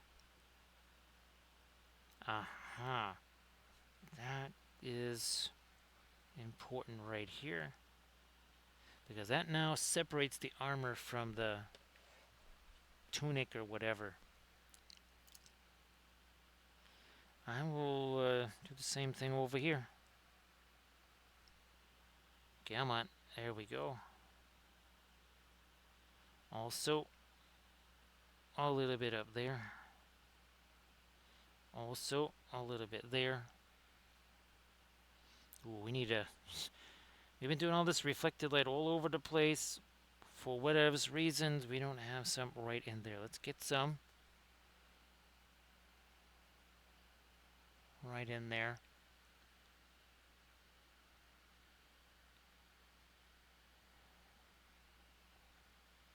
Let me see. Well, Suffer, you can always keep those around. Actually, Suffer, one of the... I don't use those in the way that, they say GW wants to use those. You can check out my YouTube channel there. And we actually use this as we call it getting into the mindset of oils. You take, I don't even have any of those sitting around, but you take one of those contrast paints there, Commander Suffer, and you mix I don't even have any acrylic paints around here, but let's say you mix a lighter opaque color with it. That actually makes a really interesting thing to use there, Commander Suffer. So yeah, think of it as like a semi-opaque, semi-translucent. So instead of just straight up, contrast, whatever, maybe mix it with something that is much lighter and much more opaque. Because, well, then you'd have kind of a similar thing to what we're doing with the oils here. In a matter of speaking there. So that might be something, instead of just getting rid of them, just use them in a different way. Yeah, I'm going to roll with this. Okay, we say that's getting into the mindset for oils because a lot of times your darker oil colors, well, they're going to mostly be on the more translucent side.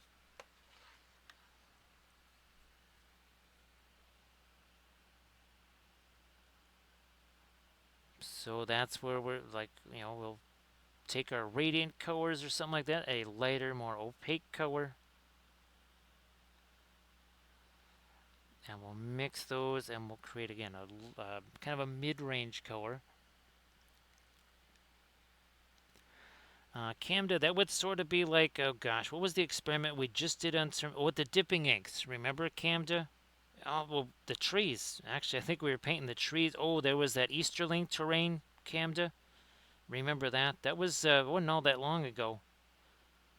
Yeah, that was, we were utilizing the dipping inks and then that New World stuff. That's right. Yeah, that's it.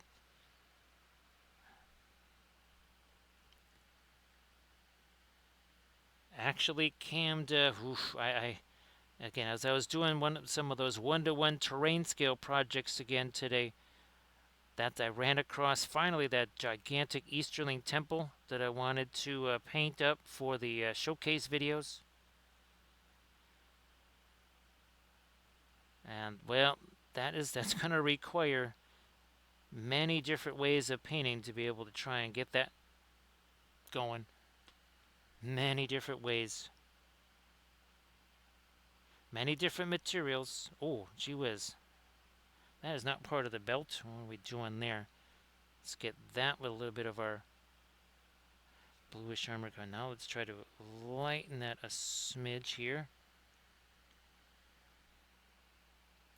Camda, just think if you had Think of how many sets of Paul Rubens you could have for that price.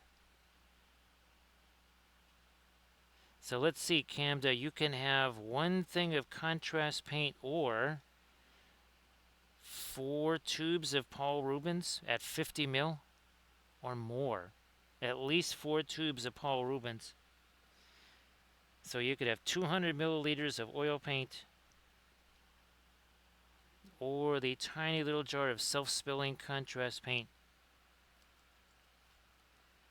Again, they are strategically, it's kind of like the one true ring is designed to be found. Well, the contrast paints, they're designed to spill.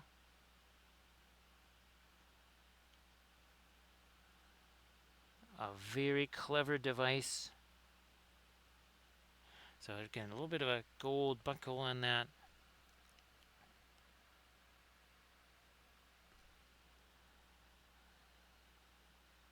Doing these little stars here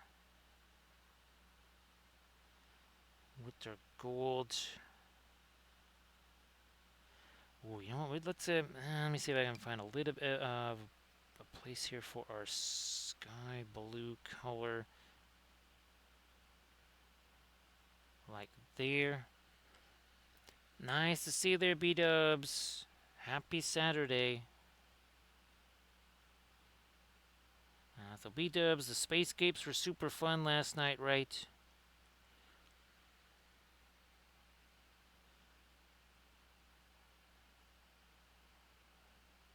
It's definitely changing. Well, speaking of always doing something new and different, the way that I do the spacescapes is definitely changing. Even okay, when we do that, I think it's series 47, right? Our Battlefleet Gothic series, basically on the Patreon page. Those spacescapes on the bases are not going to be painted the same way they would have been if I had just kind of continued on right away and done it that second episode on the color test fig.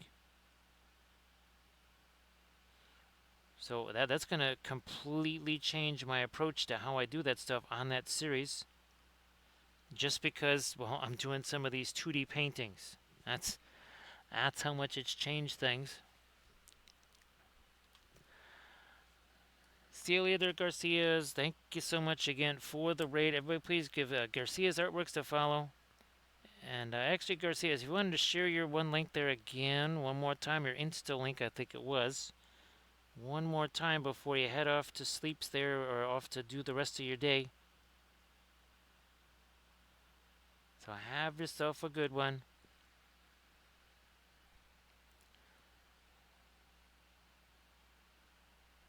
And B-dubs, I think the next one is going to have a whole lot of burgundies and reds. Might actually, what I was looking forward to doing was almost like a kind of like a red supergiant type thing. Now, which one? Where are we at here with this? Oh, there it is. Yeah, so this might be the next one that we chop up here. Now, this one again also got spattered pretty heavily, but yeah, and you can see how shiny that is from all the ghost tints.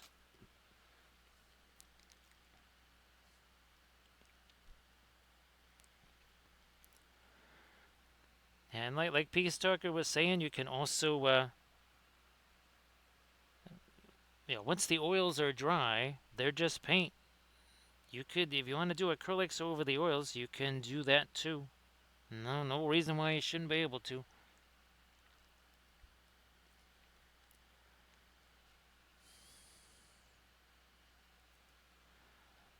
And again, Commander Suffer, just do those color charts like we were talking about, and then there it is, the something like a color test mini, just one light color, one dark color. This is actually Van Dyke Brown and Brilliant Yellow Pale, so there's no black, no white. You could use indigo, right? That would give you a night. Well, actually, that would almost be a little bit like this. It would almost give you kind of like a moonlight type of a feel, like this one right here. And this was we just ended this series. We'd see they got the reflections in the water there. You can see there's a water pour there and everything. This was an experiment with a new basically a tape that you're able to use to essentially construct a dam around your resin pour.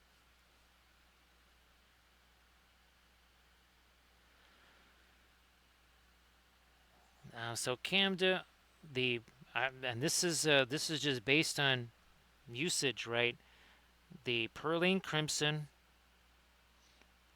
And this, we're talking Williamsburg here, Camda, just for the heck of it. The Perling Crimson, that Puro Orange, the actually that Cobalt Teal Bluish, and then oh gosh, what the heck was it? Well, also two these. Where's my Indanthrene Blue? These two. So Indanthrene Blue and Severus Blue. I think those would also be some good ads. Oh, thanks, Commander Suffer. Yeah, Suffer. Unfortunately, we can't do highlights anymore, so that's we put all of the past sessions on there. There's no ads on there, and there's not gonna be because yeah, there was no ads on the Twitch highlights at all for. So the one thing that is an advantage though is that people can actually just go to the playlists and find things that they were looking for instead of having to search through a whole bunch of basically just a bunch of thumbnails.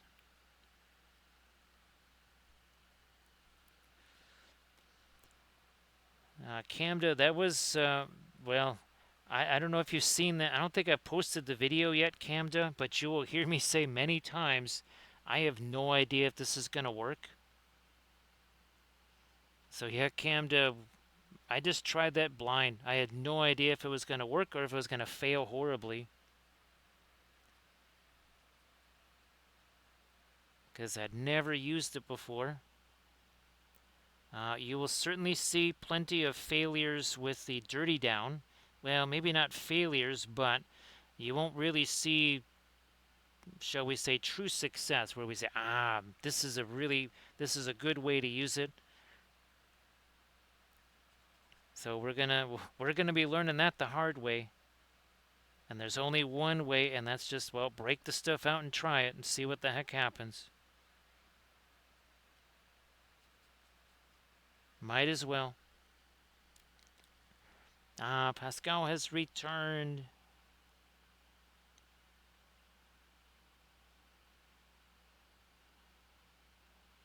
So yeah, this one, there was a lot of things going on because you had the moonlight effect, you had the tattoo of things going on, and then you had the water effects, and you had the reflection in the water. You can actually see her one eye right there. We're just pointing right. That's her eye reflected in the water. You can see the bow right here reflected in the water. Oh, and look at this, the snake.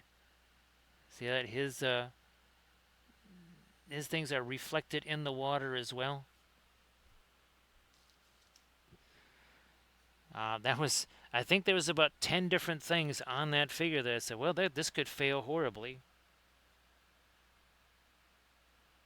The water effects, the reflections, the moonlight stuff. But, well, no guts, no glory, right?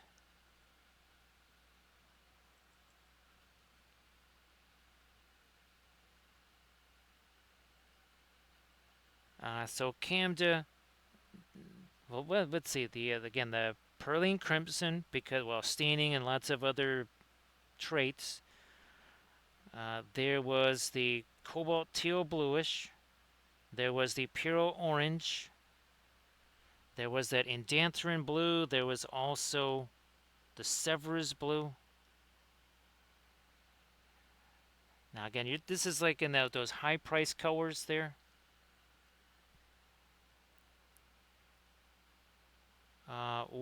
And what Indian Yellow, Cammed, if you can get the Williamsburg Indian Yellow. Again, it's super slow drying, but holy smokies. Man, that is some intense stuff.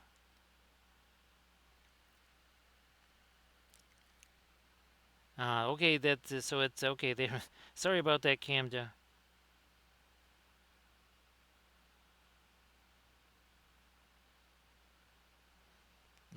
let me get a little bit of the, there we go, some of our tree stuff happening there.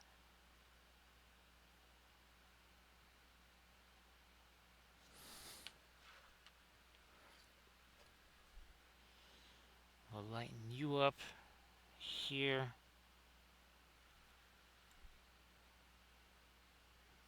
Ah, yeah, yeah. Oh, geez. That is looking mighty dingy. Right there, we need something sparkly. Let's get something sparkly over there.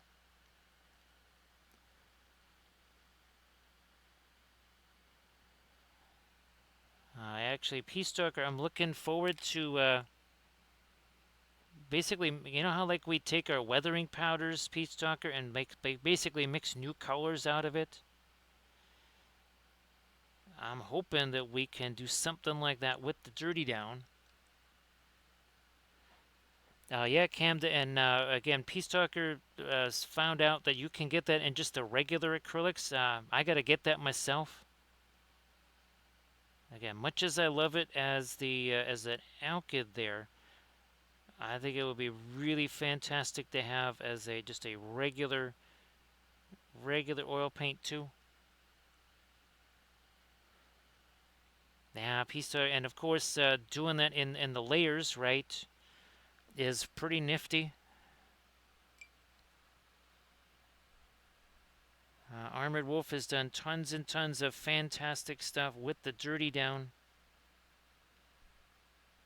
And actually, we have Armored Wolf to thank for the fact that I even am able to try that, because Armored Wolf facilitated that.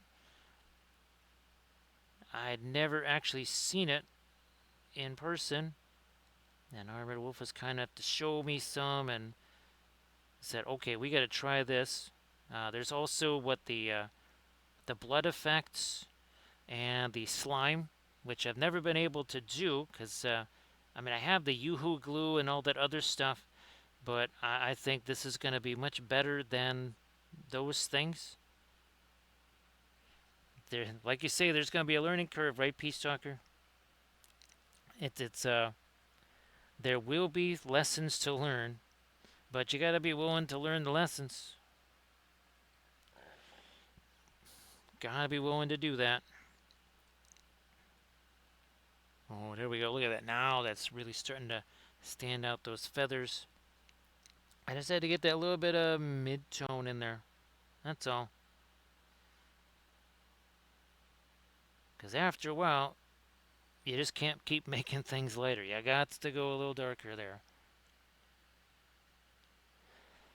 So Camda, if you remember, and this is highly specific here, but oh yeah. So we call this the poor man's Severus Blue because this is almost like Severus Blue, Camda, right at the sky blue. You look at this. See that? This would have been Severus Blue. I mean, look at that. I mean, you can see we're almost halfway, well, 40% through this too, maybe 45, but that would have all been Severus Blue.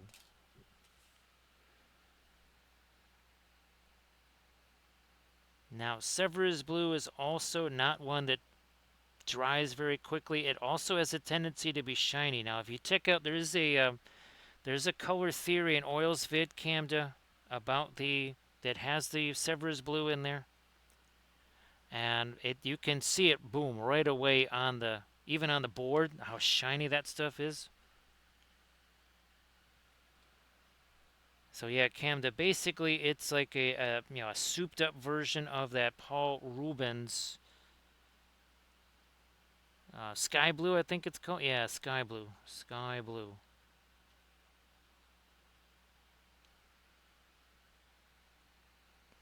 Come on. Little bit lighter than this thing too.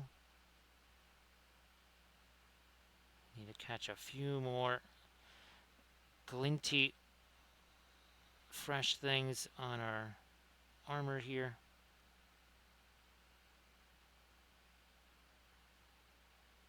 Yep, like that.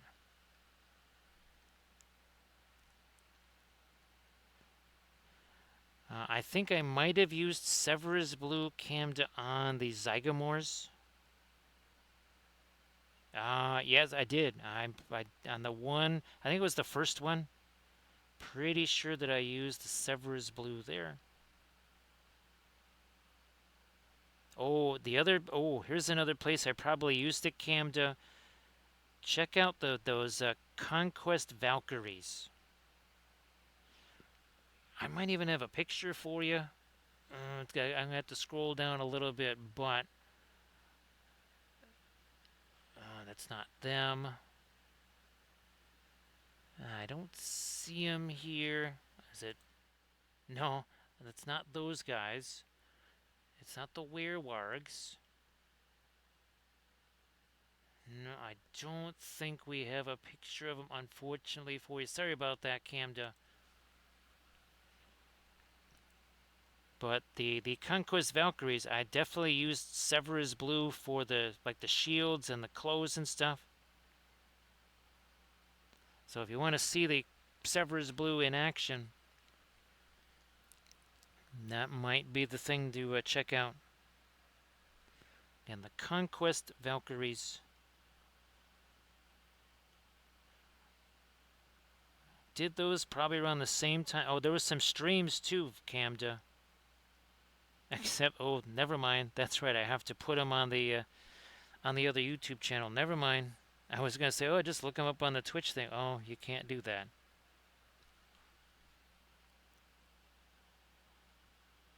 Ooh, then maybe that sword hilt gets a little later, and then some of our this pattern that's right here.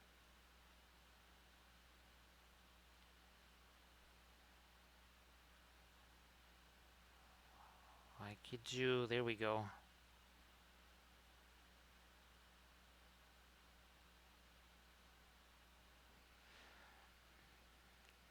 Touch of that lighter gold stuff down here.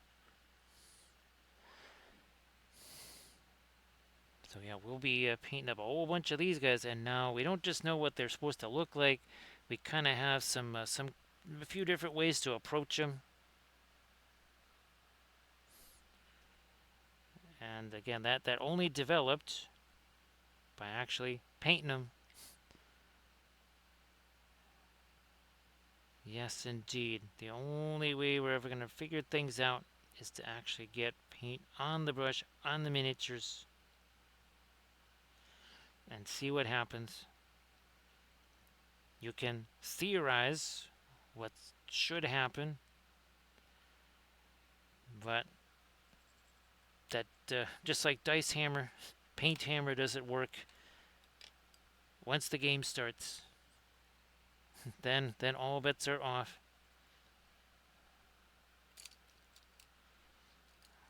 Let me take maybe this brush here. I'm going to take our Payne's Gray and some of this.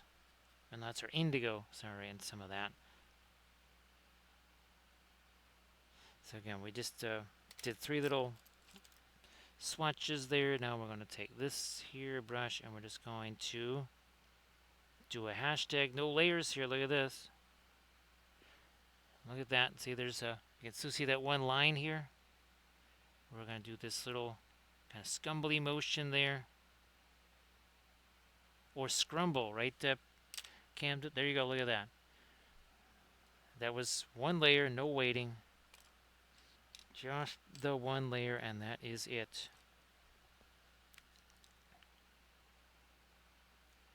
Let the paint mix on the miniature. The miniature is your canvas. The palette is just a temporary color storage device. You know what? We should probably get a little bit of the lighter gray over there. Oh, geez, thanks, Commander Stuffer. I thought you already done that. You shall not pass. Hey, so where's the guy with the torch? He's like, oh, he's coming this way. You might, actually, wait a minute. Why do you got glowy stuff there? Oh, no, don't worry about this. This is off-camera source lighting. Can't get burned by this stuff. Like, dude, I got places to be. He's like, what do you mean, like 2,000 feet down there? That's not a good plan. That's now we had a little bit of a weird roll on our last Gandalf. So what's going to happen on this one here? Okay, there's the middle of the road. There you go. For Commander Suffer. No problem. Actually, Commander Suffer. Now you have a heads up on how we're going to be approaching 10 more of these guys on our Saturday stream. So yes, be there. Be there for 10 more of these lads.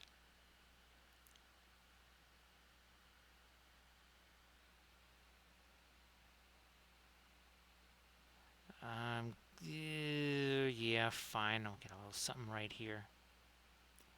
You know what? We got nothing right there.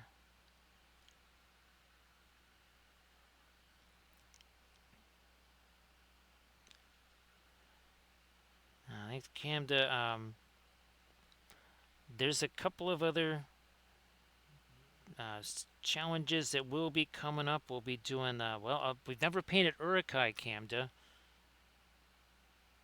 Now, I know that some people would say, well, save them for October, but, well, we have plenty of orc armies that we can paint in October.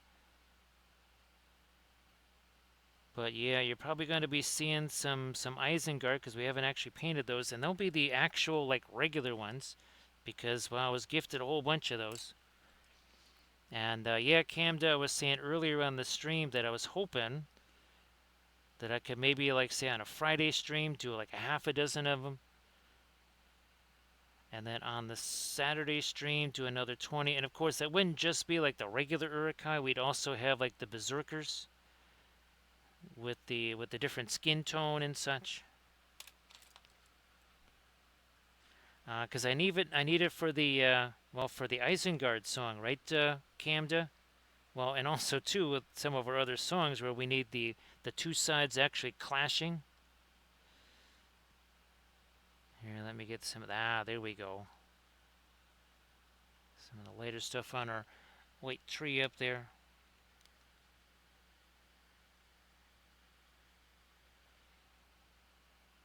Commander Suffer, that's it's really like we've been talking about all the lessons that you got to learn.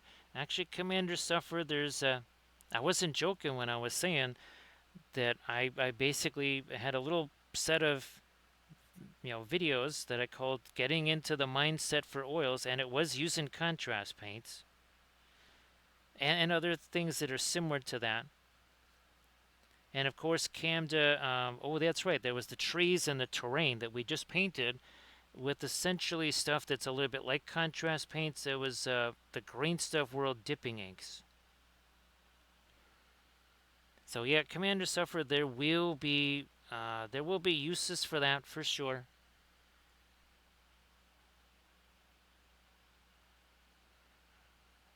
Now some of these are on the main YouTube channel, not the Linseed Fellowship channel, but on the main YouTube channel.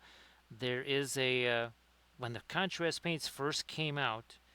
It was Song of Ice and Fire. That's right. Yeah, I used them on some Song of Ice and Fire stuff. And that again is where we took the lighter opaque colors and mixed them together, and we still do that to this day. So see you later, Inganes. See you later. Have a great one there. And of course, Inganes, why don't you share your stuff one more time before you head out? And well, hopefully we see you on the Saturday stream.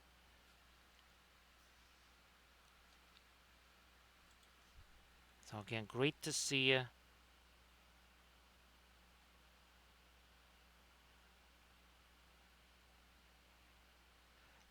And I thought too, Camda, that would maybe, also dirty down possibilities there with all the orcs. I mean, if I have 20 of them or something like that painted up, then maybe I won't do any kind of weathering stuff on them.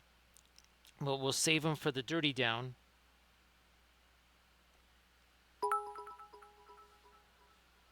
Thank you so much, Inganes. Appreciate that.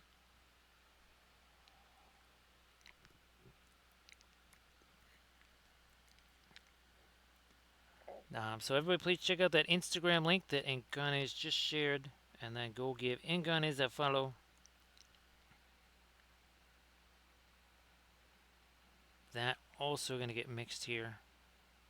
Again, just essentially doing a little bit of a lighter dry brushy thing, and what that does is it mixes all that paint together, kind of activates the color that's already on the surface.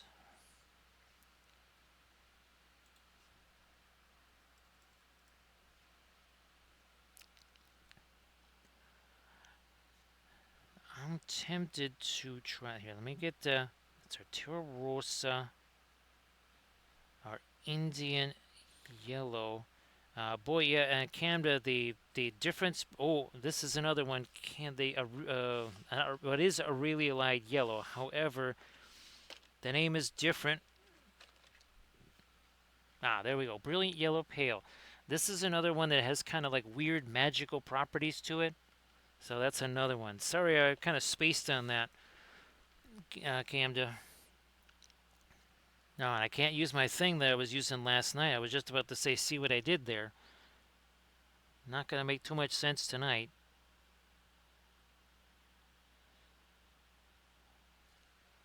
It only works on Thursday Spacescape days. There we go. That's it. Now, that's got a little bit of the, again, kind of an orangey feel to it, but it's super translucent because of the Indian yellow. It's not a glaze. We're dry brushing this on the same as we were just doing the other stuff.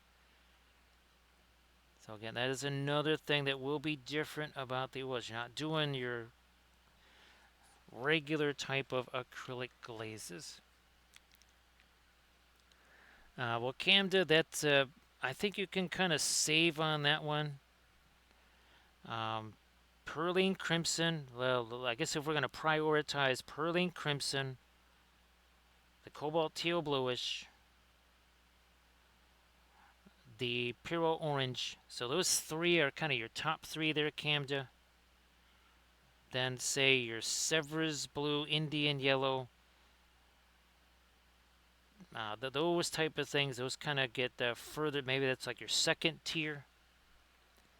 Oh, the chromium oxide. That shouldn't be that expensive, so you should still be able to get that in your first batch. But hopefully that kind of helps you a little tier list right there. Now, you know what? Now, okay, we did that bit of darker stuff. We gotta get something lighter. Let me take this. We have little stations of our fast matte white just kind of plopped around here on the palette. This is hilarious. Oops, okay, that was a little more Indian yellow than we were thinking. But let's try this now. Over here on this little bit of not work.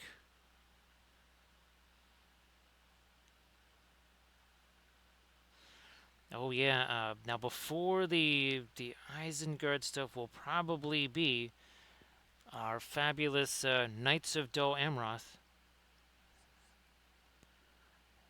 We'll see how many Knights of Dol Amroth we can paint in one stream. Camda, did you get the Richardson Puro? Because if you got this, I mean, this is pretty solid stuff. This has worked well too. So again, if you feel like you could maybe get two kind of mid-range things instead of the one Puro orange, and you already have, say, the Richardson thing, it is maybe go and get those other ones.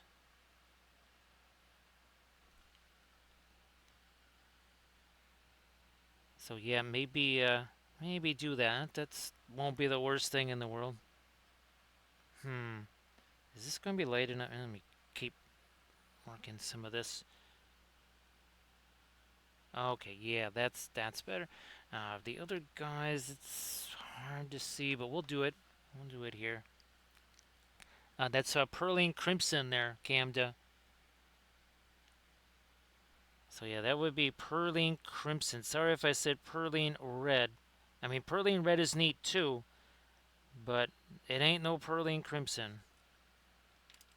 Because one is a Series 3, one's a Series 6. And Perline Red does not have any staining power to it like Perline Crimson does. Perline Crimson Series 6. Series 6 Williamsburg.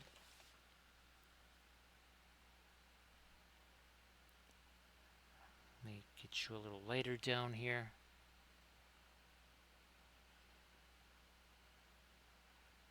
I'll have to look and see if Dick Blick has a fabulous paint sale going on. Or do I just wait for the fabulous fall paint sale? Ooh, reflected light here. Come on. Where's that lighter stuff we were just fooling around with?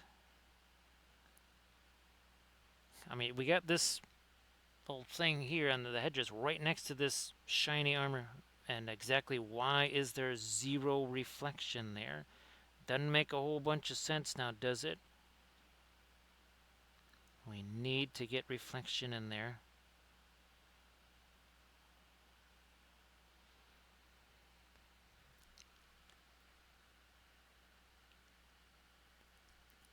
See, oxide chromium on the Winsor Newton artist is a Series 4, so well, that makes sense, Peace Talker.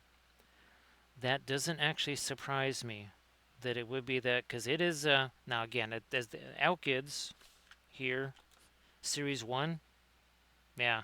So it's Series 1 as an Alkid. I can only imagine what this is going to be like. It's going to be like a yellowish version of cobalt teal bluish. Holy smokes.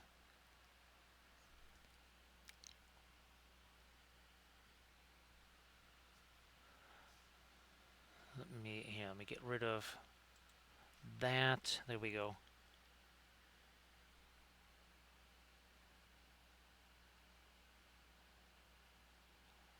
There we go. Gotta fade that out just a bit. Now over here, I will take.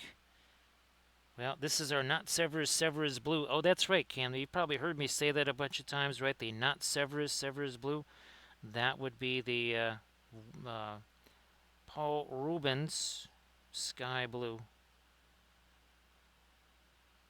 It's our whole series of not colors, right, Camda?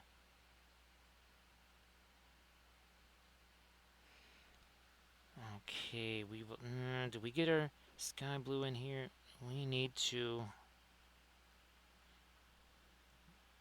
dream up a little bit of something over here. Let me take this white in there. And then, guess what? We gotta reflect it there. Do I have that horsey here? It's not really easy to available there. More of our not Severus blue there.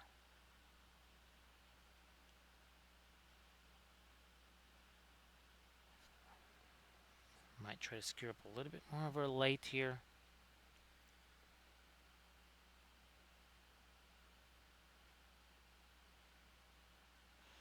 So yeah, Peace Talker, that the opacity of that chromium there, that is,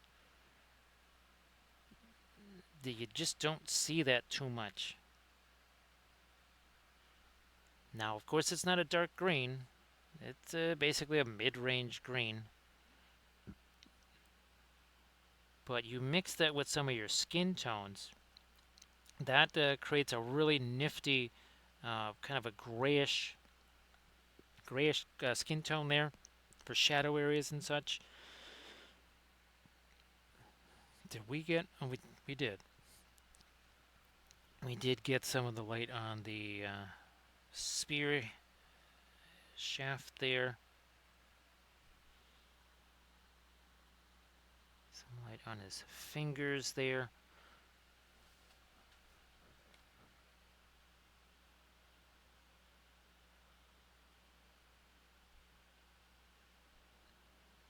Now you can't really see the sword hilt there, but they do have they have actually got swords on them.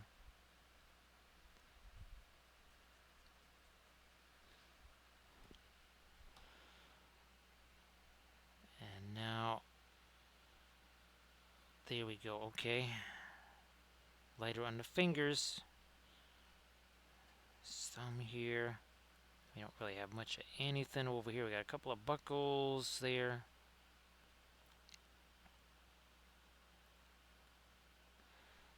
I might try to here. Let me take the Van Dyke Brown, and we're going to reset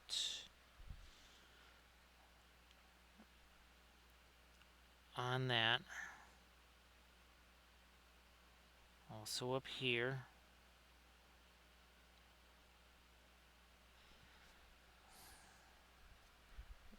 Actually, this is where some of our violet would be nifty. If we had that, we could mix that, and that would be an interesting lighter mid-tone color for our brown leather, believe it or not. Yes, a violet. Because leather is, guess what, it's not always brown. 1 second. There, Peace Talker. Sorry.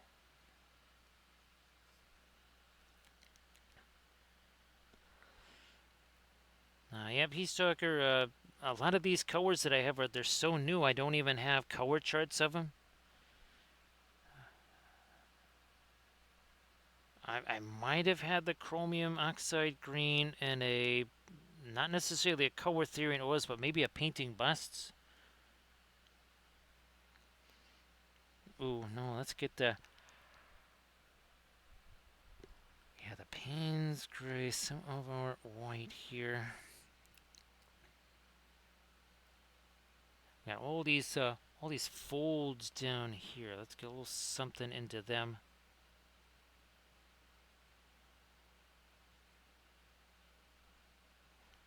So let's see, now as we're getting close to hour 5 here.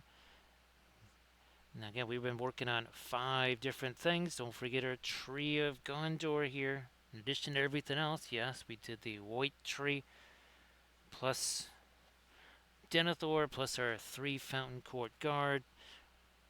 So I think we're pretty well prepared now for the stream tomorrow. Well, later today. Tomorrow is today already.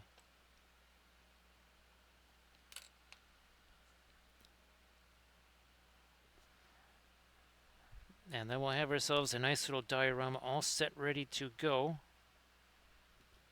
for filming.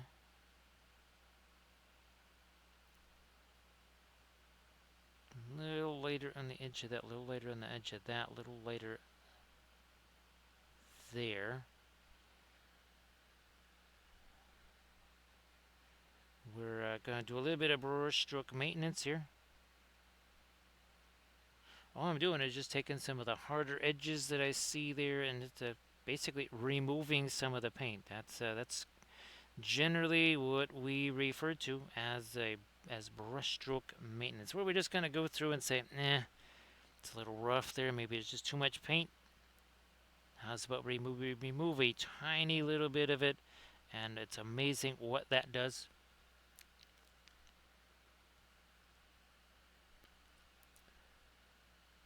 Yeah, Peace Talker, I remember you talking about that. That could really throw off the timing, right? Because you're trying to recover from that, and there's all the physical therapy exercises and such to do. And then, then trying to paint something ends up being a wee bit lower on the list, doesn't it?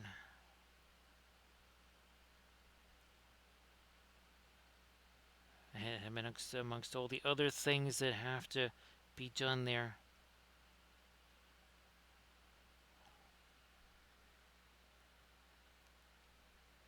Did we? Yep. This we're gonna. Here.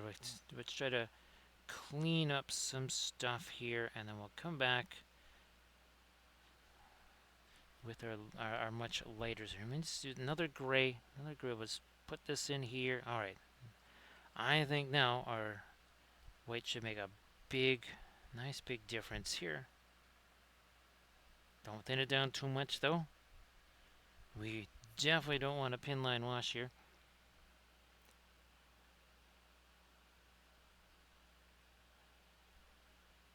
Come on, there we go. Uh-huh. Yeah, sometimes you must have dark to show the light. And that's what we were missing there. We're missing that little bit of the dark. We put that in, and now when we add something that is really, really light, boy, it has quite the effect. I wasn't doing much before. Now look at that. That's a big old difference there, right, on that head crest. And well, we have a few of them to paint tomorrow, as in 10 of them.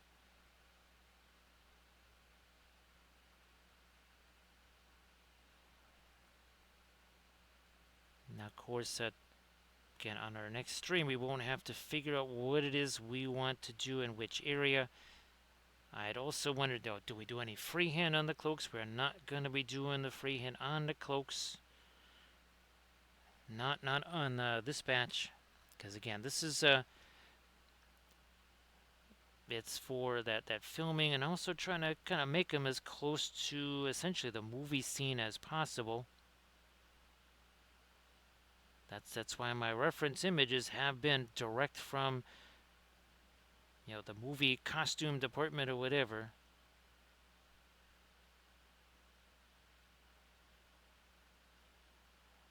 Yeah, and that's going to make this a little lighter here now on these things. We did on the other ones. I just realized this is our last one here, our last new one. Got to get him caught up to those guys on his base now.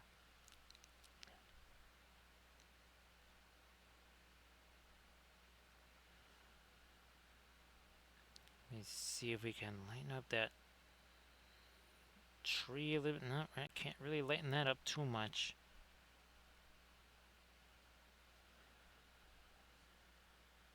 I want to see if I can. Here, let's get a little bit of glinty here on the chainmail there.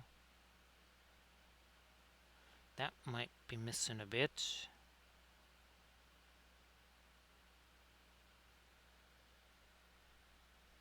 Yep, there we go.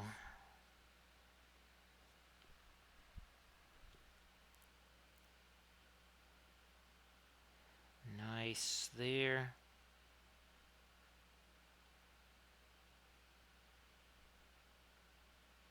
And we're doing that over here too. Yep. Oh, this belt.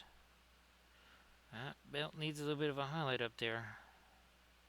Sort of did it on the other side. Oh, geez, Camda, I didn't know there was a Gamlin version. It's the Williamsburg version, Camda. Yeah, I had no idea that there was a version by Gamlin. I know now the Blandrest, you were saying, oh gosh, it was the ultramarine blue, right, that you liked better from Gamlin than the one from Williamsburg. Pretty sure that's what you were saying.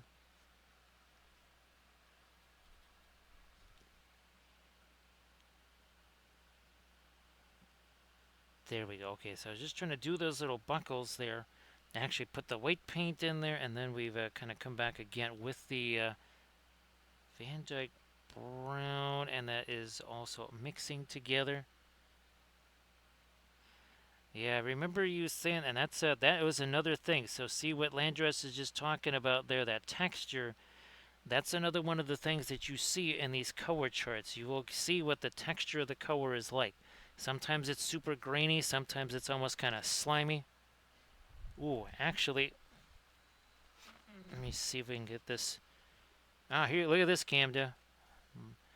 See how shiny that is? And it's really, really thick. So that's Severus blue right there.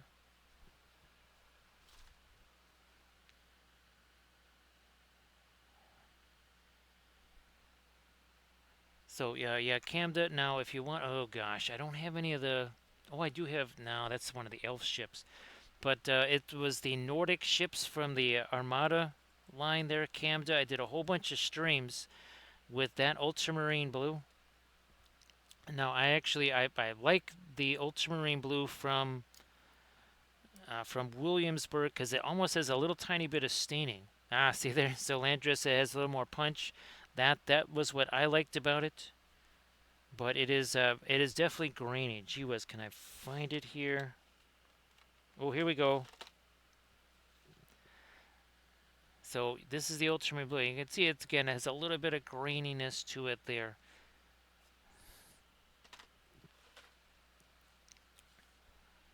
So and that's where the stuff that Landress is talking about texture-wise. That is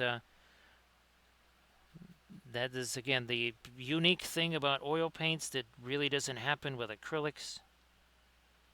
Is there's gonna be a texture difference between not just certain coat, but even like ultramarine blue in three different brands could have three different textures. Such is the nature of the beast.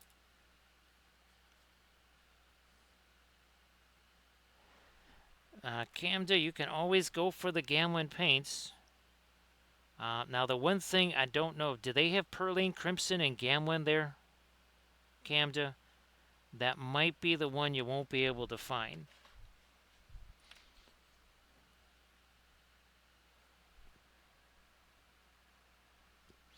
Actually, Landraz, that is a fantastic combo. Yeah, well, I think geez, what were we were just using that the other day on something. It was basically that combo, and I don't remember what the heck it was. Oh man, now it's driving me nuts. Oh, I don't think it was the tutorial vid. Oh yeah, yeah, yeah. It was the Spacescape. Landras, yes, it was the Spacescape. That's right. Now look at here, we're getting some heavy duty dark stuff down in there.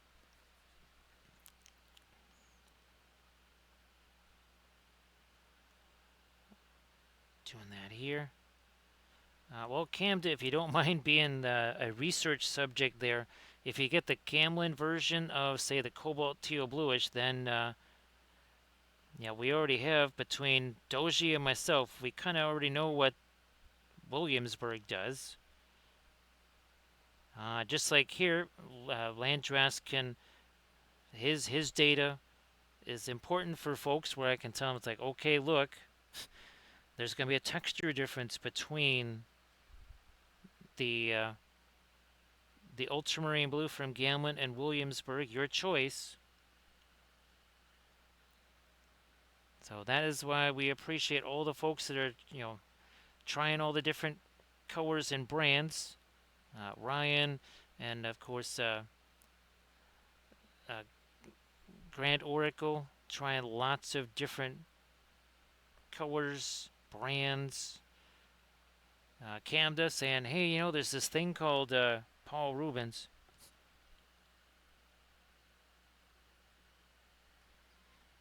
And Camda, do you already have Asphaltum? You probably do because, well, you have all those Gamlin paints, and that's the only the one true Asphaltum is from Gamlin. There's a Richardson one, and we found one. What the heck is that? Those Cobra colors, the water washable oil stuff, but it's definitely not Asphaltum. So yeah, I one of course Fast Matte, and I did like their Alkids, Camda. I would have mostly probably just the Alkids from Gamlin if they would have kept making them, but they stopped making them. Otherwise, I'd have those too.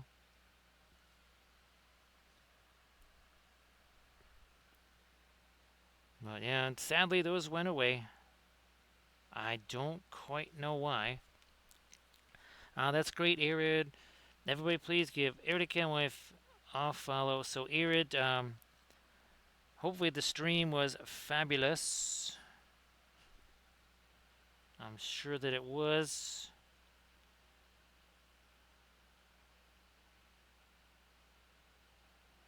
Let's do that, and hopefully everything's going great with Iridican Games as well.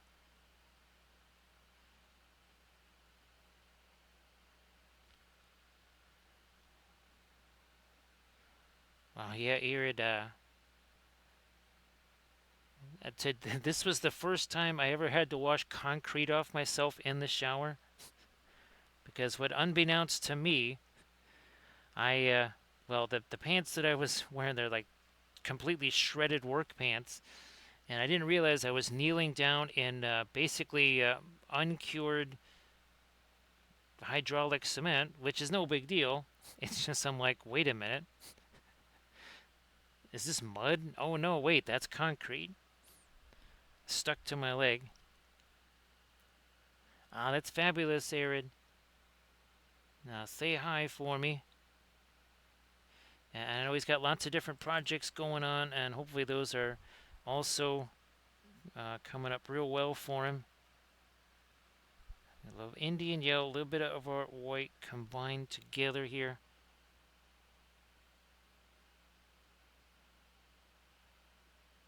Bingo. Oh, yeah, here, that's, I mean, this right here, we got to catch some light. It's like right over his elbow there. That should catch all kinds of light. Come on. There we are.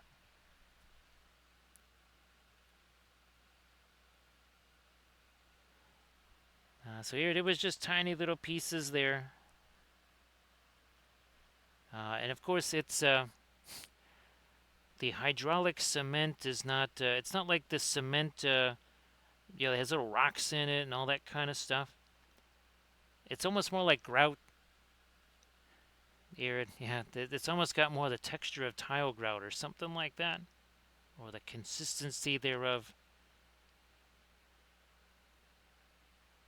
But if you don't want to spend 11 to 1200 bucks to fix a crack in your basement foundation, for about 10 to 20 bucks or so, you can get yourself hydraulic cement. You will want to wear some nitrile gloves while you're working with it, because ironically enough, you need to basically essentially make a little snowball out of it in your hands, and once it starts getting warm, you know it's ready to place. Again, this is not just a painting channel, not just a Lord of the Rings channel or a cavalry channel. See, that's why we got to do the Swan Nights there, Camda. We haven't had cavalry channel activity in a while. We can't call it a cavalry channel if we're not going to have cavalry.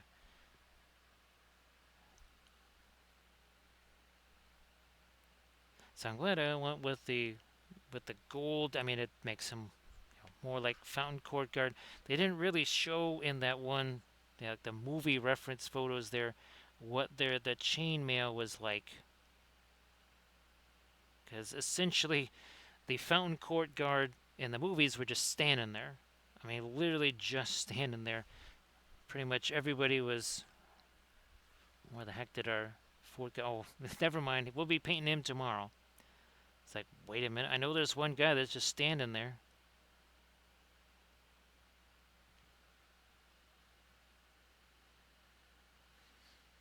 Yeah, Camda, as we like to say, contents under pressure with that thing. That was a standard joke with the like Grand Oracle and stuff and Velfira. Yeah, we go to use it and all of a sudden there'd be paint flying out of the tube. Like, what the heck happened here? Okay, that had to be a little more orangey, and now we're going to get this Van Dyke Brown over here. Separate that, and now we can go later again. Well, there you go.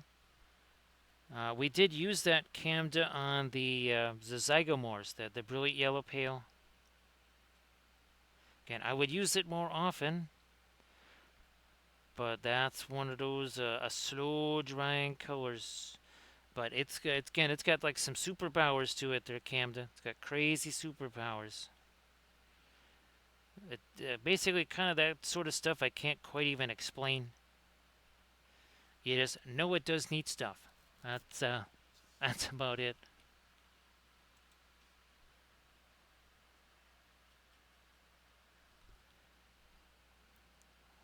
try to catch. No, no, no. That was not what we wanted there. We'll just take a little bit of it away, and I think now we're good to go.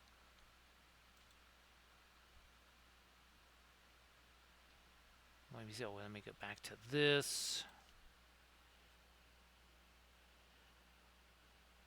Nope. More of the. Nope. More of the Indian. Yeah. There we go. We're just about where we need to be on that.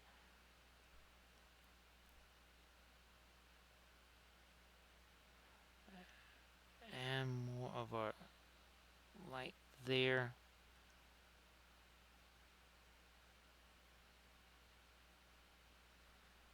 Yeah. Oh. No, no, we're good there. That needs to still be our blue. He again really effectively replicated these kind of wing textures here in the armor. It was really amazing.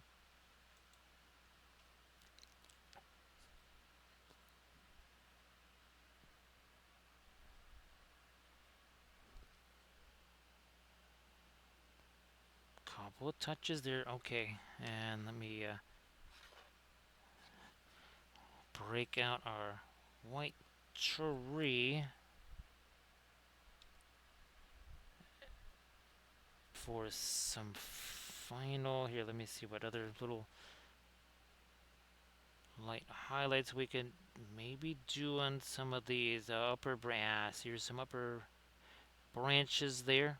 I know we kind of had a few raids or whatever right around the time we were working on this, so I want to make sure we actually get all the areas we wanted to on this thing.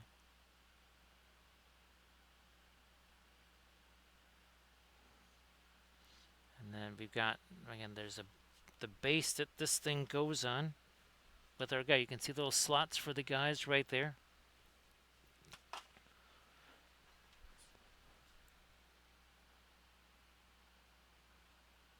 All right, we'll get that light carried in here.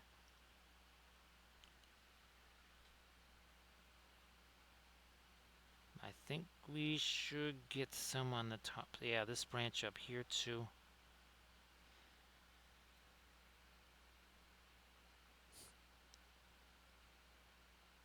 All right, yeah, a little bit more there.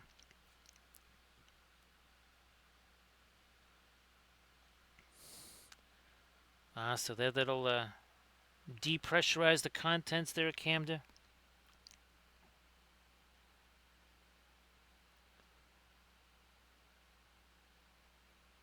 That's before basically the last 5 years, especially on the twitches there. It's really been like a laboratory experiment, a worldwide laboratory experiment with all kinds of folks sharing data back and forth. That's certainly elevated everything that we know about the oil paints like exponentially, right, Camden?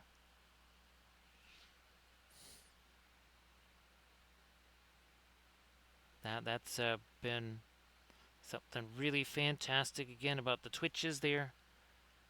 Pun expected. Pun expected was mixing his own paints, right? And of course, Grundy. He was one of the first ones to kind of verify, and he and Grand Oracle about the what was that, the 8K interactive? What is that stuff called? Whatever their oils are called. Yeah, those things, no bueno. Now, of course, who knows? Maybe we could. Let's see, but they take forever to dry, and they're not terribly durable. I don't even know where the heck I have them. I don't think they got relegated to the garage.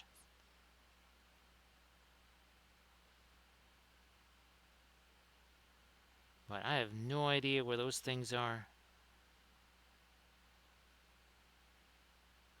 I don't even remember what the heck the 8K interactive oils are called anymore. Let me see if we can. We need a little bit of reflected something there.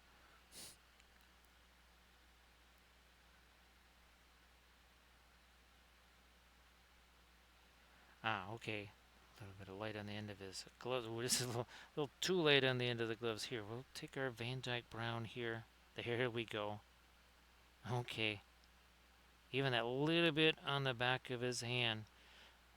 Because the violet stuff there got a little too happy. Yeah, a little too much of it.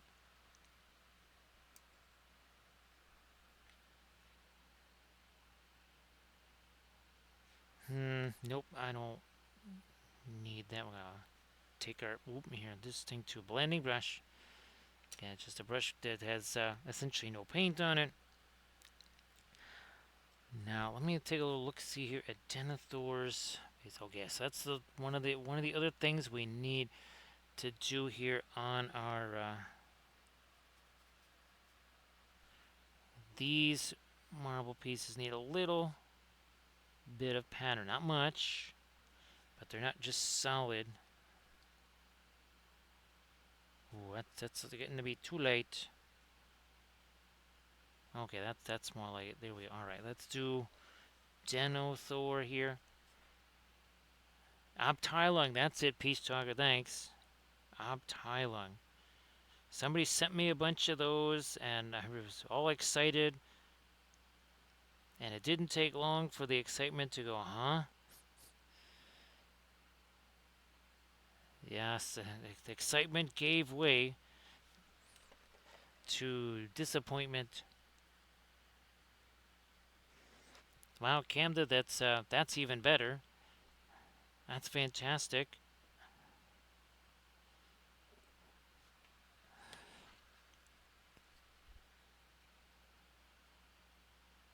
Yeah, the Abteilung, yeah, those were, woof.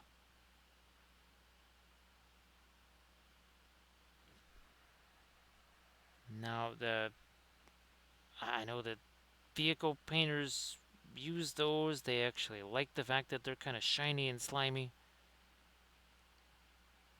I don't know, we do plenty of vehicle painting with regular oil paints.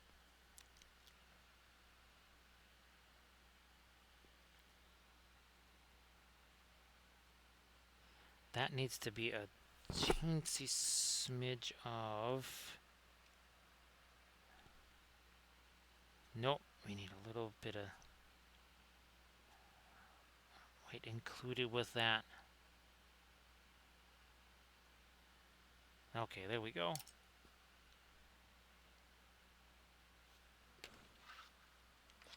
So we're just kind of marching from one to the next, putting again a little bit of a, almost like a marble. Same thing, and I might also then go darker.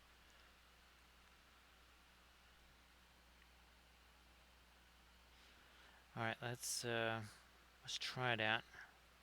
This, some of our black. Yeah, that's yeah, that's a better plan. All right.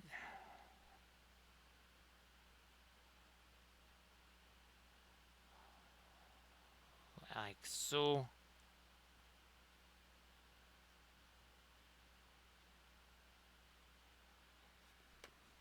Do this one.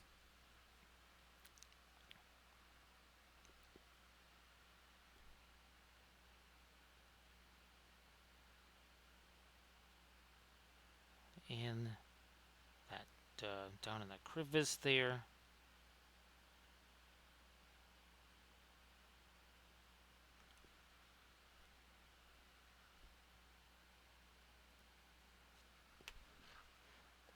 This guy now.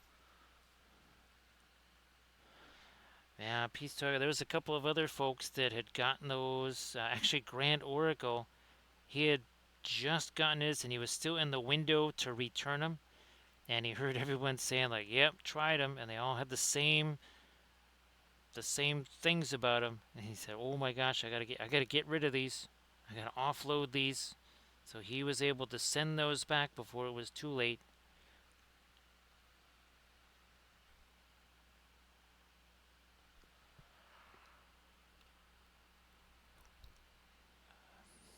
Let me try. You know what? What we no, we didn't have our I see we got to get a little reflection in here on that armor right there. Let's take our sky blue again. Or not Severus blue. Boom. Okay, there's that and a little bit more, shall we say. Yeah, we'll mix up our... Nope, that's too light still. Too light. Back away.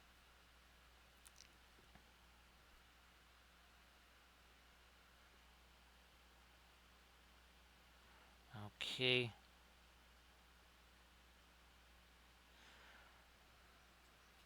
Okay, good. I still have some of my fast mat white out here that I can work with.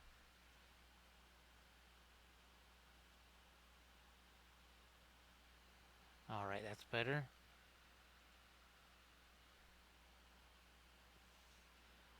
Lighten up. Yeah, let's get the line on this part of his shield here.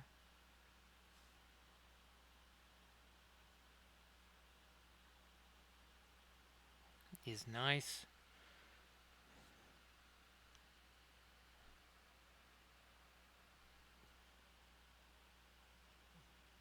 You know that this edge of his spear here. Let me do a little something more.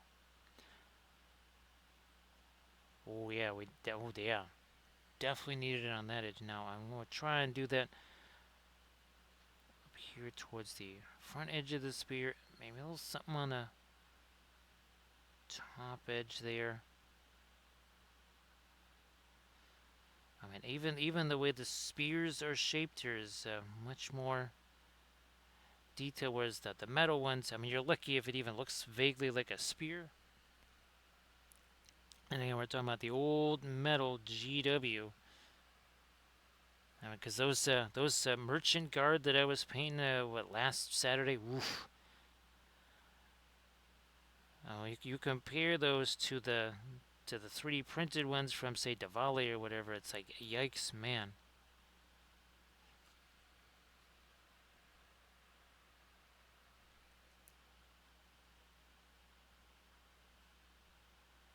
All right, we'll do a little bit of that. Oh yeah, here along the feathers there. Speaking of reflections, let's get those. Ah, there we go.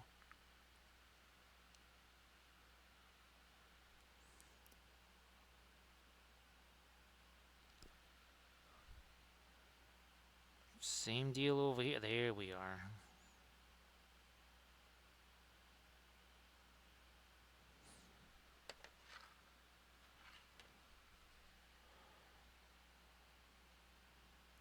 Now, yeah, I'm going to go back here. Let's get some of our darker Van Dyke brown.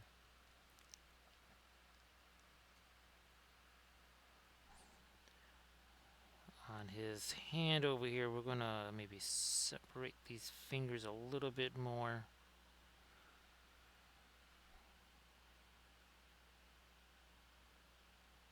Like that.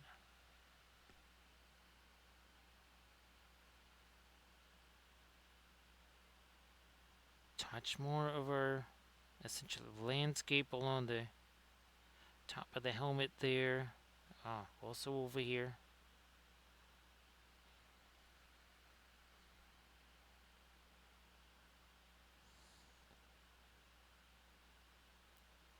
Touch more of our dark along that top edge. And then these got a little bit for schmizzled here.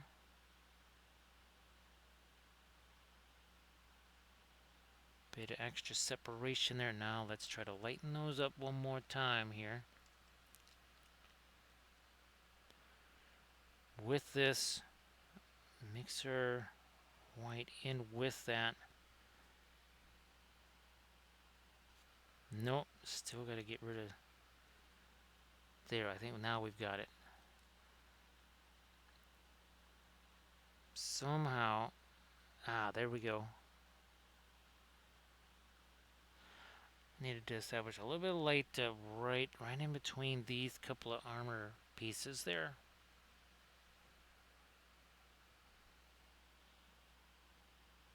Also, I think around his his collar there.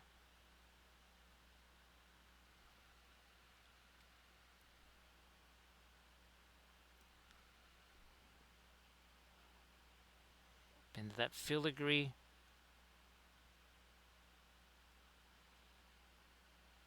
Let's pull that over to the side there. I might even need to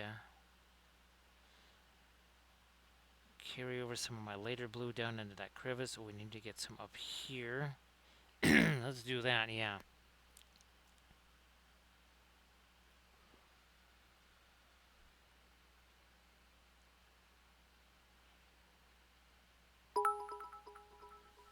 Oh, thanks, Gamda. Appreciate that.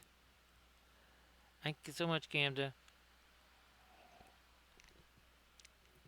Oh, geez, we're almost out of our... we'll have to have plenty of medicine on hand for tomorrow, right, Gamda?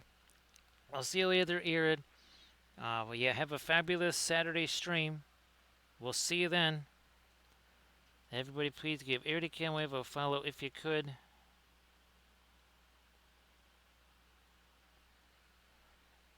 And have yourself a fabulous night's sleep there.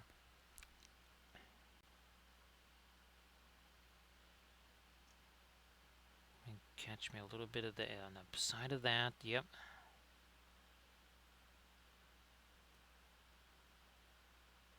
Touch more there.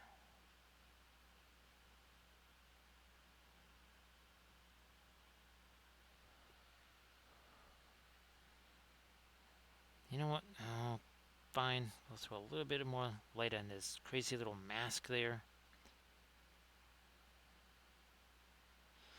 You know what? I'm going to take maybe even a little bit of my Prussian blue here.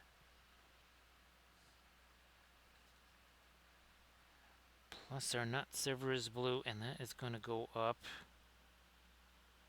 there. There we go. Yep, that's what we needed.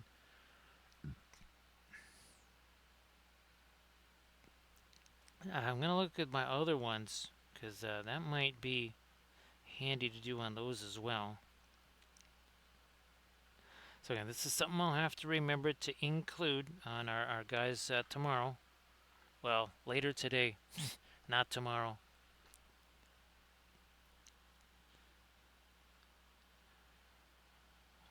Where are we at on this here? Oh, that darker blue there. Also some of it up here.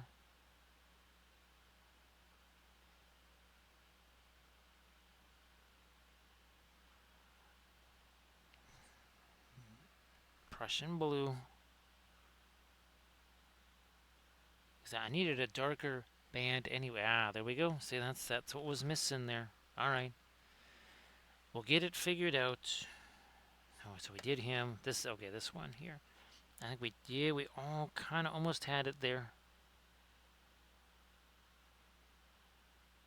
Because keep in mind, even something like this could be reflecting down on his on this armor over here. Reflections happening all over the place.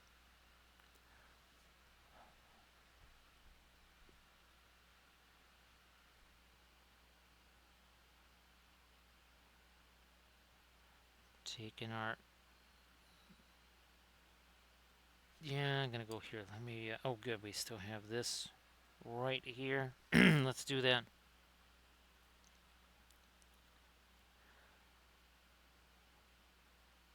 Let's do something like that. Some light here. Now, we need reflected light over on this. We have... and we have our dark in place. However, we need to do this. So we're going to take this kind of almost like a warmer, grayish, whatever here. And that going to go down here.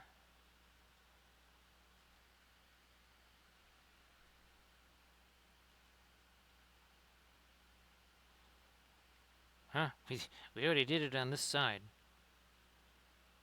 We just didn't do it on the other side. So that's your earth color of your sky earth combo there.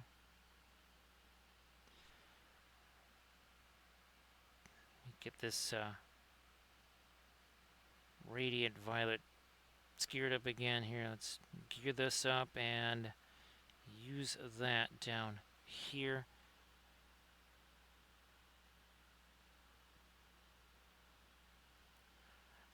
I think we pretty much did that on this side. We just didn't do it on the other side for whatever reason.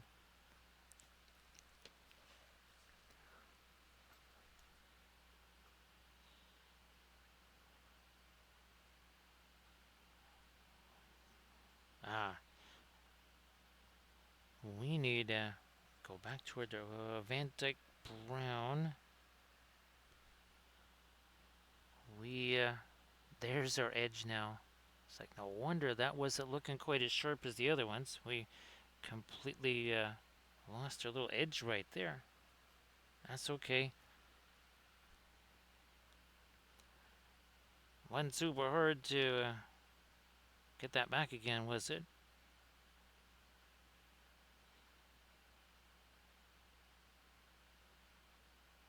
Another bit of dark up in there. Some maybe underneath that armor there, and then maybe in the shadows of this.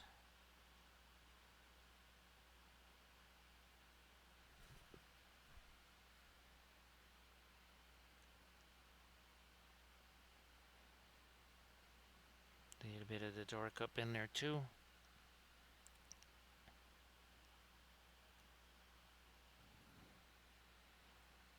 So we're all good there now. I think we pretty much got our lightest light here for the flame. I think I'm going to take a little bit of this here perline red.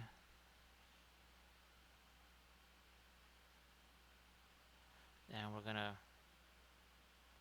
tone down some of our lights in a few places here.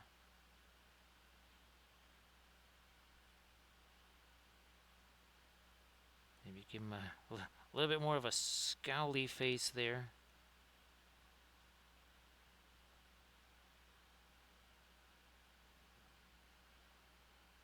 You know what? I think his little cower there is that's gonna need a. Yep, let's get a little bit of our lighter yellow on that. So we got this here.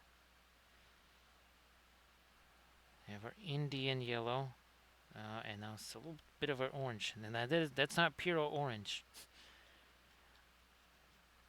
But actually, that's right. Oh, royal orange. That's it. The stuff from Cobra Colors that I think is just kind of like cosplaying as pure orange. It seemed to do a lot of the same things.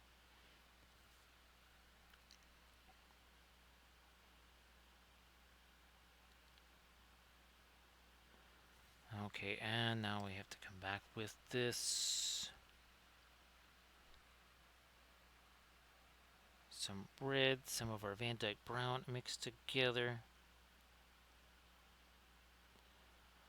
Because I am going to try to establish. There we go. See a little bit of a shadow right there? So this, casting a shadow on him over here.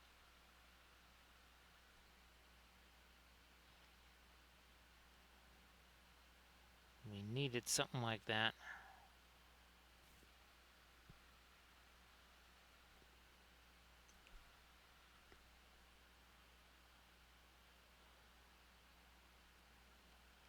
And blending brush. Could be a small one like this. Get any brush. Well, it can be a blending brush.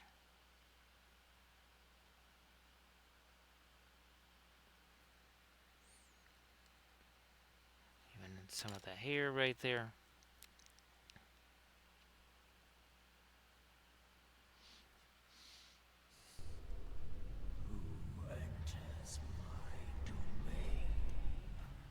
Great to see you there, Isidore.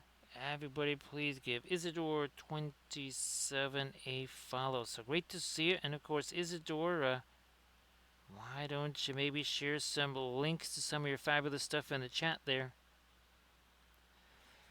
So Isidore, over the last, 5.5 hours, we've been painting 5 figures. So we got a Middle Earth's favorite pyromaniac right there. We got him.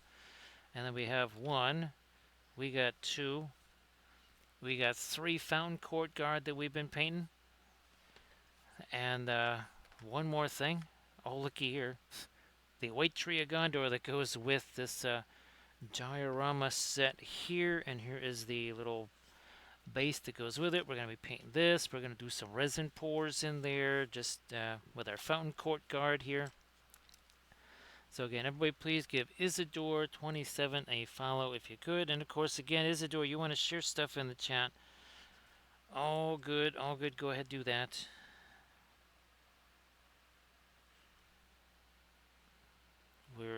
These essentially were almost like color test figures for, again, our stream tomorrow.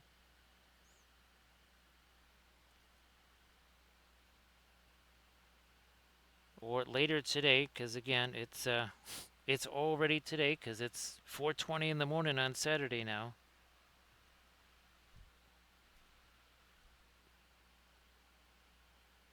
So great to see you there, Isidore, and thanks again for the raid. Appreciate that on our stream last night. A little bit different for sure, as we took one little kind of spacescape painting that we had chopped, and we chopped it up. It was something I did at the Badger Airbrush booth. I was doing some demos, and this is the second time we've done 4 spacescapes in one stream. Here was our first spacescapes set here. Again, a little different color scheme on these, but the concept again is kind of the same here. So we had a blast doing those.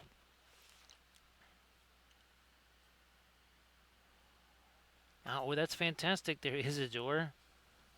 And again, everybody please give Isidore27 a follow. Great to see you.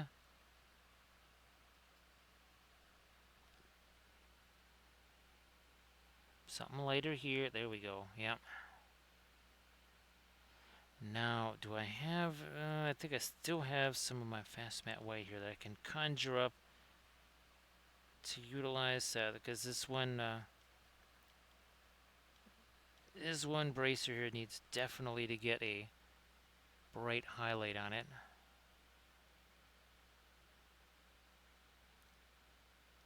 Also, a little chain of highlights there. Oh, we need a reflected light there. Let's go back to some of this blue stuff here.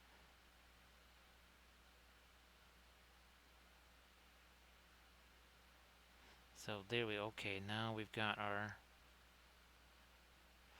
little bit of that blue reflection there. Everybody please check out that Instagram link that Isidore just posted, and then please give Isidore a follow. That would be super sensational.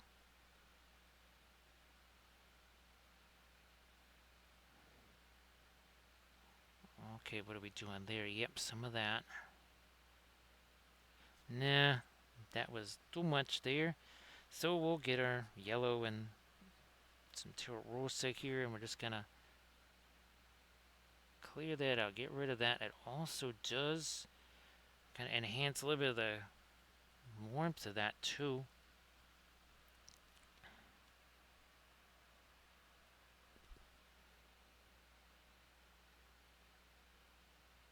A little bit more overlay right along the edge of that. There we are.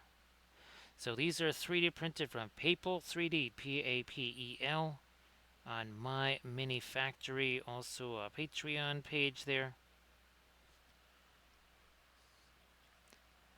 And he has several basically kind of diorama sets.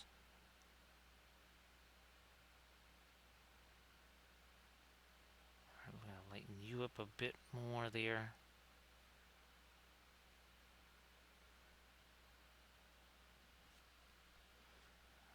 Alright, something like that.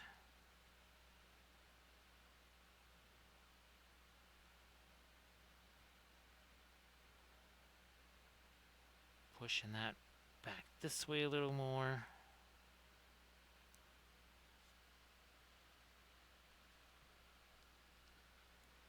So again, everybody please give Isidore27 a follow. So Isidore, yeah, we don't just have Saturday challenges, now we have, well, mini Friday challenges, and of course our Flat Thursday challenge now. for the foreseeable future, we're basically going to be painting uh, four spacescapes at a time.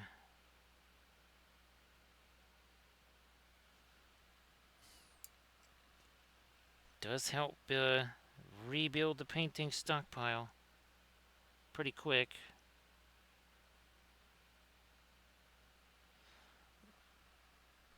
Our sky blue down in there, a little bit. There's some of it on the helmet wings.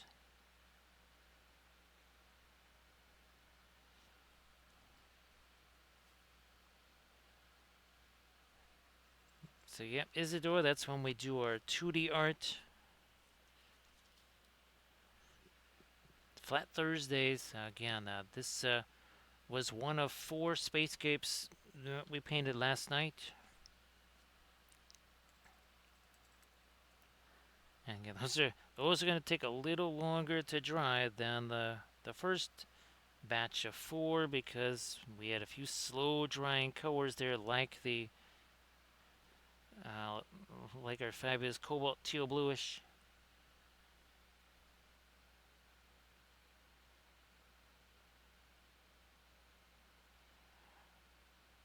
And lighten that up to the side there, and we're going to darken you up there. A little more separation between those two.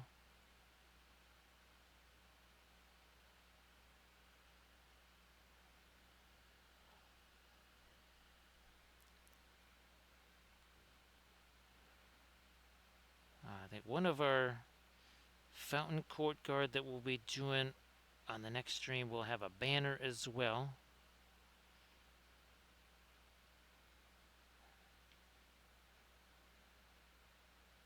So we have again, that's going to be pretty wild doing 10 of them tomorrow night, including Banner Guy.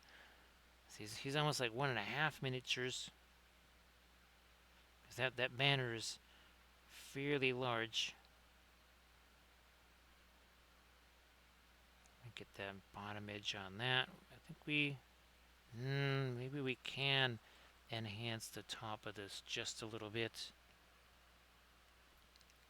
But now, as we are well over 5 hours, almost closer to 6 hours than to 5 hours, I think it is time to say thank you so much for all the bits and the subs and the follows, the cheers. Well, also the raids, just like Isidore doing the raid thing.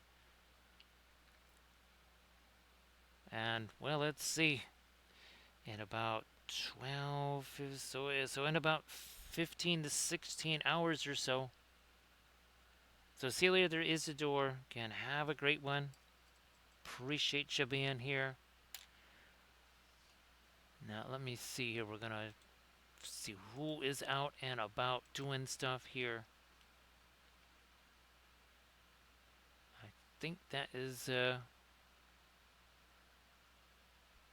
well, let's see. Like, we can head over to Spoon Handle, looks like. Yes, there we go. We'll head over to Spoon Handle. But first, let's zoom out here and let's see what we've been doing. 1, 2, 3 fountain courtyard and a steward and a tree. We did all that in 5 hours, 39 minutes, and 24 seconds. So again, here's our 4 miniatures right there, and we got a whole bunch more coming. Tons more coming later on tonight. So thank you so much, Armored Wolf, for doing all the moderations as well. Appreciate that. And, well, we got lots more of these guys to do. See you later, Peace Tacker, and thanks again for everything. Appreciate that. Here, let me zoom back in again. And we will see you guys later today.